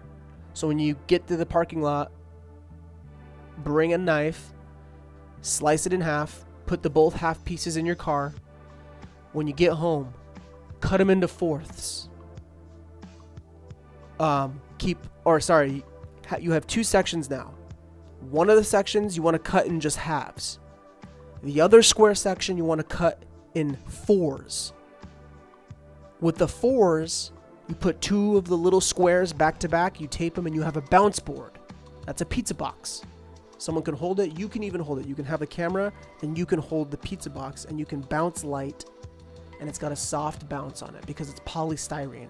It has a soft bounce, kisses the subject very soft on the face. Then if you reverse the side, it almost looks like aluminum foil. It's reflective, it's like a mirror board. That's going to be harsh light. So you can give like a harsh kiss to your subject. Surfboard is the same thing as a pizza box, but the section that we just cut in half, you put those two halves together. One side white, the other side, remember, the aluminum foil reflective side. Boom. You tape them together. Now you have a surfboard.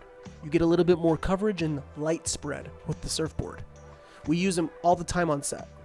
Sometimes we need a little fill light on a subject, just a little kiss of light underneath the chin. So the DP will say, "Newt, I need a little light right here." Well, you don't want to beam a LED light right there, even if you have a pocket light. You don't want to do that. That's too bright. You need a soft kiss, so you just bounce some light right into her face. Anyway, back to the build. Went on a little tirade right there. No, I love lighting. It's fun. I'm learning new things every single day. In fact, on this upcoming shoot we're going to be doing, we're going to have a lot of cool lighting gags that I've never really played with before. I've only seen on Instagram, behind the scenes. Well, I'm actually going to be doing some of those today, or in the coming month. Coming weeks, I should say.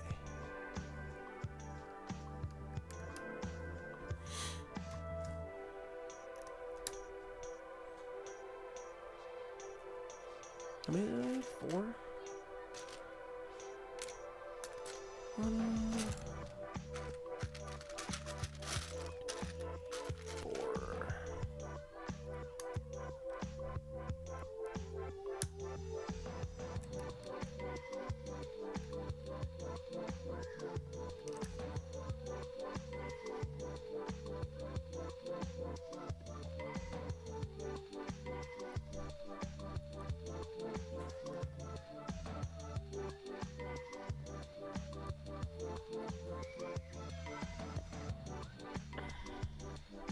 Gonna have to take a bathroom break here in a little bit. The coffee's getting to me. Don't worry though. Be a quick one.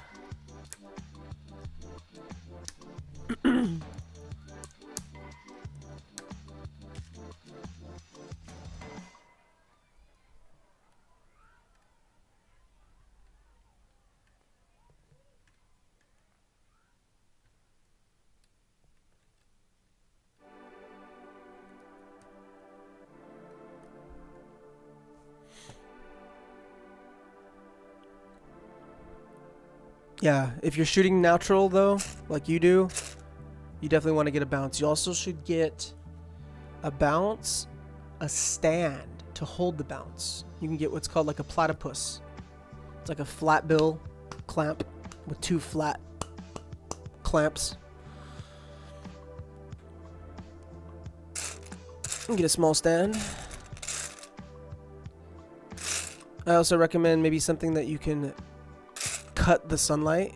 So if you're shooting straight on a subject outside, if the sunlight's hitting them too harsh, get like a net or a silk, some sort of silk. I know silks can be a little expensive. You can make one. Look up on YouTube. There we go.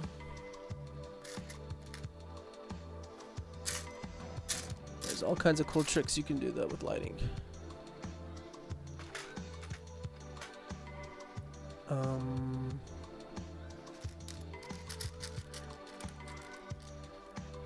Okay. Is that how it goes? This is a fender. Front fender? Rear. Sorry, rear fender.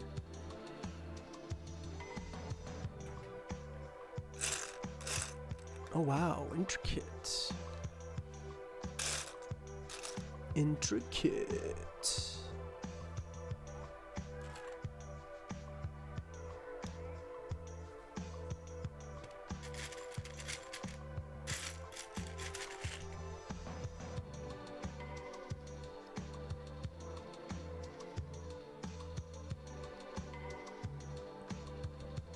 Right there.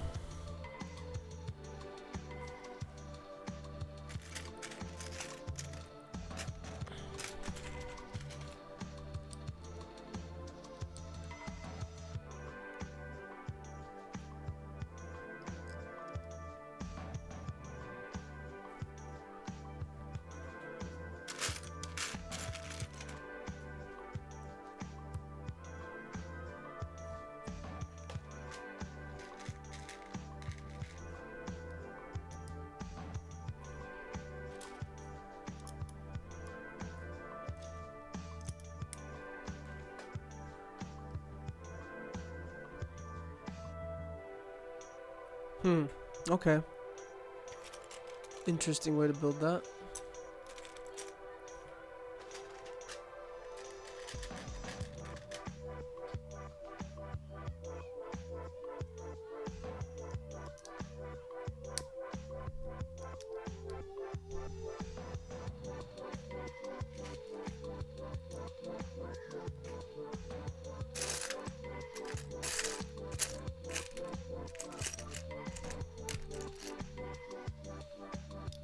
Oops.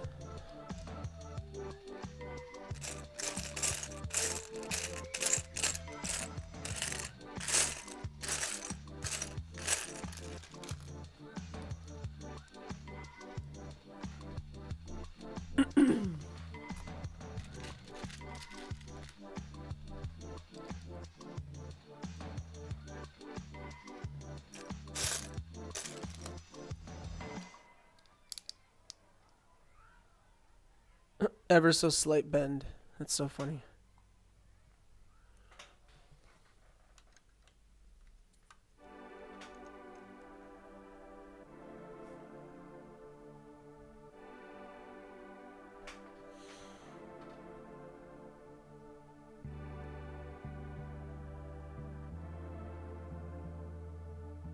I see. Forgot to port, I did.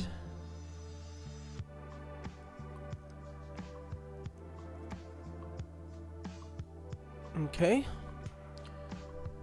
That's one. Second one to go. Let me just use the restroom, ladies and gentlemen. I bid you adieu for 1 minute.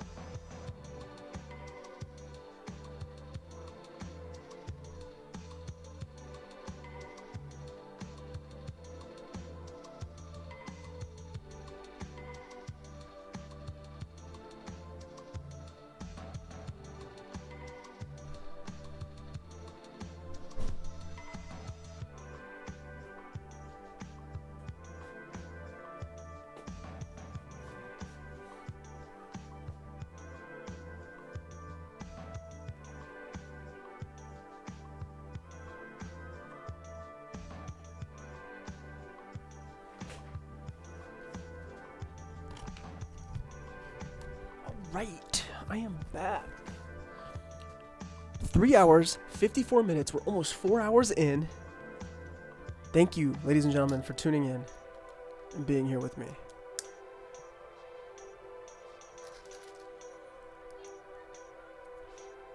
Just about there on the home stretch.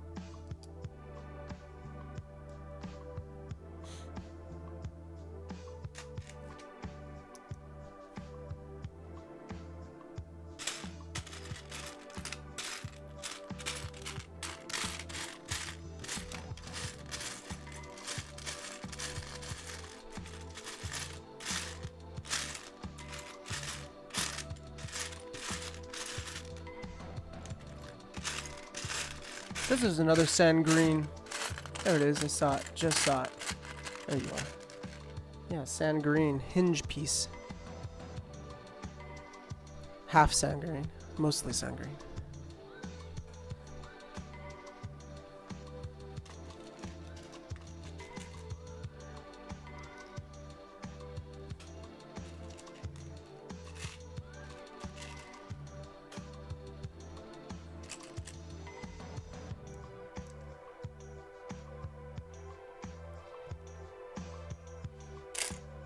Nardinio.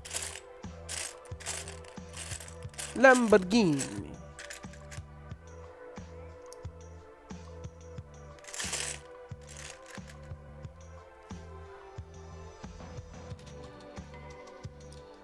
Oops.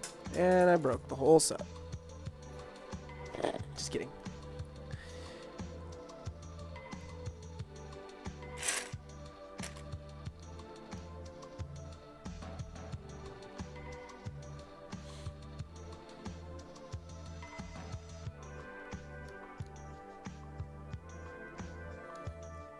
This section's a little fragile. Would have liked something securing it on this back end.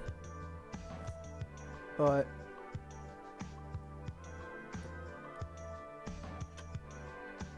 when it works, it works.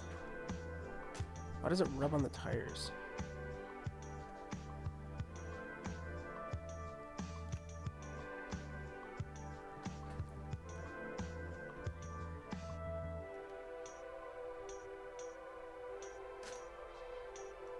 It's not. I just have the tires squeezed on there really hard on the Technics. There we go. There we go. There we go. So that's what we built so far of the rear. Like, it really does look like a Supra. Is it just me? Or an RX-7 or something? I don't know. What do you guys think?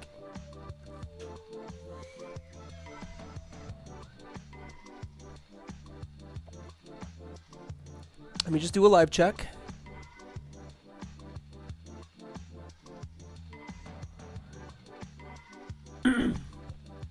We are still live.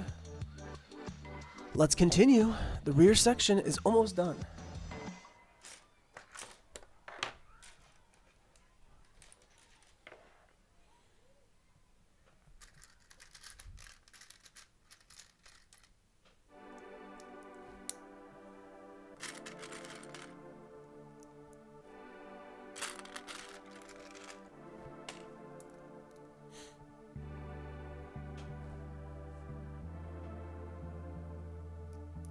And don't get me wrong, I did like the pickup truck set that this is torn down from, the official Lego set.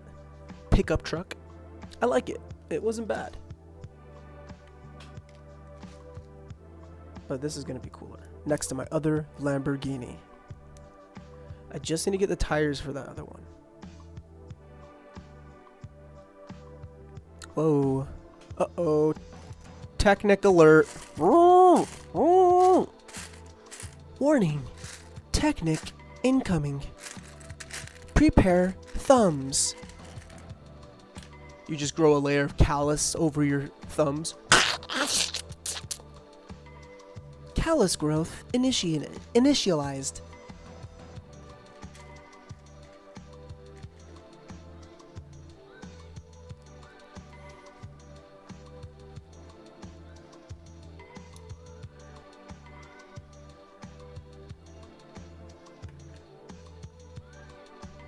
I don't know if you can stick studs to Technic. Is that illegal? I think I want to say Lego's done it once or twice. I don't think it's something you want to necessarily do, but because I think it stresses out the components.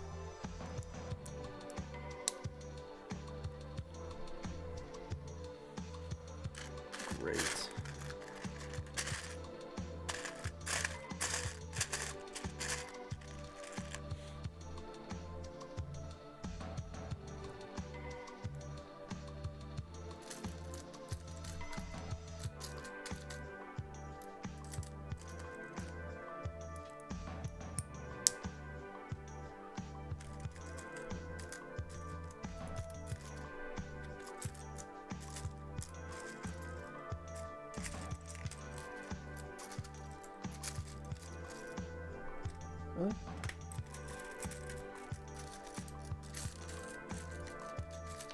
all the way to the bottom. Every piece I need.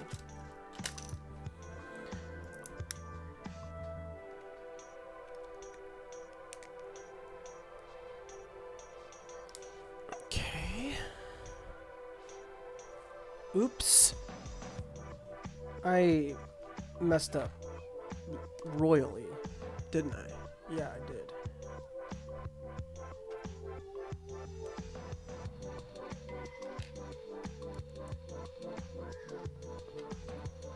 Fixed.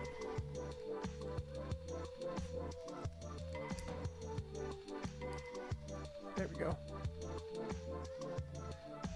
Actually, you know what? I think I was supposed to put the Technic pins so there's more structural integrity. Like that.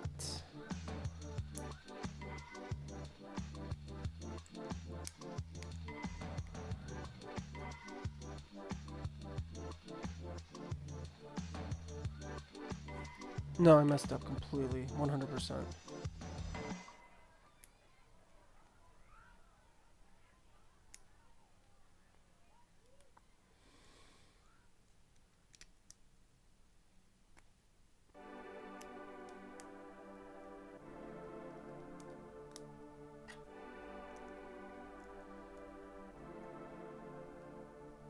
Is that right?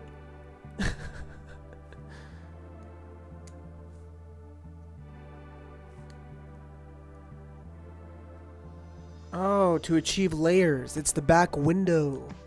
That old classic stair step style window. I see. Two more. We need 2 more angle pieces. Warning. Technic overload.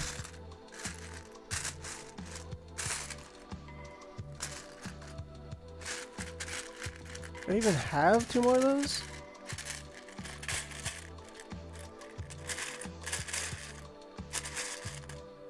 Because I don't even see 2. Oh, I see 1. I see 1.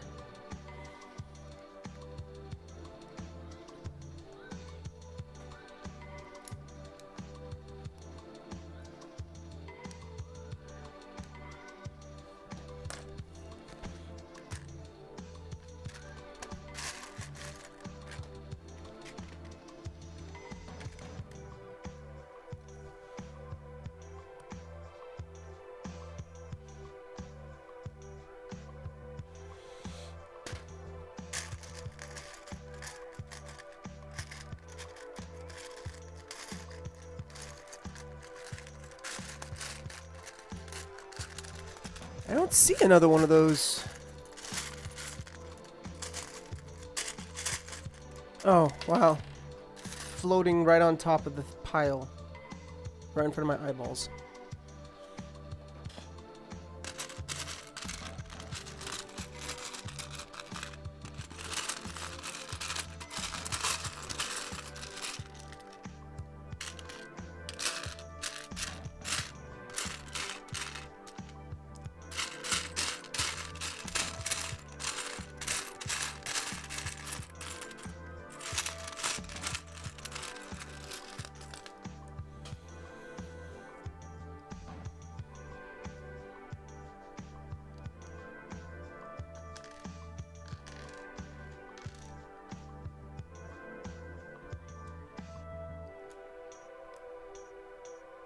Okay.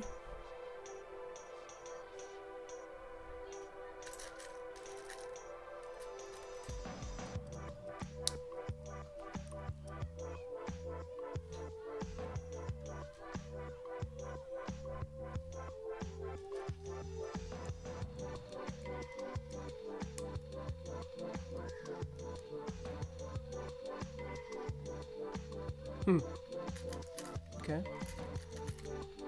I would have done that a little differently, but sure, whatever.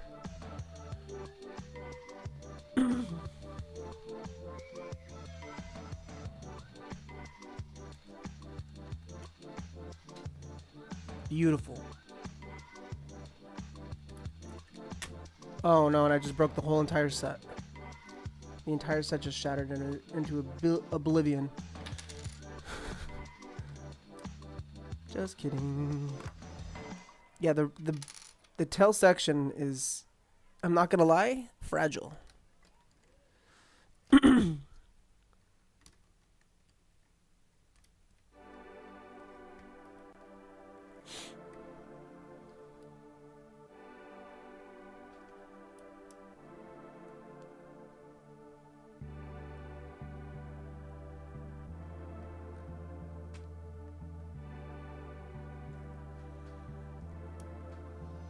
Bro, did I do something wrong with the back tires? Why are they like that?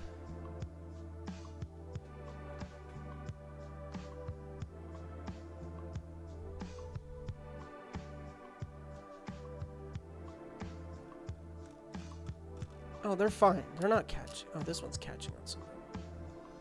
What's it catching? I might actually put something in here so this is raised a little bit.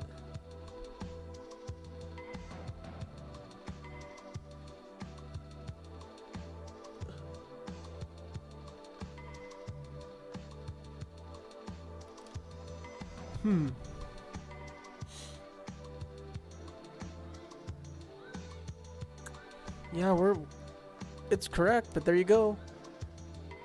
There's the rear windshield. Oh, that angle looks sick. Alright, let's finish her.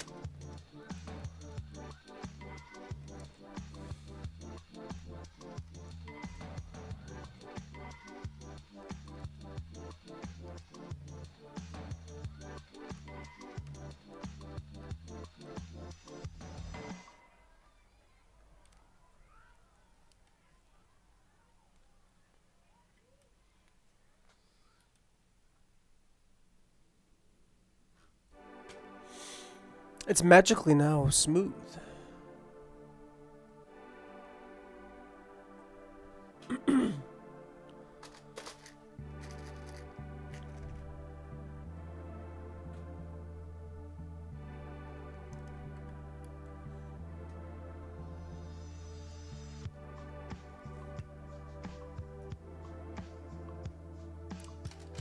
I like how this is turning out. It's looking nice. Just you wait and see.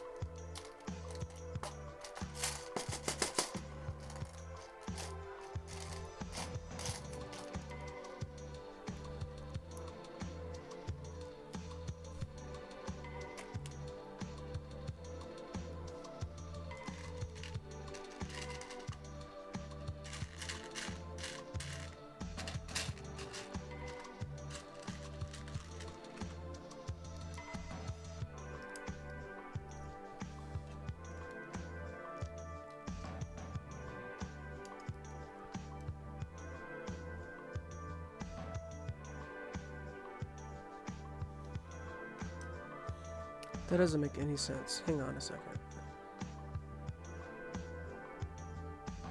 Okay.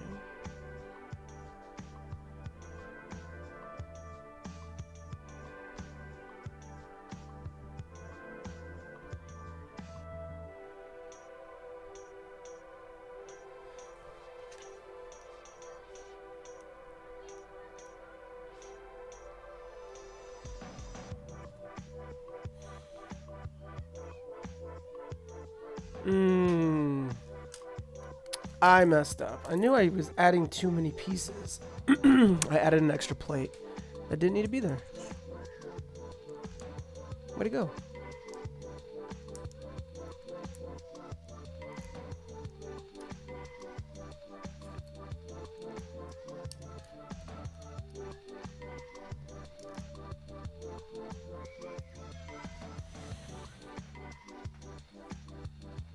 Now we use these unique 4x4 3/4 plate with 1x4 stud. And there's 2 of them. This is the rear spoiler. Looks fancy.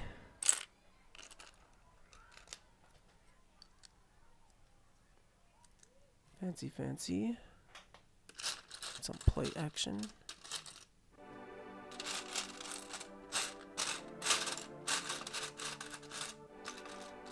Boom, boom.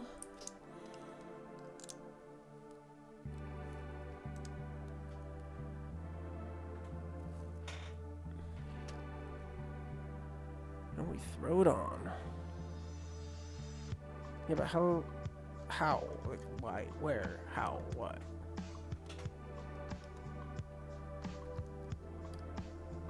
Wow. Okay. Okay. Okay. All right, that's taking shape. Let's go.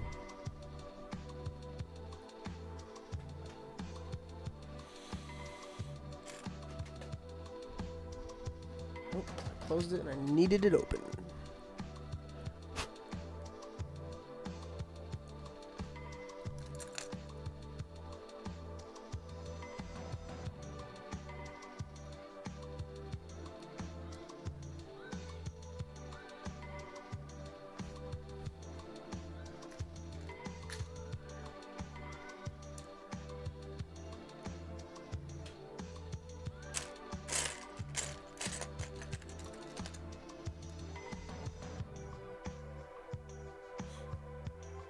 Oh, this is a unique snot build.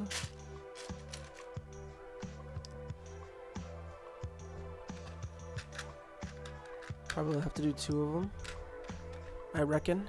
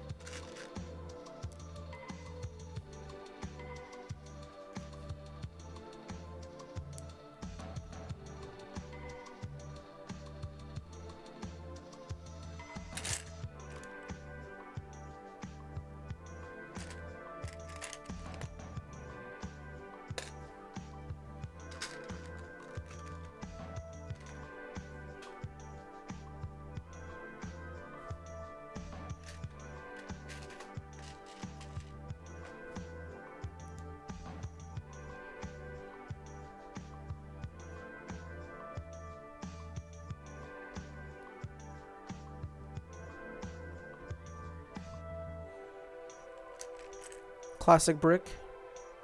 Wedge brick. 2x3 wedge corner. I think that's a left one. Then there's also right-sided ones.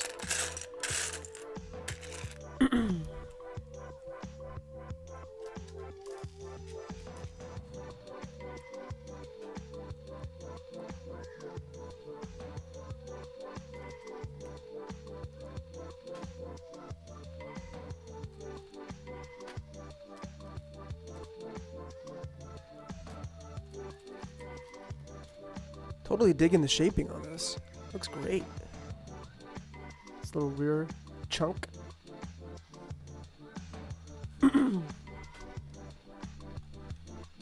Tell you what, though, picking it up, it's nice. You have confidence. It's nice and sturdy. Okay.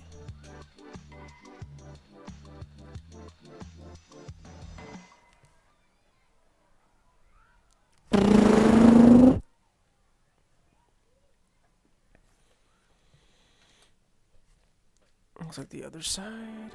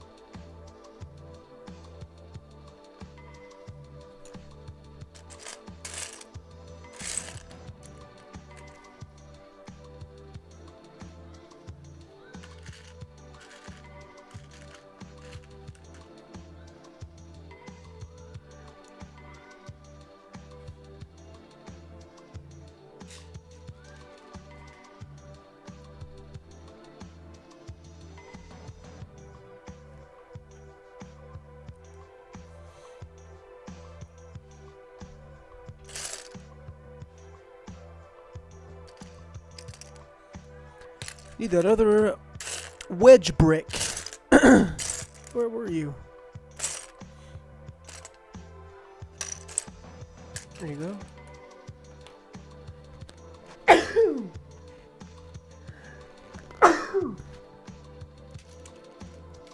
Excuse me. Sorry about that. Hot a little sneezy.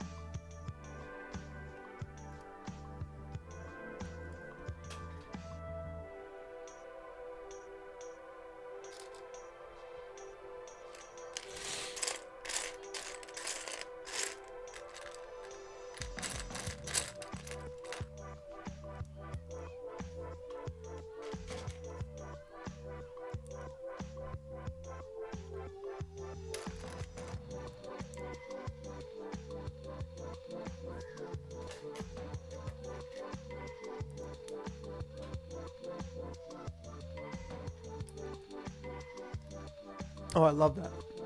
Here, I'll do the next one and then I'll slap it into place and show you how they achieve this little section of filler. This little fill-in section.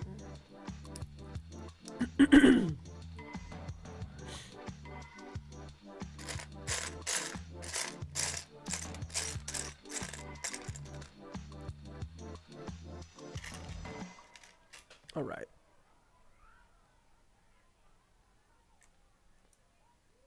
Okay. And then, you see this little section right here?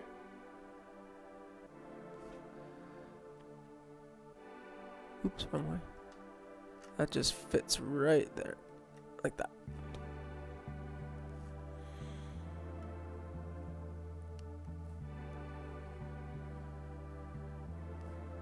Almost done, almost done.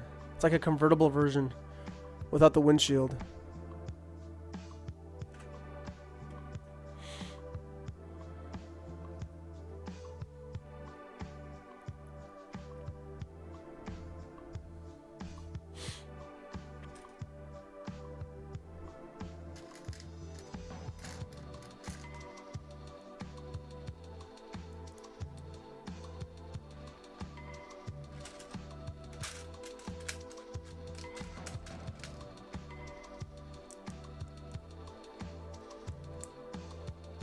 two. Gotta hurry.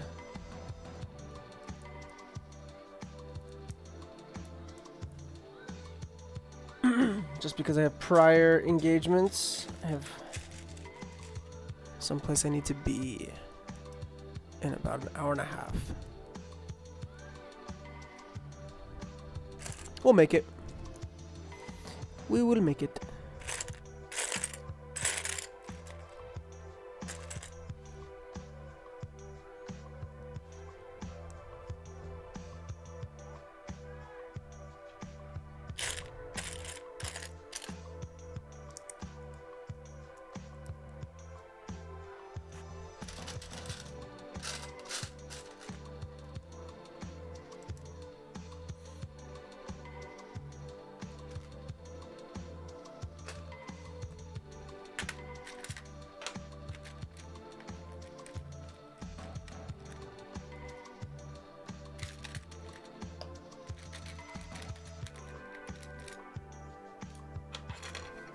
No. All right. Good.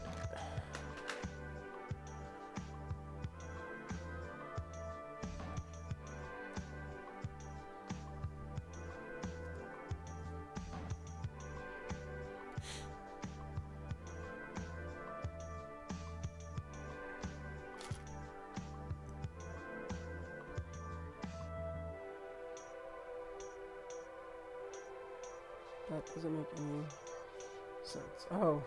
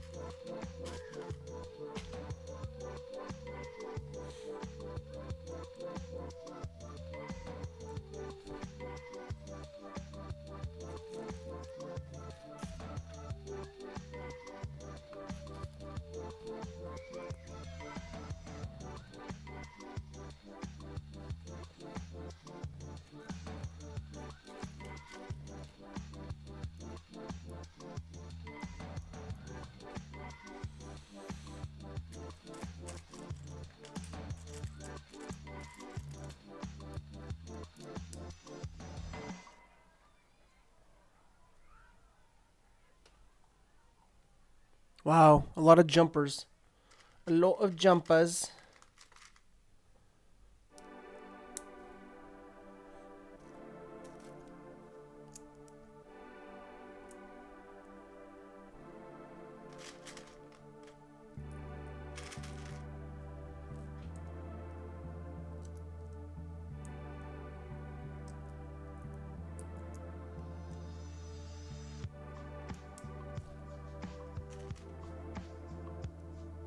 Okay.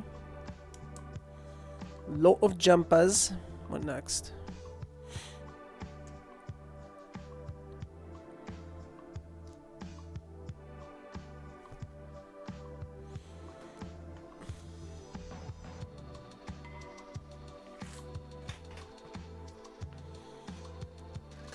What pieces are here? Some wedge. Some of those. Didn't I grab another one of these pipe pieces? Did I lose it? I think I did.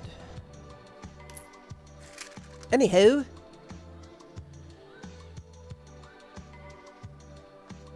Let me try and find them again. I wonder if I have another one in here.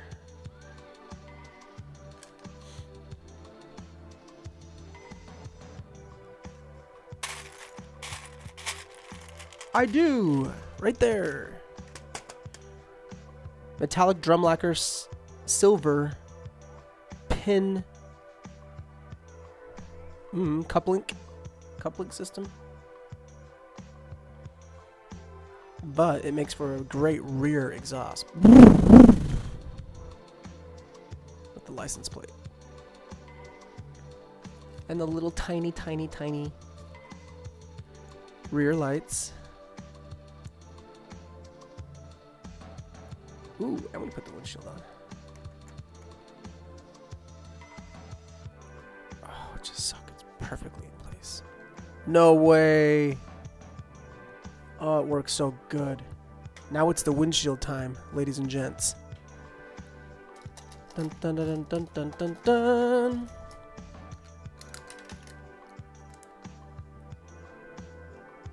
Let's give her a proper once over. Dual-sided microfiber towel.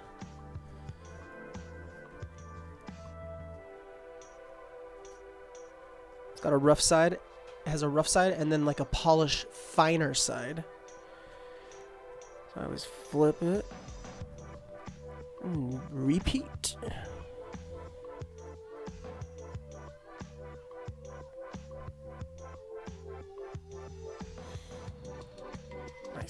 Nice and clean. And that just places right like so.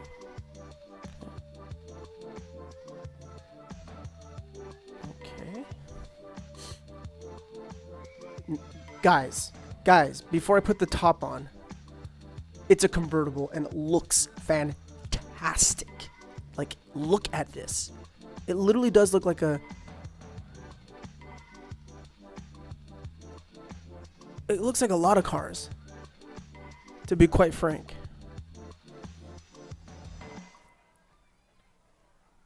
Oh my goodness, I'm definitely going to make a short of this. Look at down there in the cockpit. Oop, that was a better view right there, like this. I'm sorry. Now the doors, they don't really function that well. They keep, yeah, they bend and break things, so I'm not gonna do that. However, the back pops just straight open, revealing the engine.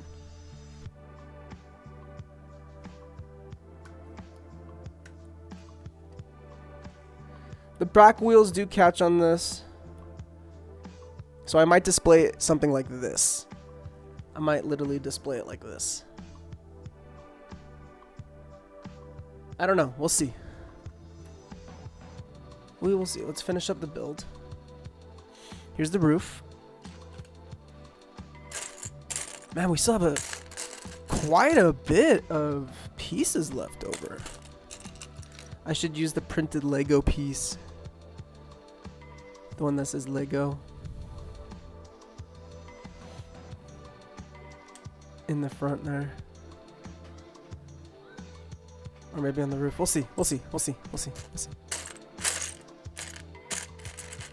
It is a shame they didn't take advantage of the printed speedometer and fuel gauge. Maybe I'll find a way to implement that into this. I don't know. We'll see.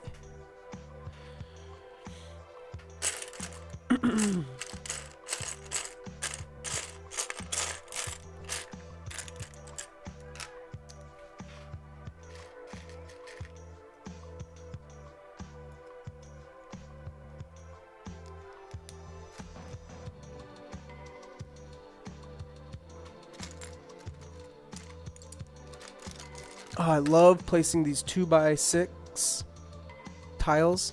2x6 tiles. So satisfying.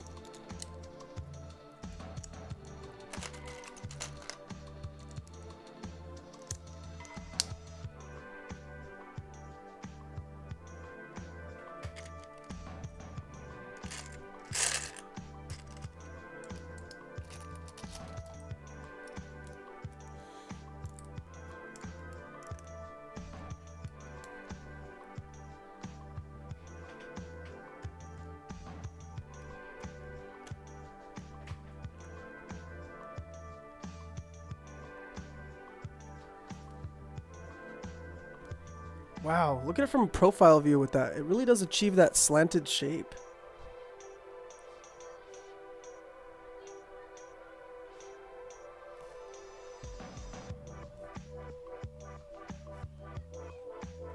Man, that looks good. All right, let me clean up a little bit. We're almost done. Windshield wipers. And I love that the other one has a windshield wiper too. I'm gonna have to be sure to include the windshield wipers in my short montage that I conduct, that I film.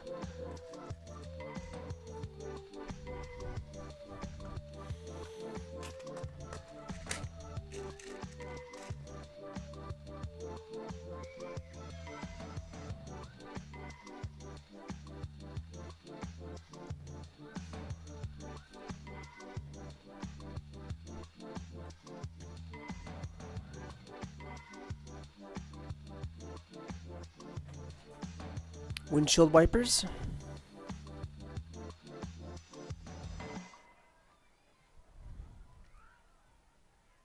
There we go.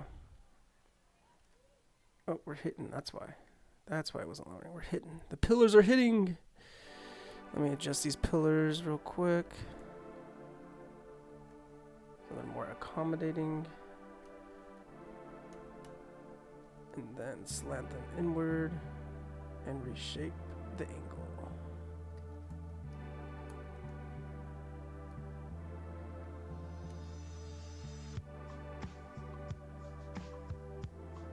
Okay. Just reinforce that. And the same with this side. Pinch it.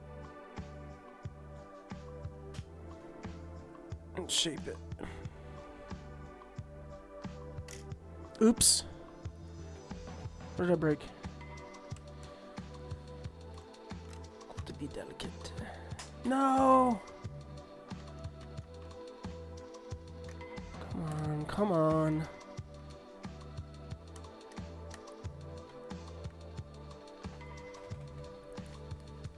All right.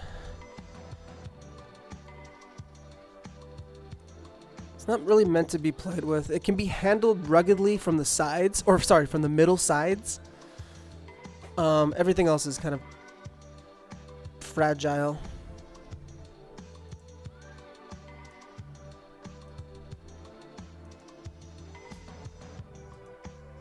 All right, let me just kind of clean up the area a minute. Give me a second, and we'll display it.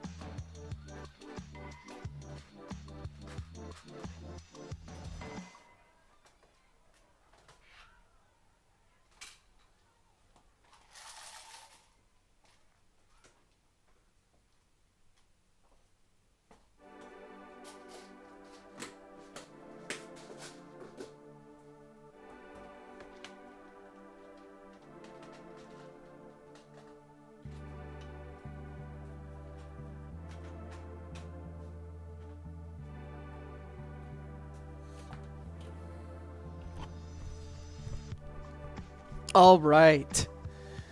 We've got some time to spare. The build took about 4 hours and 30 minutes. So if you're going to build this yourself and you're going to build it my pace, you know, taking breaks every once in a while, kind of slow, fast, like I was doing, 4 hours, 30 minutes of your time. I replaced the front with the Lego print. Kind of makes it look like an official racing kind of thing. We have working steering.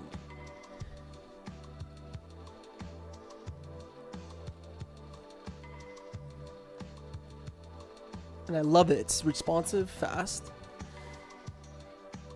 Here's the front. Rotating it around. I love that windshield. It looks so good on this. The doors don't really open that well. I'm going to try and open one. See? It breaks off things. So, but here we go. Here's the interior.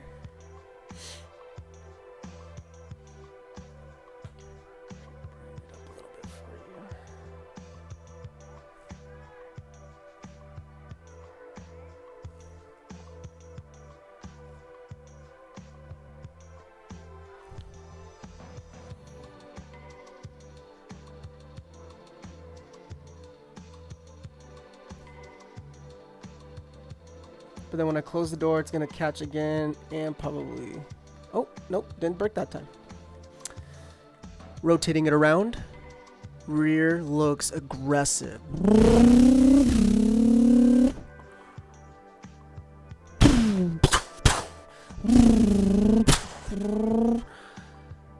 Looks really good, guys. Got that little stair step. 100% black tinted rear windshield, but it's like ventilation for the engine. We'll get into that in a minute. Some little dinky taillights. I like the little baby lights. And then you get the down facing exhaust. Metallic drum lacquer silver piece. Here's the other side. I love how it's all rigid but slopes and shapes. That's probably one of my favorite parts right here, this chunk. Opening the rear. You've got a nice detailed motor. And then you have a little windshield. I don't know if you can see it. You have a rear windshield right there, in which you can see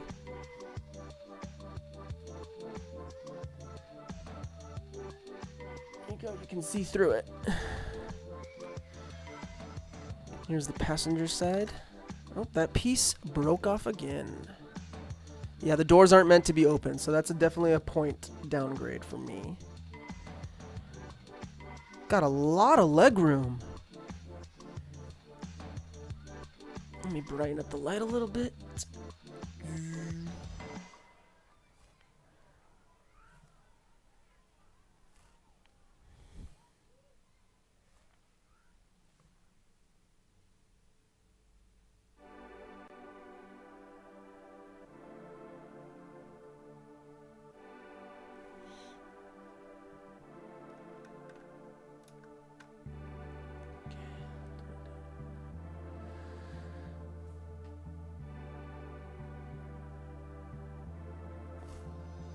Moving around to the front section. I love how it dips down right here and then slopes up and then dips down again. And there's a let me try and get the best profile image for you, so you can see what I'm talking about. The profile looks really good. I don't think they could have done a better job on the profile.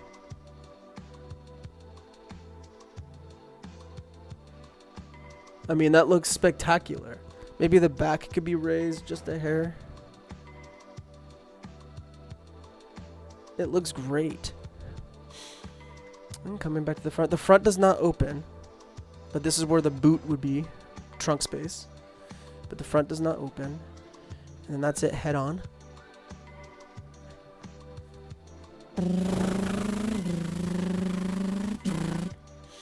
Now, the moment we've all been waiting for. Let's compare it next to the Lamborghini Countach. which, by the way, I need to get bigger tires for. So this is the Porsche, the Lego official Porsche alternate build, and you can also find this instruction on Bricklink.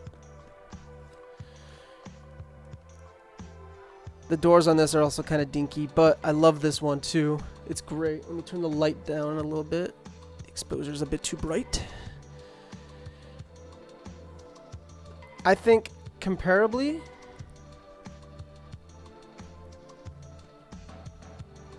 next to each other, they're fantastic. These are fantastic desk pieces, or shelf pieces, I should say.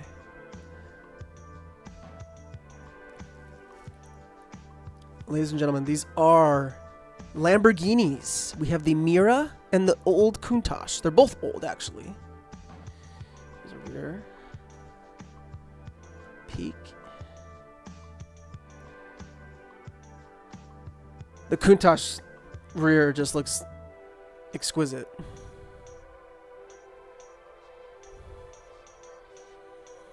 Profile views. Profile views. I'll stack them on top of each other real quick.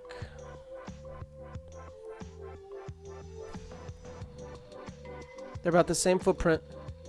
I'd say they're equivalent to each other. And they're going to look fantastic on display. Ladies and gentlemen, I'm going to go grab a bite to eat, and I'm going to go handle some business. I'm going to be posting and making a short about this later on,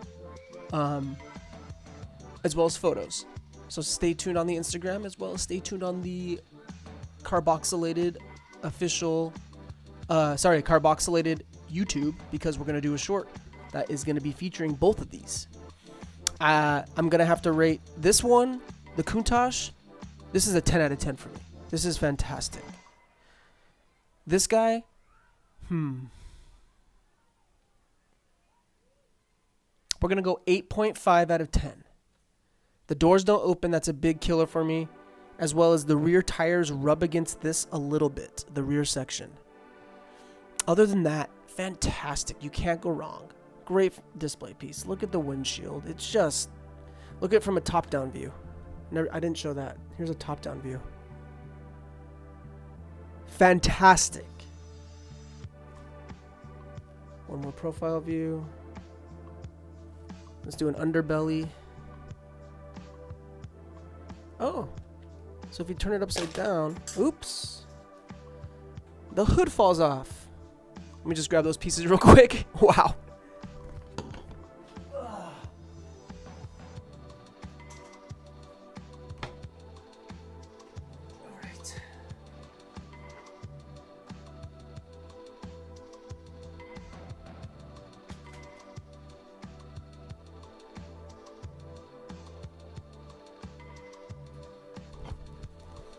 All right, before I break anything else, I think I'm going to call it here, ladies and gentlemen.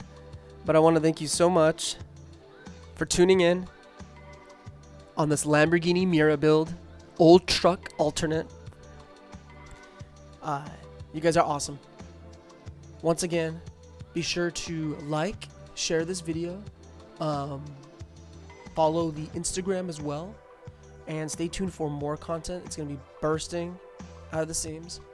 I will be gone for 3 weeks, so the YouTube content might take a small breather, whilst the Instagram content will still be flourishing. But yeah, thank you so much, everyone. I love this. This is gonna look good on display. Thanks for joining, and you guys all have a great one. I'll see you next time.